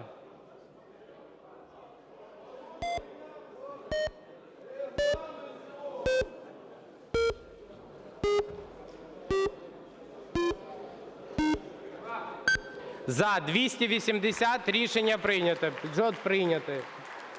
Дякую вам, колеги. Покажіть, будь ласка, по фракціям. Партія «Слуга народу» – 241, «Опозиційна платформа – За життя» – 0, «Європейська солідарність» – 0, «Батьківщина» – 0, «За майбутнє» – 19, «Голос» – 0, позафракційні – 20. Ну, розпочнемо так от з того, які фракції, власне, і групи підтримали цей бюджет, про що це, власне, може говорити. Адже, окрім «Слуги народу», інші фракції, як бачимо, цей бюджет не підтримували. В принципі, це логічно. Є уряд, є опозиція. Якщо чесно, опозиція не повинна голосувати за урядовий законопроект. Це не її обов'язок. Тому те, що опозиційні фракції не голосують за бюджет, це логічно. Між опозицією та владою зазвичай є болото. Це давній термін ще з часів конвенту, який був у Франції. В нас ті, які не там, не тут, спочатку була опозиція тільки одна – опозиційний блок «За життя». Потім з опозиційністю, в принципі, визначилася партія «Європейська солідарність». З учора до єдиної об'єднаної опозиції можна сказати, що увійшла партія Вакарчука «Голос» та партія Тимошенко «Батьківщина». Це тепер єдина опозиція, яка єдиним фронтом протистоїть уряду. А позафракційна та фракція «За майбутнє» між тими і тими. Ситуативно. Це не фракція, це група депутатська. Група, так. Бо вони об'єдналися з мажоритарників вже в парламенті. А щодо загалом бюджету, що скажете про бюджетний процес, яким він був цього року, які у нього, можливо, особливості є, відмінності від попередніх бюджетних процесів? Проєкт формувався в непростих умовах, бо зміна уряду пройшла влітку в розгар бюджетного процесу. Багато в чому були деякі наробки попередників. Саме через це і майстерне володіння Міністерством фінансів залишилась міністр фінансів пані Маркарова, бо в такі дуже суворі терміни сверстати бюджет – це дуже непроста задача. Самі вони називають його уряд проєкт розвитку і безпеки людей, але він показує помірне зростання у порівнянні з попереднім періодом. Зростання є, проте воно не дуже велике. Але ж обіцяли велике зростання за 5 років 40%, якщо я не помиляюся. 5, але це тільки перший рік, і вони правлять тільки ще 100 днів не пройшло для уряду. Помірне зростання соціальної сфери, помірне зростання видатків, помірне зростання інфраструктури. На інфраструктуру навіть не помірне, а велике, там 37%, здається. Да, 37% на інфраструктуру, на дороги, таке інше. От щодо доріг, так? Сьогодні давайте послухаємо Гончаренка Олексія, народного депутата від фракції «Європейська солідарність».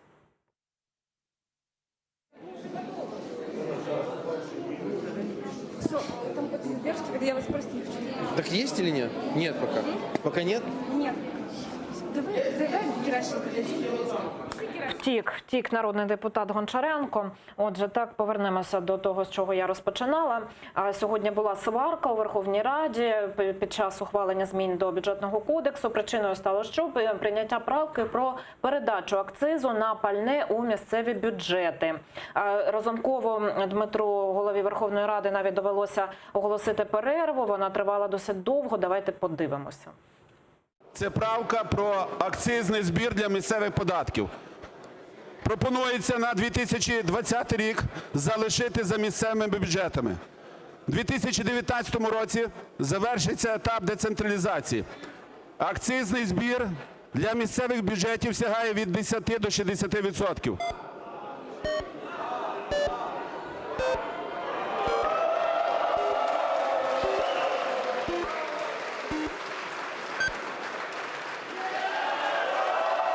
«275» рішення прийнято. Шановні колеги, прохання підійти голову бюджетного комітету і інфраструктури і голову фракції «Слуга народу». 5 хвилин перерви. Так, трохи згодом про це поговоримо. Зараз Ірина Геращенко, народний депутат від «Європейської солідарності», спілкується в кулуарах з журналістами. Власне, розправа над опонентами, Бірівщина така, Іжовщина буде будуватись в Україні, на жаль. Але я вам скажу, на страху щасливу державу побудувати дуже важко. Ви голосували проти, наскільки я розумію? Ми опозиція, ми голосували проти бюджетного кодексу, ми голосували проти бюджету. Тому що я ще раз, цікавий момент, ми задали запитання якраз бюджетному комітету, а чому ж в цьому бюджеті не виконані обіцянки «Слуг» щодо підняття зарплат не до 4 тисяч доларів, хоча б на 400 гривень вчителям. Чому там ні копійки не додали вихователям? Чому там не передбачено, президент дає доручення добудувати Охмадит лікарню, а там просто не передбачено коштів, передбачено якийсь мінімум. І мені було сказано, що я задаю недостойні питання. А що в нас достойне? Вихваляти? Воспівати? У нас уже по стандартам мають і запитання задаватися «Слугам», чи що відбувається взагалі? Пані Ірино, можете сказати, кому доведеться затягувати паски завдяки цьому бюджету? От ви знаєте, народу прийдеться затягувати паски, а «Слуги» будуть жити непогано. 20 тисяч вчителям, як одноразова виплата, це зберіглося, цей пункт? Ви знаєте, вона зберіглася, але давайте подивимося насправді, як вона буде виплачуватися, чи відразу, чи там поступово, хто там її отримає. І я хочу сказати, що вчителі достойні, які отримали перше своє робоче місце, отримувати не одноразові подачки, а гідну зарплату протягом всієї своєї роботи. Дякую. Можете, будь ласка, ще пояснити? От такі коментарі від опозиційної фракції «Європейська солідарність» у кулуарах після ухвалення державного бюджету на 2020 рік. Ну, чи дійсно так все погано, як розписують народні депутати? Якщо чесно, це цикл, який повторюється всю історію України. Фракція А у владі, фракція Б в опозиції. Коли фракція А у владі, вона говорить, що вони конструктивні, і вони і зарплати та соціальні пільги зростають наскільки на це можливо. Фракція Б в опозиції говорить, давайте зарплати збільшимо вдвічі, втричі, в 5 разів, бо наші вчителі та медики так страждають. Потім вибори, вони міняються місцями. Фракція Б конструктивно підвищує зарплати та пенсії на рівень інфляції і трохи більше. Фракція Це А, індексація вже. фракція А, яка була влада, стала опозицією. Зрадонька, зубожіння, треба було піднімати в 5 разів зарплати, а вони всього на 10%. І ось так воно міняється. Тому те, що сказала пані Геращенко, абсолютно предсказуємо. Вона повинна була це сказати. На її місці можна було поставити любого іншого опозиціонера, і він просто по статусу опозиціонера сказав би те саме. Те саме сказала будь-який представник опозиційної платформи «За життя», бо вони зараз в опозиції, і те саме, що зараз говорить «Слуга народу», говорила партія регіонів. Давайте зараз послухаємо народного депутата від «Слуги народу» Наталуху. Він спілкується зараз з журналістами у кулуарах Верховної Ради. Це те, що слабку країну ніхто не поважає, вона є легкою здобиччю. Тому, звісно, оборона держави є пріоритетом. І для мене абсолютно нормально, що ми зміцнюємо наші військові потужності. Силові структури СБУ, МВС, тобто всі ці структури будуть отримувати дуже багато коштів у порівнянні з соціальними. Це дискусійне питання, тут я з вами погоджусь. Але на це можна подивитися як на, знаєте, ланки одного ланцюгу, тому що це внутрішня безпека і забезпечення внутрішнього порядку.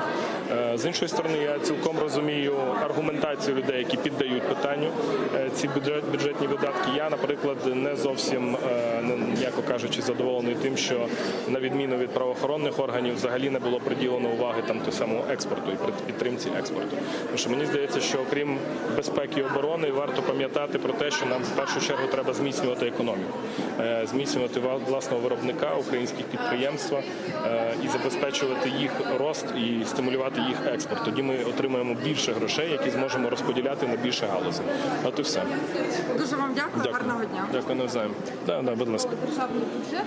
Наталуху, народного депутата від фракції «Слуга народу». От давайте повернемося до цього скандалу, навіть так про акцизи, ця правка 209. От як взагалі, на вашу думку, так могло статися, от що депутати проголосували, а потім схаменулися? Де ж брати ці гроші, що взагалі відбувається? Історія з акцизом, вона дуже давня. Треба взагалі згадати, як у нас фінансувалися дороги. Колись був збір з автомобіля. Кожен повинен був власник автомобіля, автовласник платити певну суму в рік. Вирішили на певному етапі, що це несправедливо. Так воно і було, бо в когось машина стоїть в гаражі, в когось їздить. Треба, щоб було пропорційно від використання. Придумали акциз на паливо. Його, якщо чесно, легше збирати, бо АЗС в країні набагато менше, ніж автовласників. Автовласників, там, не пам'ятаю, мільйонів 7-8, а АЗС десь під 4 тисячі. Це набагато легше. І тоді акциз, щоб спрямовувати суто на побудову дорог в дорожній фонд. Я вас зараз перерву, бо Олексій Устенко, народний депутат від фракції «Слуга народу», зараз з нами на зв'язку наживо. Пане Олексію, вітаю, добрий день, як нас чути? Так, пане Олексію, розкажіть, будь ласка, про взагалі бюджет, чи підтримали ви його чи ні, і взагалі які ваші враження від бюджетного процесу і від ухвалення головного кошторису на 2020 рік? Ну, безумовно, ми розуміємо те, що це дуже реалістичний бюджет, в тому плані, що ми його підтримали, того, що ми розуміємо, що в будь-якому разі країна вистоїть, навіть якщо надходження будуть такі, як сьогодні спрогнозовані Кабінетом міністрів. Ми розуміємо те, що ми хочемо, щоб надходження до державного бюджету були набагато більше. Ми хочемо, щоб і горний бізнес дав свій привід до економіки, легалізація бурштину і багато інших законопроєктів, які ми приймаємо для того, щоб залучати сюди інвестиції. Тому що для нас копійка, кожне робоче місце дуже важливо.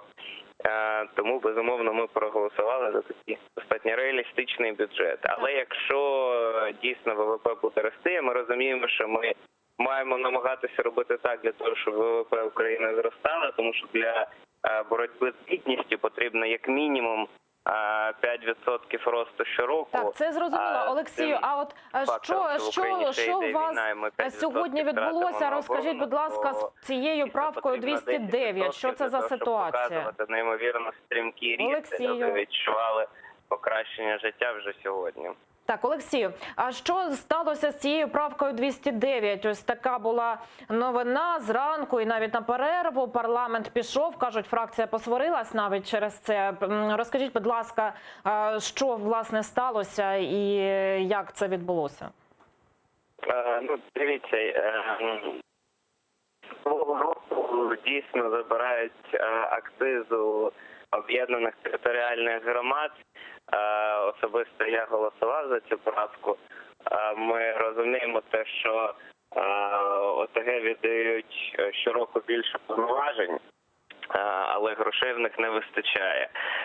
Дійсно, є там багато факторів, не збирається податок з нерухомості, неправильно збирається податок на землю, не все сплачує до місцевих бюджетів. Але ми розуміємо, що в таких тяжких умовах, коли в багатьох об'єднаних територіальних громадах нема де закупити дров для того, щоб топити і школи, і лікарні, ну, безумовно, ми маємо надати їм всі можливості для того, аби їх надходження в них збереглися.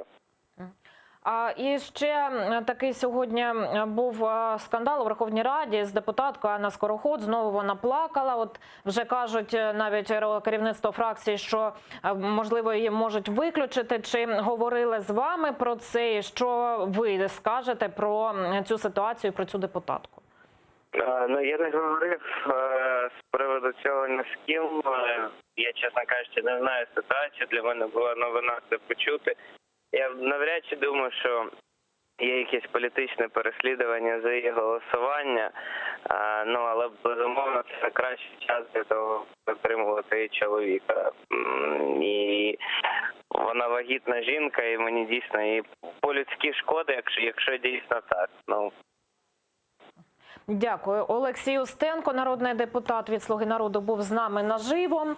Так от з ним ми говорили, власне, про народну депутатку Анну Скороход, його колегу по фракції. Вона сьогодні звинуватила владу у затриманні її чоловіка. І вона каже, що це відбулося через її політичну позицію. Давайте почуємо пряму мову народної депутатки Скороход. Сьогодні за мої політичні вподобання, за мої політичні бачення і за те, що я не голосувала так, як мені вказувала фракція, за дорученням одного з замів адміністрації президента одному з замів Генерального прокурора Касько до заму Клименко та карного розшуку мого чоловіка було затримано незаконно. Підставою стали мої голосування в залі, відстоювання державної власності ГТС. Тиша в залі, будь ласка. Тиша в залі. Ну, колеги. Колеги, будь ласка. А також червона кнопка проти земельного відкриття ринку землі. Рішення про затримання незаконне. Підставою стало запит Російської Федерації 2017 року.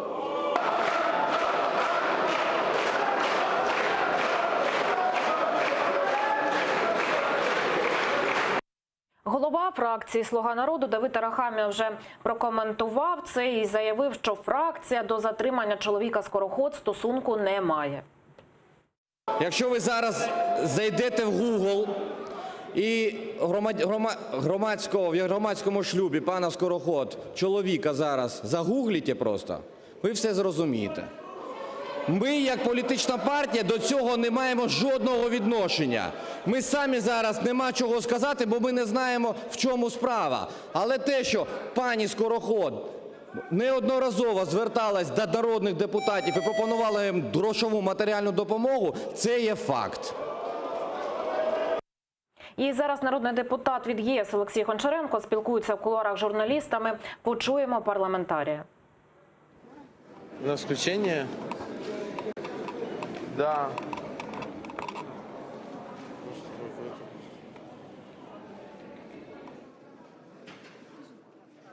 Що? Пані Скороход.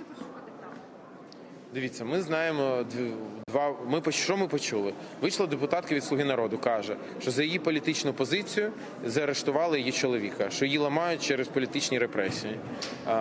Далі за нею вийшов Арахамія, сказав, що вона це все бреше, і що насправді це вона роздавала гроші по фракції. Тепер, значить, ми маємо дві опції, можливих.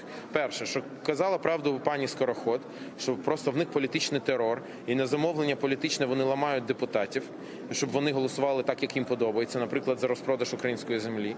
Або якщо Скороход бреше і правду каже Арахамія, що вона роздавала гроші у фракції, то тоді це корупція, яка абсолютно нікого не бентежила в складі фракції. Тоді вони мали затримати пані Скороход, яка роздає гроші, зафіксувати це, відкрити провадження, позбавити недоторканності і так далі. І ці гроші в державний бюджет забрати. А вони нічого цього не зробили. І поки вона не вийшла на трибуну, вони мовчали. Значить, їх ця корупція, вони її покривали, вона їх задовольняла. Ось у нас сьогодні є два варіанти. Або в нас є політичний терор в державі, і вони вже його почали, або в нас є шалена корупція у фракції «Слуга народу». Або, може, і те разом. Щодо державного бюджету не підтримала «Європейська солідарність»? Звичайно, як можна підтримувати такий бюджет? Це бюджет, в якому повністю відсутня соціальна складова. Коли мінімальна пенсія зростає тільки з 1 липня, тобто перші півроку мінімальна пенсія не зростає ані на копійку, а тільки через півроку на 74 гривні. Хай би вони на них пожили.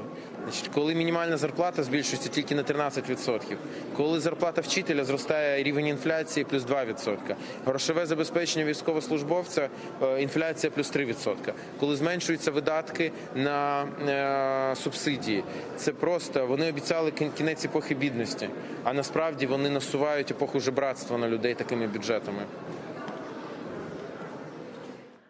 Народний депутат Олексій Гончаренко від ЄС спілкувався з журналістами, з нашим кореспондентом.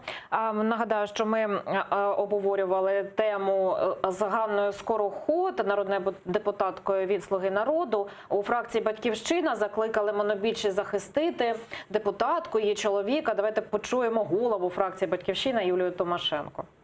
Я хочу зараз звернутися до команди партії «Слуга народу». Ви знаєте, що це велика мужність пробачати людям їх позицію чесно. І якщо зараз ви, «Слуги народу», не станете на захист однієї вагітної жінки і її родини, коли заарештували її чоловіка за те, що вона вчора проголосувала проти ринку землі. І я думаю, що якщо ви не захистите, то навряд чи хтось захистить. А зараз почуємо народну депутатку від «Слуги народу» Ірину Верещук, яка в кулуарах спілкується із журналістами. Інфраструктуру на автомобільні дороги, так званий дорожній фонд. Якщо ми не зможемо проконтролювати, а ви знаєте, які сьогодні шалені корупційні схеми діють саме в дорожніх фондах, коли є державні підприємства, ви знаєте, не будемо зараз перераховувати, як вимиваються кошти, а часто густо уряд Гройсмана і уряд Яценюка критикували саме за концентрацію там коштів, а потім за отримання таких корупційних схем і корупційних коштів від використання державного бюджету. Отже, ми маємо сьогодні дорожній фонд, оборону і борг. Це ті найбільші видатки. Також, звичайно, медицина, культура, місцеве самоврядування вже як є. Але найгірше це, звичайно, наш українець. Народна депутатка від «Слуги народу» Ірина Верещук. Почули її позицію. Слухаємо далі. Депутати найменше цього хочемо, але так склалось, що у 2020 році буде саме так. І ми будемо говорити людям правду, сподіваючись, що коли надходження збільшаться, ми повернемось обличчям і будемо справді намагатись вирішити проблеми людей, а не інститутів чи інституцій. Я розумію, що галузі потребують дотацій. Я розумію, що ми потребуємо величезних капіталовкладень, коли ми говоримо про важку промисловість і так далі. Але що робити пенсіонерам? У важку промисловість може зайти інвестор. Дороги можна взяти кредит в ЄБРР чи Світовому банку. Хто допоможе виплатити пенсію? Простому пенсіонеру, шахтареві, так, зарплату. Хто допоможе, наприклад, виплатити інваліду чи сироті? Нам ні один кредит не дадуть на виплату пенсій. А відтак держава має опікуватися людьми, які її в принципі і утримують. А вже все решта будемо шукати можливості. Я стриманий, але добре інформований реаліст. Дуже вам дякую за відповіді. Гарного дня. Дякую. Так. Почули Ірину Верещук. Також у кулуарах Верховної Ради спілкуються депутати з журналістами після ухвалення бюджету. І взагалі сьогодні так день був насичений. От давайте повернемося до цієї ситуації з Ганною Скороход. Анною. А що взагалі думаєте? Чи тут дійсно мають місце якісь політичні переслідування? Чи це вже починає потрошки сипатися монобільшість? Я думаю, по-перше, слід нагадати, що чоловіка Скороход, російського банкіра Аблясова, вже затримували за минулої патріотичної влади Алякіна, за минулої патріотичної влади у вересні. В Росії його звинувачують, наскільки нам відомо, в розкраданні грошей з банку Пушкіна, 600 мільйонів рублів. І вони подали запит на екстрадицію. Щодо цього запиту його і затримували на трасі Київ-Одеса, дуже романтично вночі. Тому сказати, що це справа нова, не можна. Щодо заяв про те, що вона роздавала гроші, це дуже дивно чути з трибуни від пана Арахамії. Логічно, щоб він сам подав цей запит про це в НАБУ. Бо діяльність депутатів, як службовців першої категорії, це підслідність саме НАБУ. Про те, що це через чоловіка тиск на дружину, НАБУ не дуже підкоряється Зеленському, це незалежний орган. І я не думаю, що це дуже ефективна схема. Я думаю, що чоловіка переслідують його діяльність в Росії, там його партнерів по банку посадили, він вчасно виїхав до України, бо з України сподівався, що не буде видачі в Росію і таке інше. Тому історія з чоловіком – це дуже непереконливо, як на мене. А от щодо корупції, чому фракція не надає запит у НАБУ, що якщо в Арахамії є факти, є заяви, що вона ходила комусь попереду, я там, не знаю, скрини з телефону йому показувала, хай йде пише заяву, а не просто з трибуни про це розказує. Так, можна ще так і запропонувати поліграф, пройти там у фракції «Слуга народу». Поліграф не має юридичної сили в Україні, це шоу. Це я, звісно, жартую, але от взагалі щодо голосування у «Слузі народу», величезна дійсно фракція, будемо реалістами, не може стільки людей мати одну думку. І от те, що починають потрохи депутати голосувати от супереч всій фракції, про що це можна говорити? Всі не можуть бути монолітними. Вже є деякі групи впливу, з якими приходиться домовлятися. До речі, це не залежить від розміру фракції. Пам'ятаєте, в минулому складі було найменше, якщо є група «Відродження», там вона взагалі була завжди на майже на мінімальному, але найменша група була все одно поділена на дві групи впливу, які одна з одною не погоджувалися. Тобто там було десь людей 18, тут 252, і все одно. Це така людська природа. Інша тема, як забезпечити дисципліну фракції. Вони сподівалися ще у вересні, одразу, коли був високий ступінь довіри до президента у депутатів, і вони виконували цей розпорядження. Наш швидко прийнятий законопроект там про імперативний мандат, щоб про відклик мажоритарників. От, до речі, вона мажоритарниця і може залишити фракцію без, скажімо так, наслідків. Ні. Якщо її виключать з фракції, вона залишиться мандат. Якщо вона сама вона не списочниця, вона мажоритарниця, мажоритарники залишаються з мандатом. Тому їм і потрібен закон про відклик депутата. Бо зрозуміло, що ніхто не обирав цю людину. Обирали людину від «Слуги народу».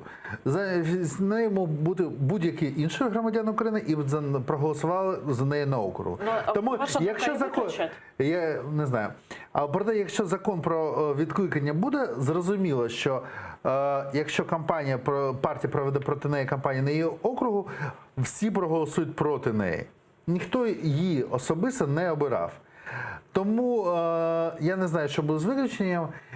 Я думаю, що якщо за заявами пана Арахамія стоїть хоч щось, що тягне на справу, реальна переписка, є реальні аудіозаписи, реальне відео, як вона сує конверти з грошима комусь, і цей хтось готовий про це заявити під присягою. Так, вона мені давала X, але я не взяв, бо я дуже гарна людина, зразу побіг на НАБУ. Тоді дуже гарно було її виключити, щоб... Вчасно закон про захист заявників. Її примір другим наукам. Якщо всього цього немає, доказів цього немає, тоді їй вигідніше вийти і приєднатися до позафракційних, бо, як ми бачимо, якщо чесно, бути позафракційним, коли більшість коливається, це матеріально дуже вигідно, якщо чесно. Ну от вчора бачили, власне, так, ринок землі голосування, підтримали хто? Фракція «Слуга народу» і 13 позафракційних народних депутатів. Ось вони завжди, ось ці люди, про яких колись давно казали «золота акція», чомусь останнім часом так не говорять, це ті, хто між більшістю та опозицією приносить до одних або інших в обмін для корисні для себе речі. Так було в тому скликанні «Відродження», зараз це група «За майбутнє» та позафракційні. Вони то там, то там, то там, то там. І кожен раз, коли голосів не вистачає, вони отримують щось дуже приємне для себе. Підозрюю про це. Буквально хвилинку нас залишається. От взагалі ситуацію з Анною Скороход. От який висновок можна зробити щодо, скажімо так, відбору кандидатів на парламентські вибори від партії «Слуга народу»? Вони намагалися знайти важкий компроміс між новизною та професійністю. А це дуже важко, бо якщо людина щось розуміє, не знаю, там, в нафтовій галузі, то значить вона десь працювала або у владі, або у великій нафтовій компанії. І, значить, є претензії до її чесності. Бо, не зовсім там, або там в сільському господарстві, або в газі, або в портах і так далі, і так далі. Взяти зовсім нових, вони можуть бути дуже хорошими, але не зовсім розбиратися в тому, що є. Зрозуміло, що коли цей відбор був дуже швидкий, буквально місяць, то там будуть вилазити ці проблеми. Я думаю, що це дуже не остання проблема, яка вилізла у фракції. Ой, дуже не остання. Дякую. Максим Гардо, журналіст, був гостем нашої студії. Далі ефір АТР продовжить випуск «Заман кримсько-татарською». Про найсвіжіші новини вам розповість Шевкет Наматулаєв. Я, Катерина Вишневська, повернуся до цієї студії за 20 хвилин. Залишайтеся з АТР і дякую, що довіряєте.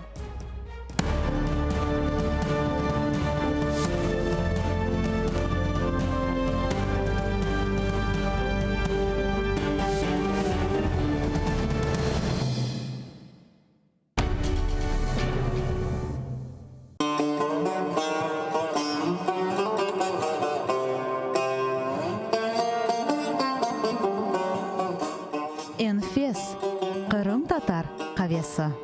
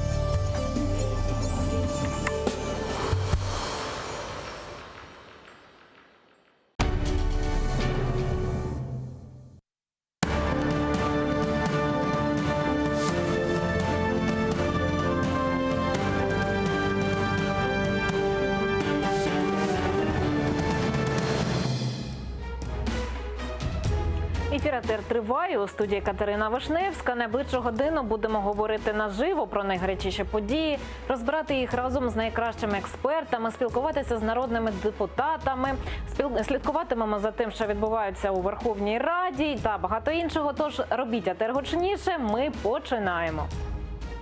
Рада ухвалила бюджет 2020. Слуги народу посварились. ОБСЄ підтвердила розведення сил біля Петрівського. Чи відведуть сили на інших ділянках?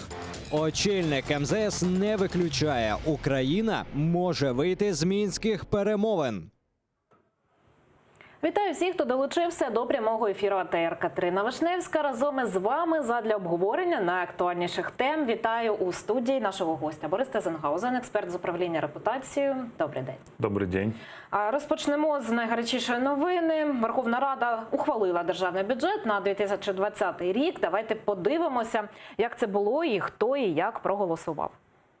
Проект закону України про державний бюджет України на 2020 рік. Реєстраційний номер 2020 для прийняття в цілому. Готові голосувати? Прошу підтримати та проголосувати.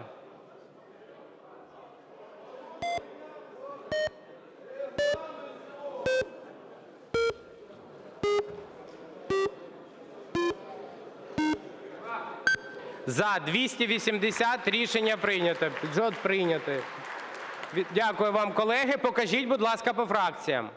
Партія «Слуга народу» – 241, «Опозиційна платформа – За життя» – 0, «Європейська солідарність» – 0, «Батьківщина» – 0, «За майбутнє» – 19, «Голос» – 0, позафракційні – 20. І зараз з нами на прямому зв'язку є наша кореспондентка Мілена Амеді. Вона від самого ранку слідкувала за роботою Верховної Ради, бачила, як це все було. Мілено, вітаю. Що цікавого нам розповіси? Салям алейкум, Катерино. 280 голосів таки прийняли державний бюджет на наступний рік і підтримало його лише «Слуги народу», депутатська група «За життя» і позафракційні депутати. Ну а з самого ранку порядок денний змінили і розпочали з правок до Бюджетного кодексу України. Одна за одною вони підхилялися, однак коли дійшли до акцизів від палива, тут вже цей ланцюжок розірвався, і 270 депутатів, зокрема «Слуги народу», проголосували за те, щоб залишити гроші у місцевих бюджетах. Йдеться про 7,7 мільярдів гривень. Після цього голосування оголосили перерву на 1,5 години. Вона затяглася. «Слуги народу» швидко спустилися в конференц-зал і там довго розмовляли дуже, як сказали нам самі депутати. Вони ненароком випадково проголосували за те, аби розфінансувати бюджет, і через це довелося їм шукати альтернативу. Засідання продовжилося, і тоді, вже після того, як 270 депутатів проголосували за бюджетний кодекс, вийшла до трибуни Анна Скороход від «Слуги народу» і заявила про те, що на неї та її чоловіка тиснуть. Її чоловіка сьогодні затримали співробітники ДБР. Незрозуміло з яких причин, однак вона стверджує, що пов'язано це з її позицією, коли вона голосує не так, як це робить монобільшість. Отже, наразі перерва, чекаємо на вечірнє засідання, розпочнеться воно о 16-й годині. Катерина. Дякую. Мілена Медій, наша кореспондентка, була наживо з кулуарів Верховної Ради України. Розповіла, як сьогодні відбувалося голосування. І зараз з нами на зв'язку є народний депутат від фракції «Батьківщина» Іван Крулько. Пане Іване, вітаю. Як нас чути? Доброго дня. Добрий вечір. Ухвалили бюджет на 2020 рік. Що про нього скажете? Які ваші враження і чого нам варто чекати? Ну, знаєте, ми чули такі запевнення від уряду і особисто від прем'єр-міністра, що ми побачимо до другого читання абсолютно новий закон про бюджет, який буде передбачати економічне зростання, підвищення соціальних стандартів. В нас економіка за 5 років на 40% ВВП виросте і так далі. Ну, реально, давайте скажемо відверто, що вони спромоглися не те, що підвищити соціальні стандарти, а цього не зроблено абсолютно, але вони навіть зменшили ті речі, які були навіть подані в першому читанні. Я говорю і про дохідну частину бюджету, коли, скажімо, по митниці в нас ідуть недовиконання, і причому дуже серйозне, під 20% від планових платежів. Тобто митницю поміняли, начебто мало все з тіні повиходити. Так, а де ж тоді ті кошти, які мали наповнювати бюджет? Що стосується видаткової частини бюджету, то я хочу нагадати, що уряд примудрився з 4 пунктів, які президент доручив уряду бюджет доопрацювати, не виконати жоден. Ну, наприклад, питання економічного зростання, яке президент доручив робити.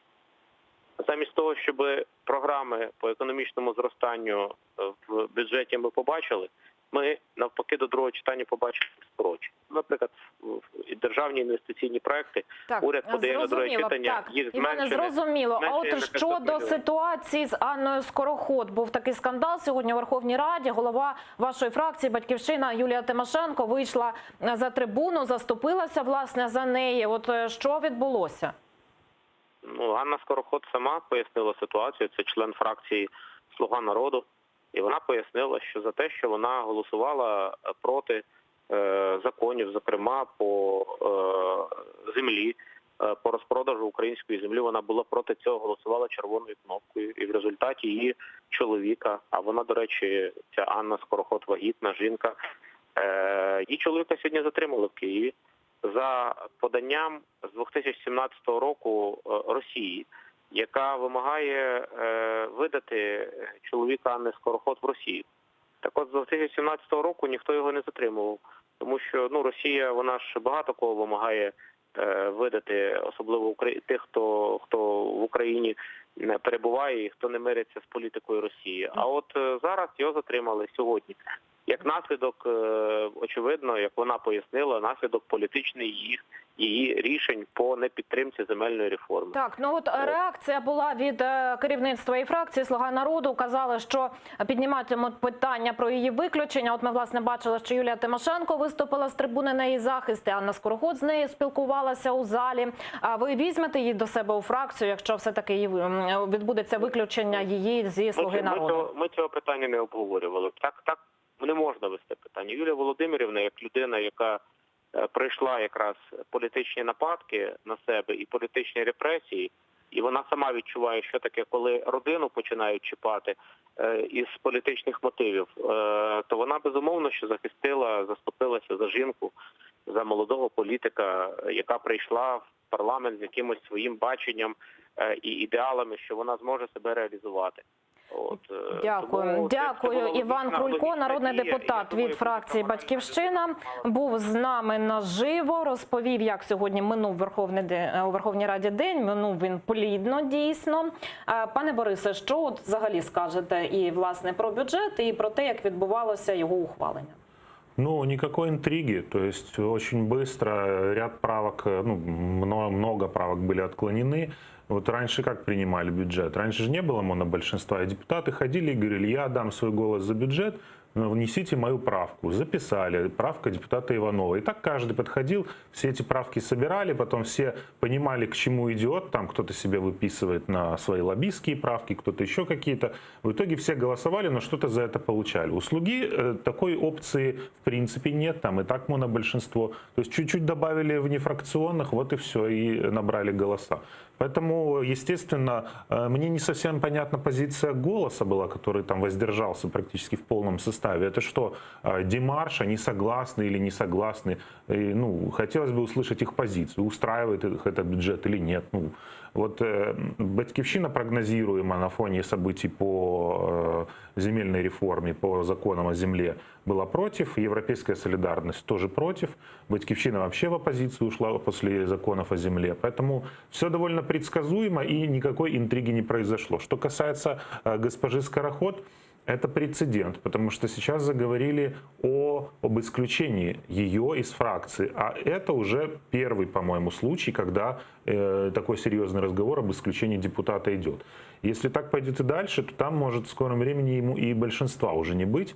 И, кстати, Скороход не обязательно переходить там в «Батьківщину», она может и остаться без прав. Трохи згодом докладніше про неї поговоримо. От ще казала, як казала наша кореспондентка, так, правка 209, був такий скандал у Верховній Раді, посварилися через бюджет у «Слузі народу». Причиною стало прийняття цієї правки. Вона стосувалася передачі акцизу на пальне у місцеві бюджети.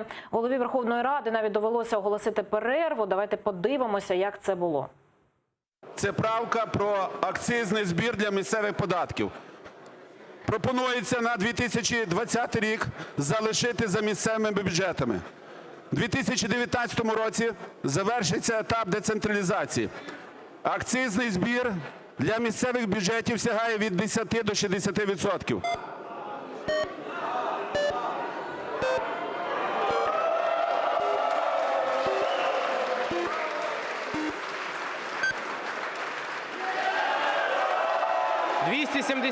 Рішення прийнято. Шановні колеги, прохання підійти голову бюджетного комітету і інфраструктури і голову фракції «Слуга народу». 5 хвилин перерви. Народні депутати від «Європейської солідарності» звинуватили монобільшість у намірах згорнути децентралізацію. Слухаємо нардепа Олексія Гончаренка. Влаштовують цю виставу тут, коли збивають правки підтримані, абсолютно нормальні правки підтримані комітетом, для того, щоб забрати гроші в місцевих бюджетів. Це згортання децентралізації президента Порошенка, це згортання реального розвитку наших громад. Це ще заодно вирішили перетряхнути Рахункову палату, як Лукашенко. Я перетряхував і буду перетряхувати. Ось так перетряхнули зараз Рахункову палату. Оце так працюють «Слуги». Дякую. Але я розумію, що для деяких народних депутатів це звично казати неправду. Однак засідання, по-перше, не закривалось. По-друге, не з ініціативи головуючого, а на звернення двох фракцій. Те, що перерва затяглась, да, я дійсно вибачився перед народними депутатами. Ось так відбувалося сьогодні голосування, яке передувало ухваленню бюджету. Щодо взагалі цієї правки, в чому ж там такий предмет був, що пересварилися всередині фракції «Слуга народу» через нього? А я, честно говоря, не понял, кто там с кем поругался. То есть они акцизы ставили в местных бюджетах. Я не понимаю возмущения Гончаренко. У местных бюджетов в 2020 году акциз остается от топлива.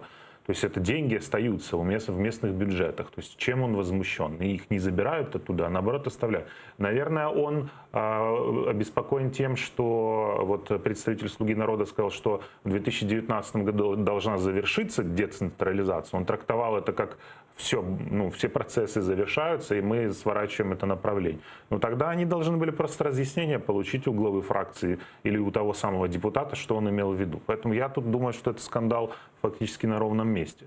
Ну так а чому півторагодинна перерва через це була? Не знаю, тут надо у Разумкова спросить. Я думаю, что этот перерыв был не для того, чтобы обсудить эту правку, а для того, чтобы обсудить дальнейшие голосования, как «Слуга народа» делает это всегда. Им там перечисляют законопроекты, за которые они должны проголосовать, правки, которые там отклонить или принять, и все, они идут дальше работать. Так, ну повернемося до Анни Скороход. Так, згадували ми це. Вона звинувачує владу у затриманні чоловіка і, власне, політичних переслідуваннях. Давайте послухаємо її пряму мову. Сьогодні за мої політичні вподобання, за мої політичні бачення і за те, що я не голосувала так, як мені вказувала фракція, за дорученням одного з замів адміністрації президента мого чоловіка було затримано незаконно. Підставою стали мої голосування в залі. Відстоювання державної власності ГТС. Тише в залі, будь ласка. А також червона кнопка проти земельного відкриття ринку землі.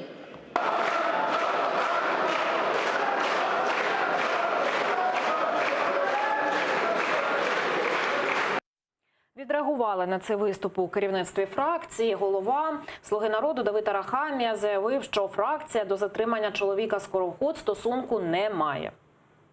Якщо ви зараз зайдете в Google і в громадському шлюбі пана Скороход, чоловіка зараз загуглите просто, ви все зрозумієте. Ми, як політична партія, до цього не маємо жодного відношення. Ми самі зараз нема чого сказати, бо ми не знаємо, в чому справа. Але те, що пані Скороход неодноразово зверталась до народних депутатів і пропонувала їм грошову матеріальну допомогу, це є факт.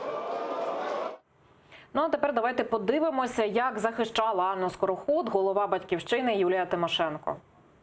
Я хочу зараз звернутися до команди партії «Слуга народу». Ви знаєте, що це велика мужність пробачати людям їх позицію чесно. І якщо зараз ви, «Слуги народу», не станете на захист однієї вагітної жінки і її родини, коли заарештували її чоловіка за те, що вона вчора проголосувала проти ринку землі. І я думаю, що якщо ви не захистите, то навряд чи хтось захистить. Так, ну давайте по порядку. Так, Ганна Скороход виступає і каже, що її чоловіка затримали через те, що вона пішла, власне, проти фракції і не підтримала відкриття ринку землі. А чи, от, на вашу думку, є дійсно це правдою? Ну, давайте рассмотрим две ситуации. Это совпадение, и это действительно правда. Вот то, что говорит Скороход, кто-то там из замглавы офиса президента поручил кому-то, и процесс запустили по ее супругу гражданскому. Значит, если это правда, то крайне недальновидно поступили «Слуги народа». То есть они вынесли ссор из избы, показали, обнажили этот конфликт, и у них на очереди первый изгнанник из фракции. То есть они запустили необратимые процессы. Это очень глупо и очень недальновидно, если это так. Если это не так, если это совпадение, потому что не принимается решение там, в ДБР, вчера проголосовало, сегодня его берем, там, задерживаем и так далее. То есть, значит, были по нему документы, были наработки. Я, например, в такие совпадения верю слабо, но вот тогда зачем они это сделали? Может, кто-то там личные счеты сводил. Но заголосовать, вызови человека к себе или поднимите вопрос на закрытом заседании фракции. Почему так? Вы же сейчас создаете цепную реакцию, когда другие депутаты, которые понимают, что в чем-то они могут быть не согласны с политикой партии, они тоже начнут выходить. То есть этот процесс может быть запущен, и пойдут там не 5, не 10 человек. Ну, до речі, сьогодні Анну Скороход і захистила Юлія Тимошенко, і під час засідання було видно, що підходила депутатка до голови Батьківщини Анна, вона плакала. І що про це думаєте? Чому от Батьківщина так перейнялася її долею, її ситуацією? Ну, потому что Батьківщина была категорически против открытия рынка земли. Это была их принципиальная позиция, после которой они ушли в оппозицию, официально об этом заявили. Скороход, депутат в «Слуге народа», который тоже была этих же взглядов и голосовала против. То есть вот у них совпадение очень четко по этому вопросу. Поэтому, ну, Юлия Владимировна еще понимает, что такое перерву вас ненадовго. Да. Софія Федина, народна депутатка від Європейської солідарності, зараз з нами наживо. Пані Софія, вітаю, як нас чути? Вітаю, доброго дня, чую добре. А от обговорюємо зараз ситуацію з Анною Скороход і цей скандал сьогодні у Верховній Раді, те, що вона звинувачує, власне, владу у політичних переслідуваннях. І оця вся ситуація, реакція «Слуги народу» на те, що її можуть, власне, виключити з фракції. Що про це думаєте? Чи спілкувалися з вашою колегою? Будь ласка, ваша думка. Я з нею спілкувалася раніше, коли була знову ж таки ситуація конфліктна цієї депутатки щодо її поправок до одного із законопроєктів, де так само була дивна позиція фракції, а вона на противагу цьому мала свою позицію. Скажу так, я не здивуюся, якщо це дійсно політичні переслідування, тому що я вже неодноразово чула від колег зі «Слуги народу» про жорсткі міри контролю за те, як вони голосують. І зрештою, якщо ця фракція не буде жорстко контролювати всіх своїх депутатів, у них не буде монобільшості, якою вони зможуть реалізовувати свої певні інтереси. Але в даному випадку я також розумію, що швидше за все це є репресивний спосіб ставити її на місце за те, що вона посміла мати свою власну думку. І те формулювання, зокрема, про яке вона заявила з трибуни, що її чоловіка затримано за поданням, зокрема, Московської Федерації, це, знаєте, скажімо так, дуже насторожує. Бо якщо це буде підтверджено, це означає, на кого працюють певні люди, які знаходяться в середовищі цієї монобільшості. Я вважаю, що кожен депутат, якщо він має дуже аргументовану свою позицію, він має право її відстоювати, особливо коли ця позиція має чітке підґрунтя, і це не є якісь там зовнішні групи впливу. А щодо чоловіка, то я думаю, що мала би бути тимчасова слідча комісія, яка мала би розслідувати оцю ситуацію і визначати, що є правда, що є неправда. Для мене, що було найгіршим в цьому всьому, це реакція колег, її колег по фракції на цю ситуацію. Замість того, щоб якимось чином чи захистити, чи заспокоїти свою колегу, чи навіть чисто по-людськи звернутися до неї, більшість з них почало улюлюкати і казати: а ви подивіться, хто в неї чоловік. А коли ви формували цю команду, ви нічого не знали, хто там, що, де там. Тут в більшості депутатів, які отак зараз заходили по невідомих списках, в кожного є якісь свої нюанси. Так кого ж ви тоді в список понабирали? Ось що. І отака от зневажлива поведінка, зокрема, щодо жінки при Надії, ну, скажу так, для мене це гидко. Так, пані Софія, зараз я вас попрошу залишитися на лінії. І ще одну тему маємо, бо голова СБУ Іван Баканов, власне, розповів, що може загрожувати вам та волонтерці Марусі Звіробій. Давайте послухаємо його цитату і повернемося до обговорення. Залишайтесь, будь ласка, на лінії.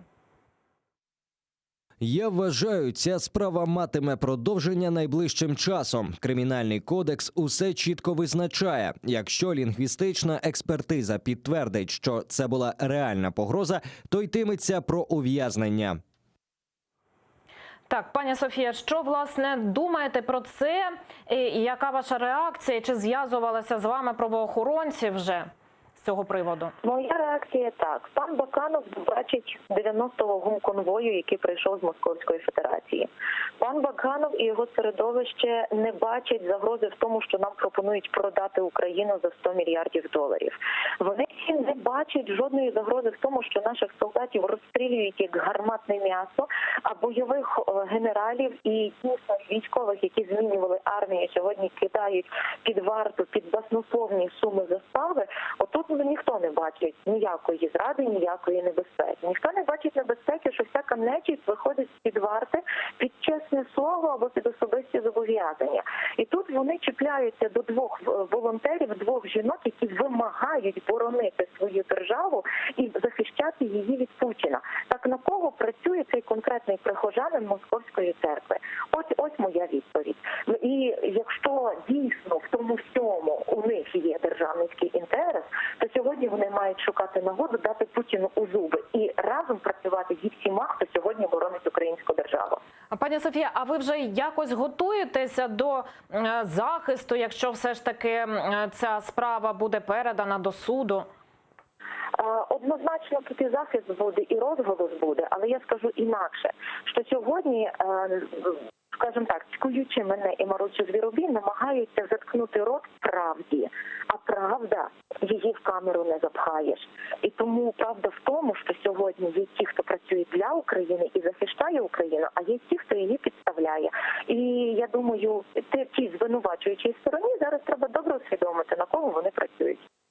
Дякую. Софія Федина, народна депутатка від Європейської солідарності, була з нами наживо. Борисе, от щодо дійсно цієї ситуації з волонтеркою Звіробій, з звернення є спільне з народною депутаткою Фединою.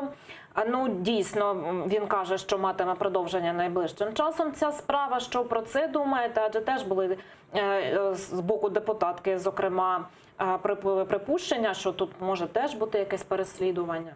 Не, ну здесь абсолютно другая ситуация. То есть и в данном случае я не на стороне госпожи Федины, потому что никто не имеет права угрожать физической расправой законно избранному президенту. Ты можешь бороться за правду как угодно, но говорить, что ты туда поедешь, тебя взорвут президентом и так далее, но это, мне кажется, немножко не за правду борьба, а уже перегиб.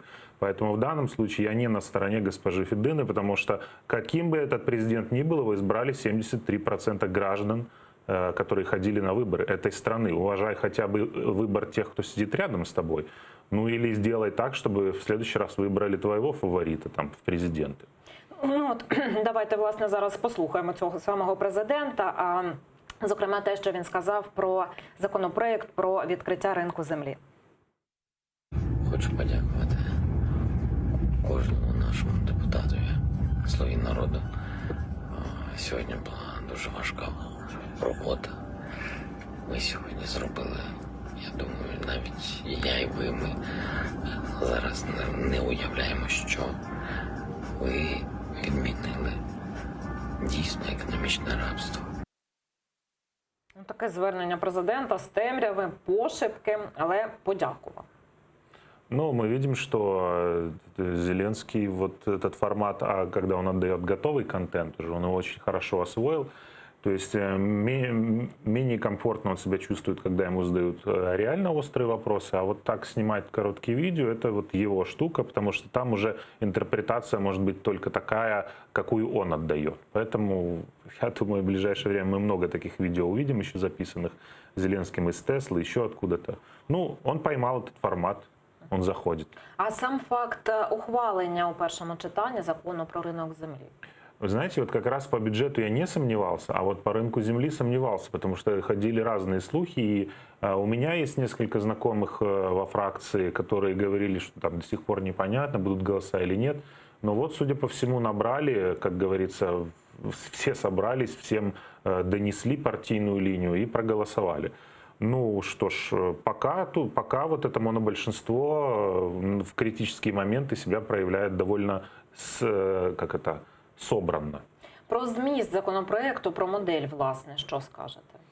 Вы знаете, я бы здесь сказал не про модель, а про то, что абсолютно нулевая коммуникация была по этому законопроекту. Вот это провал Офиса президента, потому что никто людям не объяснил, что такое рынок земли, как будет формироваться эта кадастровая сетка, сколько им будут платить за эти гектары, кто может продавать, какие кредиты фермеры смогут брать под эту землю, смогут ли вообще и под какой процент. То есть вы бы вот людям простыми словами объяснили, всем много бы вопросов снялось. Но Зеленский, вот проблема коммуникации Офиса президента, что они тушат пожар, когда он уже горит. То есть вот когда уже все говорили, что это капитуляция, когда трактора там стояли под Верховной Радой, Зеленский вышел и сделал обращение, говорит, все успокойтесь, иностранцы землю не купят, вот, будем на референдум этот вопрос выносить и так далее. Классическая пиар-схема. Напугать иностранцами, которые сначала могут прийти все скупить, а потом сказать, что вы сами решите, будут они покупать или нет. А основной закон принят и без референдума. Ну, тим часом у ОБСЄ підтвердили зеркальне розведення сил та засобів у Петрівському. Давайте подивимося на офіційну заяву. Місія отримала листа від збройних формувань із непідконтрольних урядові районів Донецької області з повідомленням про те, що вони завершили відведення сил і засобів із погодженої ділянки розведення в районі Петрівського. СММ отримала 2 вербальні ноти від Міністерства закордонних справ України, в одній із яких повідомлялося про те, що Збройні сили України завершили відведення сил і засобів із погодженої ділянки розведення в районі Петрівського. Завершено розведення. Що про нього скажете? Ну, ОБСЕ подтвердила, значит, собственно, у них больше данных. То есть я там, не находясь на месте событий, я вообще ничего не могу комментировать. Ну, власне, щодо самого розведення, чи це на краще, чи це може якимось чином загострити ситуацію без того напружено? Ну, я не думаю, то есть нам нужно посмотреть, будет соблюдаться это разведение. Ну, для чего вообще разведение этих, происходит на километр?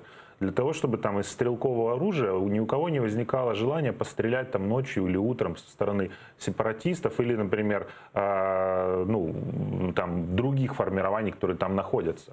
Поэтому вот разводят, уже тяжелое вооружение развели, теперь из стрелкового оружия не дострелят. Посмотрим, будут ли нарушать вот эту зону, будут ли туда какие-то мобильные группы под покровом ночи выезжать и постреливать и так далее. То есть я думаю, что это как минимум сдвинуло с мертвой точки процесс. Мы понимаем прекрасно, что доверять, например, стороне сепаратистов, которые сначала говорили, что у них и российских войск нет, да и Россия это говорила, потом, когда им показали, они говорят, ну это шахтеры, там, трактористы и так далее. То есть очень сложно, но такой у нас сосед. Вот и мы вынуждены через болезненные вот такие шаги проходить, чтобы мир на этой территории случился все-таки.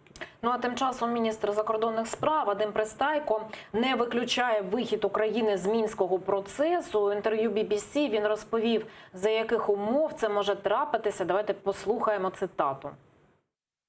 Це дуже непопулярна заява і, напевно, знову не сподобається нашим західним партнерам. Але для нас Мінськ – не самоцінність. Самоцінність – наше виживання як нації. І якщо ми побачимо, що вони не спрацьовують, і це веде нас в постійне затягування безкінечного процесу, то рано чи пізно буде прийняте рішення про вихід з Мінського процесу. Ну от, власне, після того, як розведення відбулося, з'являється така заява, що це таке і звідки вона взялася, і чи можна тут вже після цього говорити про якісь зустрічі і про якісь переговори? Да, конечно, можно. Я помню, и Климкин говорил, что мы можем из Минска хоть завтра выйти, если там не будут соблюдаться определенные условия. Тем самым, с одной стороны, Пристайко сказал правду, что если Минские соглашения – это просто тупиковая история, которая заморозит конфликт и не решит абсолютно никакие вопросы, то зачем они нам нужны? Он сказал правду, но теперь вопрос, как Российская Федерация будет трактовать и транслировать этот месседж туда, нашим европейским, американским партнерам. А она будет их транслировать следующим образом. Смотрите, Украина за Минск не держится, за единственный там какой-то вменяемый путь, который мы уже 100 лет обсуждаем все вместе, в нормандском формате, еще в каком-то. То есть, значит, они не собираются соблюдать Минские, значит, им мир не нужен и так далее. То есть вот Россия будет это так трактовать. Вот такие вещи нужно разъяснять более детально и нашим европейским партнерам в том числе. Тем более на фоне тех проблем, которые мы сейчас получаем на международной арене. То есть у нас же там вообще, знаете, что я вчера переключал там каналы американских ТВ, и там, значит, через один канал Украина, Болтон, Трамп, послы, разговор с Зеленским, новая распечатка переговоров и так далее, и так далее. А об этом здесь никто не говорит. То есть, когда выходят на Wall Street Journal, на Huffington Post, на Washington Post материалы о том, что, а вы знаете, что на самом-то деле Трамп давил на Зеленского, и слово буризм звучало, і так далі. Так, інша тема. От не погоджуюсь з вами щодо того, що це єдиний вихід, бо пропонував президент Казахстану Нурсултан Назарбаєв, зокрема, пропозицію вносив щодо зустрічі тет-а-тет Путіна і Зеленського, але цієї зустрічі не планується. Про це знову ж таки сказав Вадим Пристайко. А давайте послухаємо його його коментар щодо пропозиції Нурсултана Назарбаєва. Дійсно, ми так само, як і ви прочитали в медіа, про те, що є пропозиція від Нурсултана Назарбаєва.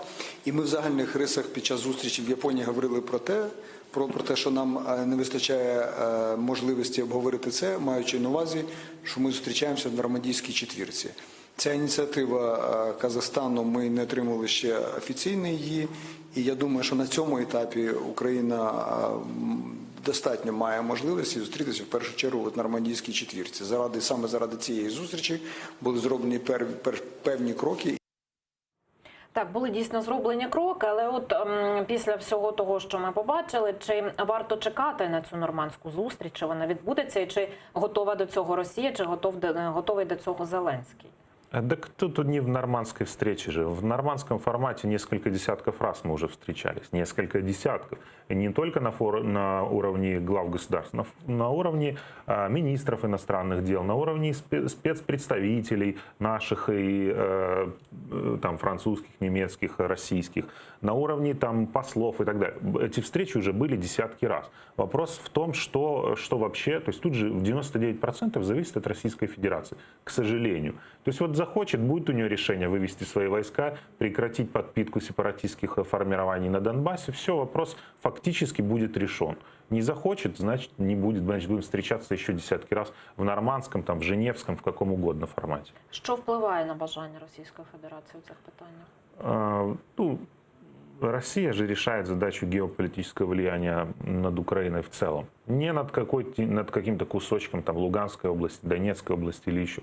В лучшем случае оставить это как рычаг влияния на всю Украину, это задача минимум. А задача максимум – получить влияние политическое, в том числе здесь у нас, проводя свои там силы в парламент, в министерство, рассаживая людей и так далее. То есть вот и все. А кого ви маєте на увазі? Ну, конкретно я сейчас не буду говорить, что это вот прямо российские силы. Есть люди, у которых точка зрения на процессы на Юго-Востоке очень совпадает с российской точкой зрения. Это дает мне возможность говорить о том, что, наверное, они смотрят с Российской Федерацией в одну сторону и мечтают, чтобы вот этот мир и наш, в кавычках, большой добрый брат в лице России вернулся сюда, и мы снова дрейфовали не в сторону Евросоюза, а в сторону СНГ или вот чего-то подобного. Дякую. Борис Тизенгаузен був гостем нашої студії. Далі ефір АТР продовжить випуск «Заман» українською. Про останні новини розповість Тарас Кобзар. Нагадаю, що найцікавіші фрагменти з ефіру можете переглядати на нашому ютуб-каналі АТР. Я, Катерина Вишневська, повернуся до цієї студії за 20 хвилин. Залишайтеся з АТР і дякую, що довіряєте.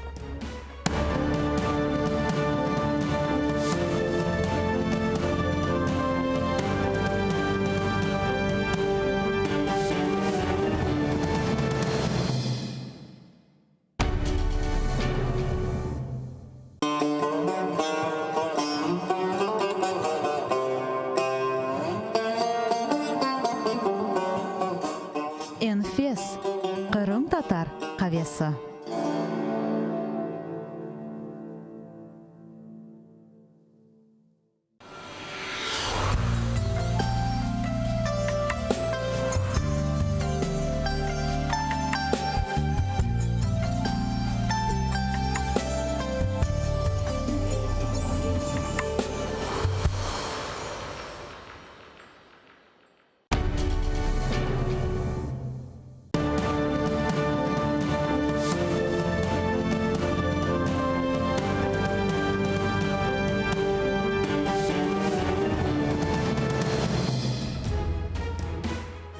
Ефір АТР триває. У студії Катерина Вишневська. І найближчу годину ми говоритимемо наживо про найцікавіші, найактуальніші події. Залишайтеся з нами, нам є про що розповісти. Рада ухвалила бюджет 2020. Слуги народу посварились. ОБСЄ підтвердила розведення сил біля Петрівського. Чи відведуть сили на інших ділянках? Очільник МЗС не виключає, Україна може вийти з мінських перемовин. Вітаю всіх, хто долучився до прямого ефіру. Дякую, що обрали АТР. Катерина Вишневська разом із вами задля обговорення найактуальніших тем. Я вітаю у студії наших гостей: Геннадій Балашов, політичний діяч. Добрий вечір. Та Семен Кабакай, волонтер та координатор проєкту «Стоп терор». Добрий вечір. Розпочнемо з найголовнішої події. Бюджет на 2020 рік ухвалила сьогодні Верховна Рада. І зараз з нами на прямому зв'язку є наша кореспондентка Мілена Амедій, яка із самого ранку перебуває у парламенті, бачила, що там відбувається. Мілено, вітаю. Розкажіть, будь ласка, що зараз у Верховній Раді, яка атмосфера? Салям алейкум, Катерино. 302 народних депутати відкрили вечірнє засідання і щойно буквально проголосували за кошторис Верховної Ради на наступний рік. І це вечірнє засідання розпочалося з того, що Європейська солідарність, Опозиційна платформа «За життя», депутатська група «За майбутнє», фракція «Голос» висловили своє обурення тим, що Богдан Яременко зі «Слуги народу» й досі очолює комітет зовнішньої політики. Вони сказали, що це неприпустимо і що до того ж на зборах комітету Яременко дозволяє собі хамити колегам. Тож вимагають його звільнення і назначити нового голову. Щодо державного бюджету на наступний рік, 280 депутатів таки його підтримали, ухвалили в цілому. Різні думки ми почули в кулуарах, але ніхто не вважає законопроект цей ідеальним. Кажуть, що взагалі-то обіцяли більше грошей, а тепер менше, ніякого підняття пенсії, зарплат немає там. Також кажуть, що занадто багато виділено грошей на оборону. Тож деякі навіть звинувачують у тому, що переписаний з минулого року він не сильно цей проект і повторює той, в якому і так було багато вже помилок. На ранковому засіданні до трибуни вийшла депутатка від «Слуги народу» Анна Скороход та сказала, що її та її чоловіка на них тиснуть через те, що Анна Скороход голосує не так, як робить це монобільшість, і в неї власна думка. Через це вважаю, що сьогодні затримали співробітники ДБР її чоловіка. Натомість Давид Арахамія каже, що Скороход можуть виключити з фракції за те, що вона не підтримує монобільшість, і винести хоче це питання якомога скоріше на фракцію. А Скороход відповідає, що не боїться вийти зі «Слуги народу», їй це не страшно, але сама виходити не збирається. Вечірнє засідання триває, депутати продовжують свої виступи, і ми за цим слідкуємо. Катерино. Дякую, Мілена Амедій. Наша кореспондентка була наживо з Верховної Ради. Там триває вечірнє засідання. І сьогодні, нагадаю, депутати ухвалили бюджет на 2020 рік. Давайте подивимося, як це було і хто і як проголосував. Проект закону України про державний бюджет України на 2020 рік. Реєстраційний номер 2020 для прийняття в цілому. Готові голосувати? Прошу підтримати та проголосувати.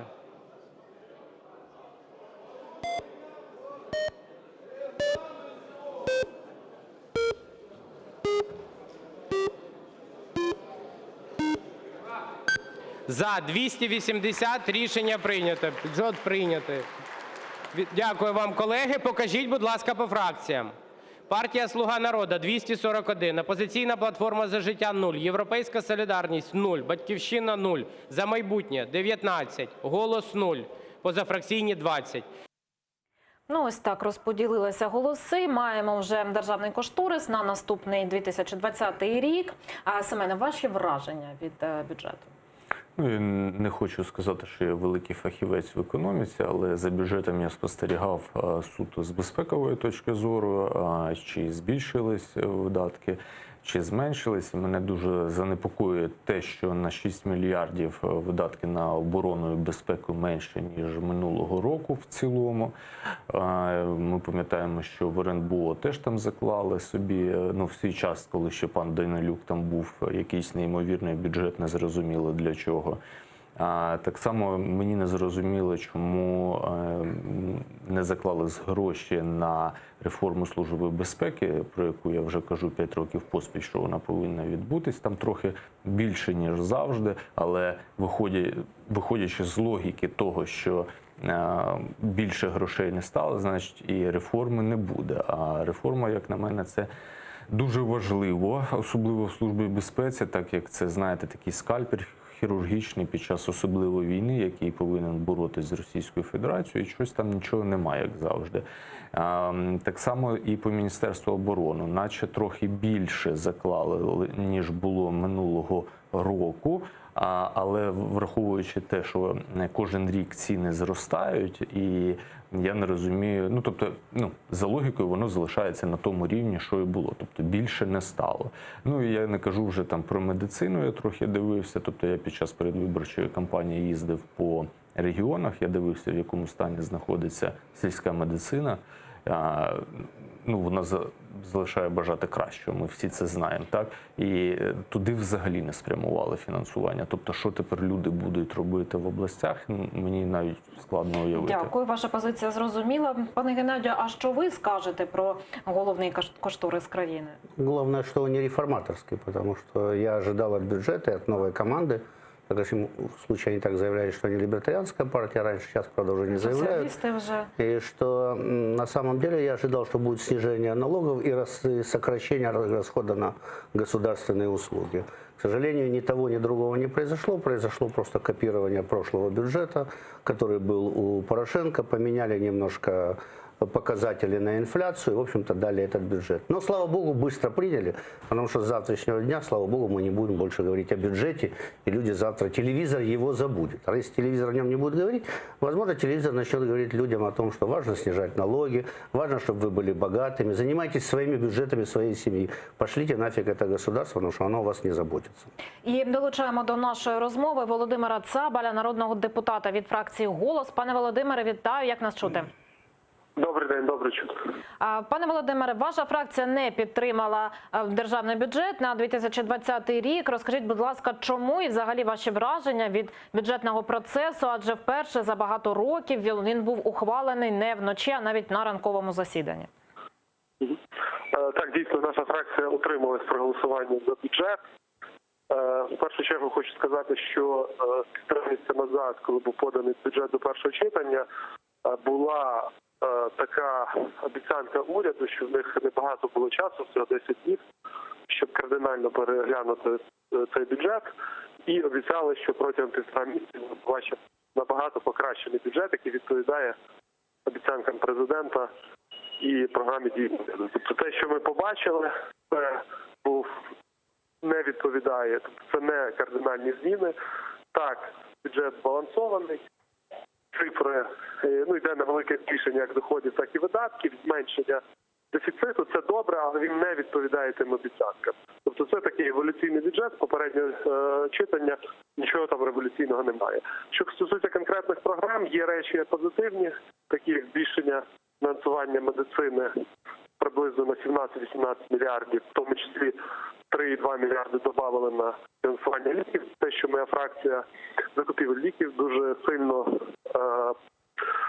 скажімо так, вела роботу. А от, до речі, пане Володимире, чи подавала ваша фракція правки до другого читання, які з них були враховані чи не враховані? Так. Вибачте? Кажу, чи подавала ваша фракція правки до другого читання, чи були вони враховані? Дивіться, коротка відповідь так. От медицина і освіта – це були дві теми, де ми вимагали збільшення фінансування ліків і зарплат вчителям. Це було до першого читання. До другого читання ми працювали над тим, щоб ці речі залишились в бюджеті. Бо бюджет, на відміну від інших законів, там інша процедура. Там не можна подавати поправок до другого читання. Ці закони, поправки до другого подаються, бюджет подається до першого. В другому читанні можна тільки апелювати до тих поправок, які були прийняті. Зрозуміло. Дякую Володимиру Цабалю, народному депутату від фракції «Голос». Він був з нами наживо, розповідав, як сьогодні ухвалювали бюджет у Верховній Раді. І там взагалі був дуже плідний гарячий день. У «Слузі народу» встигли посваритися. Причиною стало прийняття правки про передачу акцизу на пальне у місцеві бюджети. Довелося спікеру оголосити перерву. Давайте подивимося, як це все відбувалося. Це правка про акцизний збір для місцевих податків. Пропонується на 2020 рік залишити за місцевими бюджетами. У 2019 році завершиться етап децентралізації. Акцизний збір для місцевих бюджетів сягає від 10 до 60%.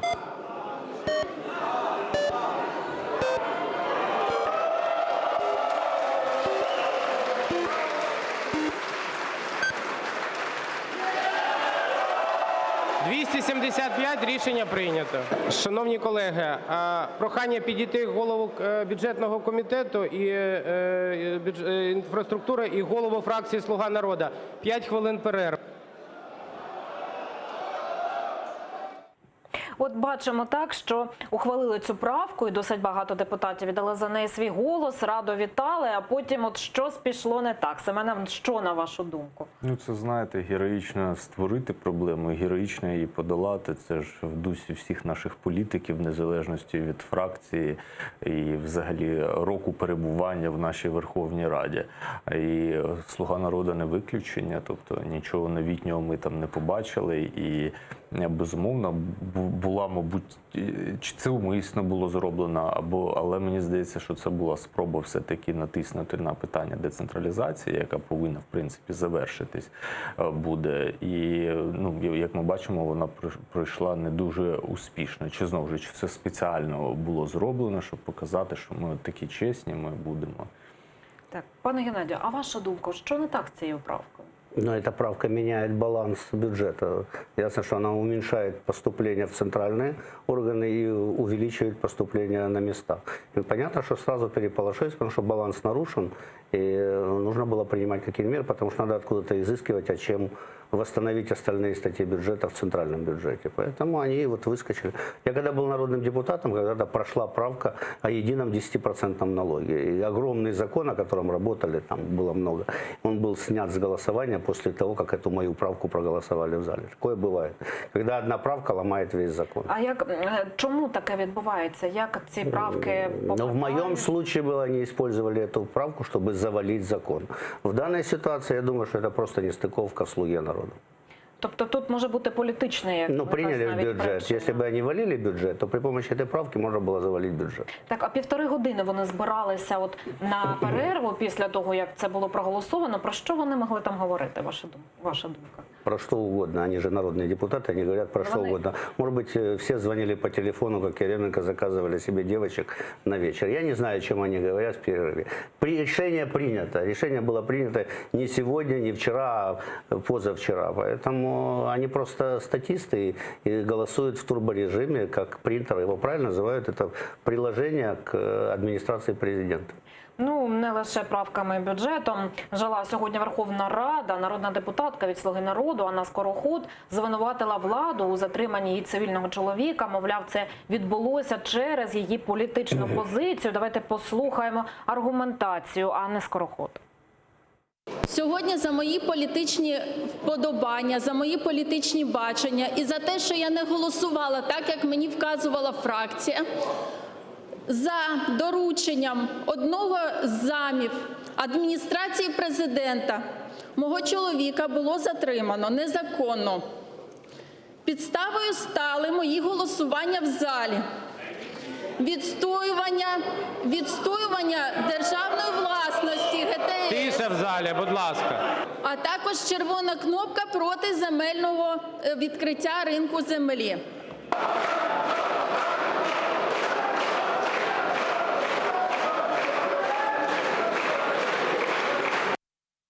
А голова фракції «Слуга народу» Давид Арахамія відреагував на цю заяву і в свою чергу сказав, що фракція до затримання чоловіка Скороход стосунку не має. Якщо ви зараз зайдете в Google і в громадському шлюбі пана Скороход, чоловіка зараз загуглите просто, ви все зрозумієте. Ми, як політична партія, до цього не маємо жодного відношення. Ми самі зараз нема чого сказати, бо ми не знаємо, в чому справа. Але те, що пані Скороход неодноразово зверталась до народних депутатів і пропонувала їм грошову матеріальну допомогу, це є факт. Семене, що думаєте про такий взаємний обмін звинуваченнями? Чи можна вже говорити про те, що якась криза у «Слузі народу» є, і вона, власне, вже виривається просто назовні? Ну, я тут можу з дозволу Геннадія продовжую його думку з приводу статистів. Ну, яка може бути криза у статистів? Криза може бути у тих людей, хто туди тих статистів поставив. А її випадок мені невідомий, але він дуже кумедний. Чому? Тому що до вчорашнього, до сьогоднішнього дня пані Скороход, ну як я розумію, всіх влаштовувала. Ну давайте ми так абстрактно будемо дивитись по картинці, яку вони нам дають з Верховної Ради. Тобто все було добре, а після там вчорашнього дня сьогоднішнього це ви показали частину ж виступу, Арахамія потім ще казав, що казав, вони будуть виключати. Виключати. А тепер вона стала незручна, чомусь її виключають. Я не знаю історію чоловіка, я дізнався, як і всі з медіа, про чоловіка, про неї. Ну, мені взагалі 95% слуг невідомі, тому що це невідомі люди. Я не знаю ні її, ні її чоловіка, я не буду не виправдовувати ні її, ні її чоловіка. Я не знаю, чи давала вона хабать там комусь в «Слузі народу», чи пропонувала. Тут, мабуть, треба звертатися до правоохоронних органів. У них же там багато журналістів, там Дубінський, Бужанський, ну всі такі експресивні. Ну вони ж могли провести розслідування в кінці кінців, правда? А якщо вони заявляють про корупцію, то де заява в відповідні структури, там в НАБУ, в ДБР, в прокуратуру, там чи куди, чи в СБУ вони будуть подавати, куди їм зручніше? Ну так, ну можливо вони визначаться і все ж таки цю заяву подадуть. Пане Геннадію, а от на вашу думку, чи дійсно тут має місце політичне переслідування, чи що тут взагалі відбувається у «Слузі народу» з цією депутаткою? Ну, чтобы за политические убеждения преследовали, их надо иметь. Я не думаю, что у сожительницы этого персонажа с России были какие-то политические убеждения. Она почему-то решила, что у нее в голове щелкнуло голосовать против рынка земли. Когда она шла от Зеленского на выборы, как мажоритарщик, за деньги своего гражданского сожителя, то она, безусловно, знала эту программу. В программе написано «рынок земли». Что ты нажимаешь не на зеленую кнопочку, а на красную. Поэтому скорее замкнуло у нее. А что касается ее мужа, так я загуглил. Я почитал, что в 2017 году ему дали гражданство, в 2018 забрали гражданство, и что он находится в розыске Российской Федерации как расхититель банка. Пушкина, по-моему, там называется. Поэтому вот его вся суть. Но мы сейчас знакомимся постепенно со слугами народа. Я вот говорю, что надо Шекспира почитать. Кто слух пустил за стол, кто праздник нам испортил. От так, а давайте зараз послухаємо думку президента щодо проголосованого у першому читанні закону щодо відкриття ринку землі. Президент подякував народним депутатам. Давайте послухаємо голову держави. Хочу подякувати кожному нашому депутатові, «Слуги народу». Сьогодні була дуже важка робота. Ми сьогодні зробили, я думаю, навіть і я, і ви, ми зараз не уявляємо, що ви відмінили дійсно економічне рабство. Ну а зараз давайте подивимося на графіку, скільки коштує гектар землі сільськогосподарського призначення у Європі та скільки ймовірно коштуватиме в Україні. Давайте подивимося разом результати дослідження. Найдешевша земля – латвійська. Там гектар дешевше $1500. У Франції вартість гектару землі становить $7,5 тисяч. У Польщі – понад $11 тисяч. Аби купити гектар землі у Великобританії, доведеться заплатити $31,5 тисяч. В Німеччині за такий шмат треба викласти 32 тисячі, а в Австрії – 42. Найдорожча земля у Швейцарії. Там за гектар землі можна виручити $70 тисяч.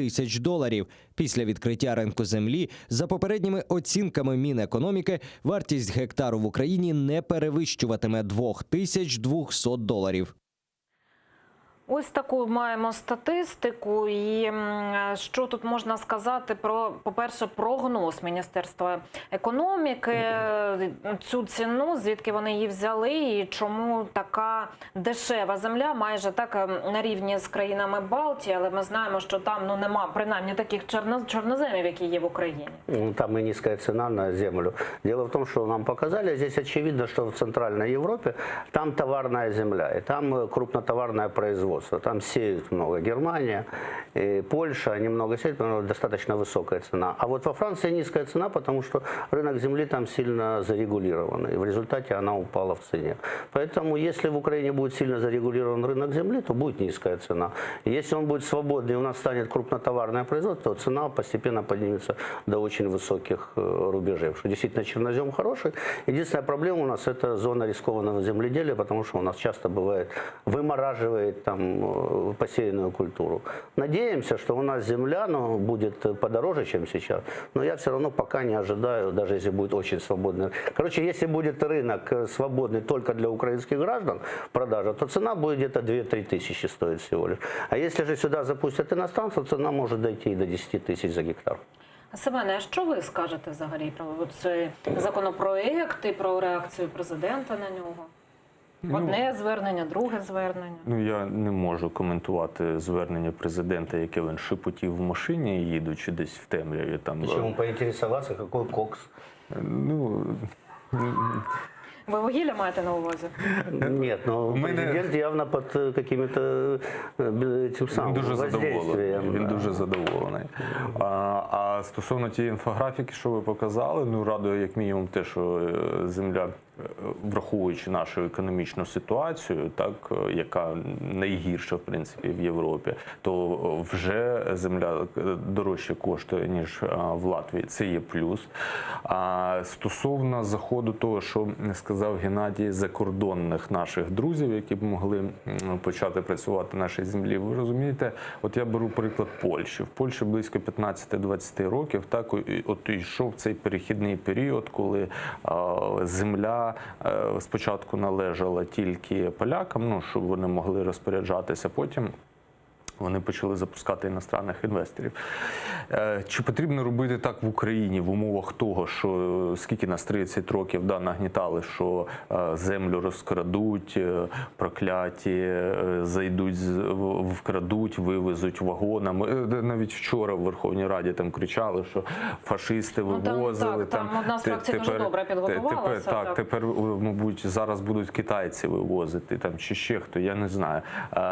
Звичайно, людей 30 років шпігували тим, що землю не можна продавати, враховуючи, скільки, я не знаю, 5 країн в світі залишилось, в яких є оцей мораторій.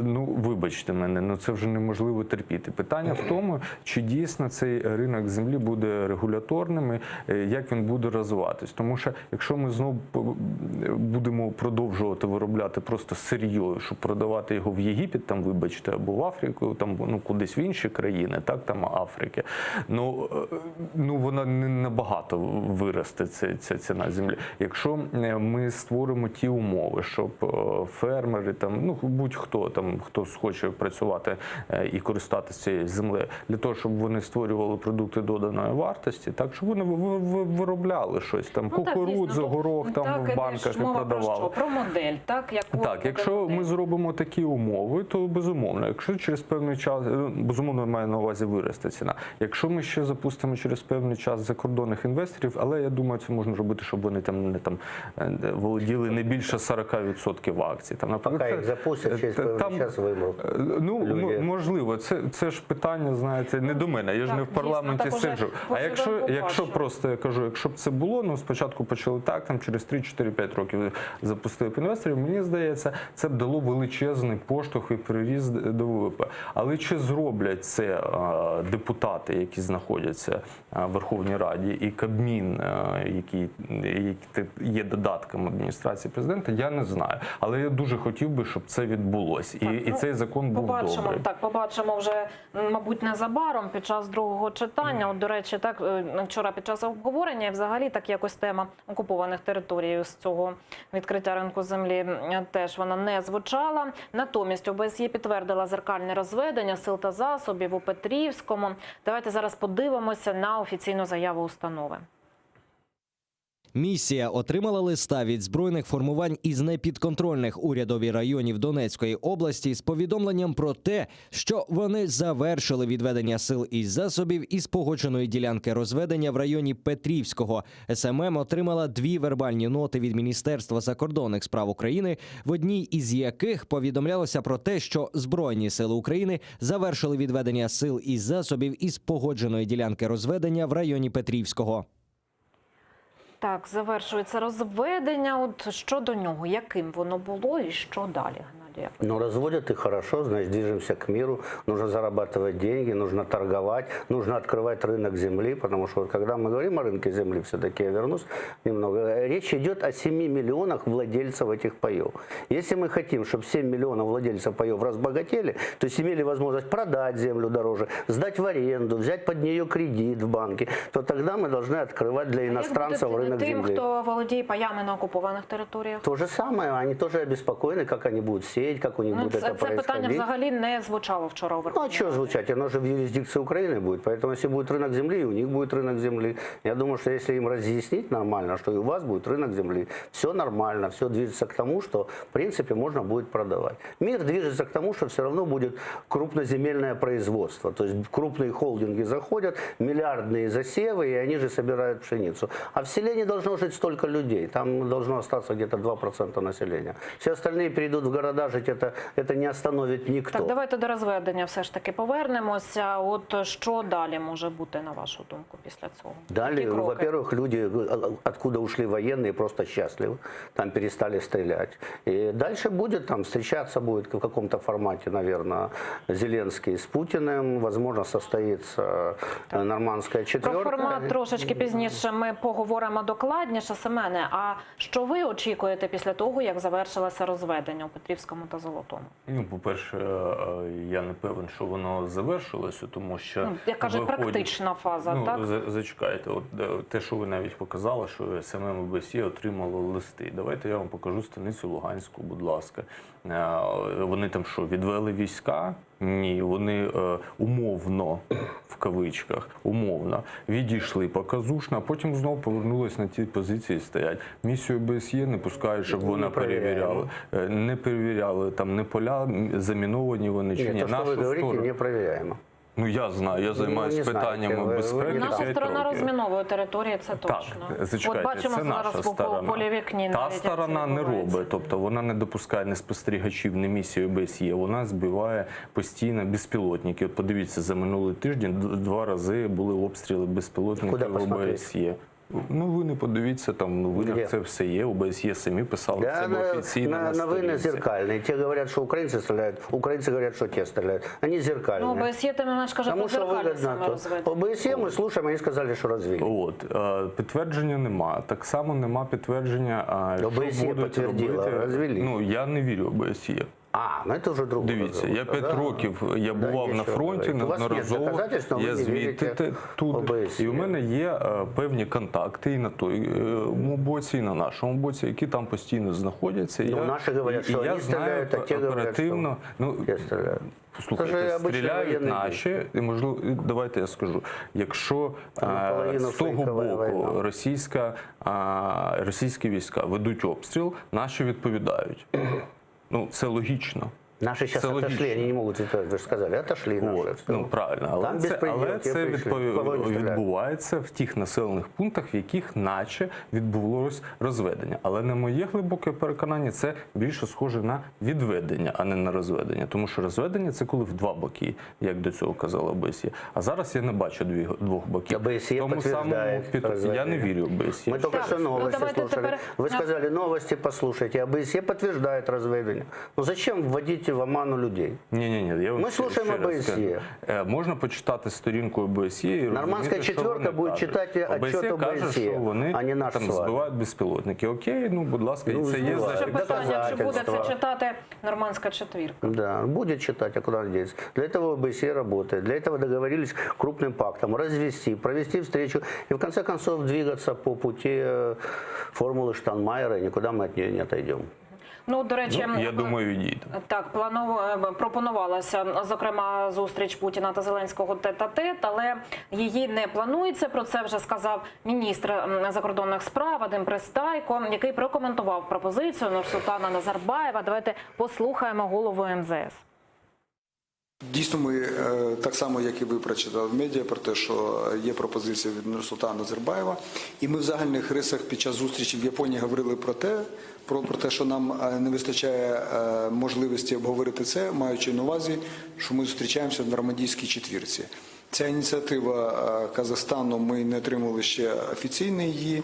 І я думаю, що на цьому етапі Україна достатньо має можливості зустрітися в першу чергу в Нормандійській четвірці. Саме заради цієї зустрічі були зроблені певні кроки. Ну, тепер давайте дійсно докладніше про зустріч у нормандському форматі. Що від неї чекати і коли? Семене, що ви думаєте про це? Ну, коли, я думаю, це важко прогнозувати, тому що все залежить від того, коли схоче Путін, тобто коли будуть виконані всі забаганки Путіна. Ми зараз знаємо, що протягом останніх місяців активно веде перемовини з Російською Федерацією некий Андрій Єрмак, який знаходиться в адміністрації президента, є таким, я не знаю, чи можна таке прізвисько дати, як сірий кардинал по перемовинам з Росією, але саме він відповідальний за це все. І от саме протягом цього всього часу відбуваються ці перемовини і прописуються пункти, які повинен виконати Зеленський заради того, щоб Путін приїхав на цю зустріч. І от коли ці всі пункти будуть виконані, тоді Путін скаже окей. Розведення входить у цей пункт? Так, безумовно, це одне з головних. Так само і Путін відмовився від пропозиції Назарбаєва, тому що ще не всі пункти виконані, і це логічно.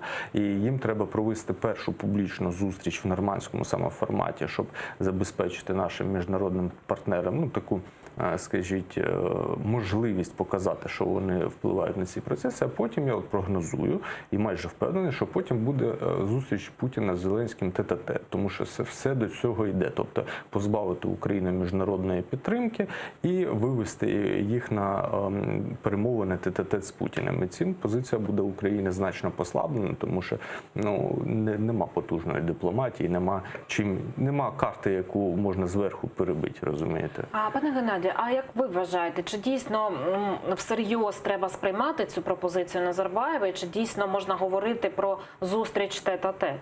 Для меня это было событие, потому что я думал, что Назарбаев уже умер, а он жив, оказывается. Он вечный, судя по всему, и я рад за него, что он предлагает такие вещи. Но действительно, в России очень мощная дипломатия, они не будут раздваиваться. Было договорено изначально, что, пожалуйста, двигайтесь согласно формуле Штайнмайера, чтобы состоялась нормальная четверка. И как Украина не дергается, ее обратно загоняют в формулу Штайнмайера и в нормандскую четверку. Поэтому я надеюсь, чтобы они побыстрее уже развели эти войска, чтобы меньше национально-патриотичные силы Украины во главе с Порошенко мешали тому, что он делал до этого, и побыстрее бы она прошла, и слава богу, вот как о бюджете, чтобы мы уже в конце концов перешли к нормальному мирному освоению Донбасса. Ви впевнені, що після зустрічі у нормандському форматі можливий якийсь Никто ни в чем не впевнений, я не знаю. Вы видели, в каком состоянии президент, я ни в чем не впевнений. Если он будет так разговаривать в нормандской четверке, вообще разговора не состоится. Пока он с населением разговаривает как с идиотами, как с 95-го квартала. Я когда это увидел, я сегодня даже комментировать не стал. Я думал, это шутка. Я думал, что это какой-то актер играет. Мне так показали, и я не стал комментировать в своем блоге. А вы сейчас показываете, я думаю, жалко, что я не откомментировал нормально. Потому что такой президент не в состоянии вести переговоры с Путиным. Хотя я ему очень благодарен за земельную реформу, что, может быть, под коксом, но он все-таки заставил принять земельную реформу в Украине. Хотя бы в первом чтении. Я надеюсь, и во втором, и в третьем, как бюджет, оно будет принято. И украинцы, наконец-то, за многие века станут владельцами настоящей земли і будуть мати можливість розпоряджатися землею. Дякую. Геннадій Балашов, Семен Кабакаєв були гостями нашої студії. Далі ефір АТR продовжить випуск «Заман» кримсько-татарської. Про найсвіжіші новини вам розповість Шевкет Наматулаєв. Я, Катерина Вишневська, прощаюся з вами. Передаю інформаційну естафету моїй колезі Ельвіні Сейдбулаєвій. Залишайтеся з АТR і дякую, що довіряєте.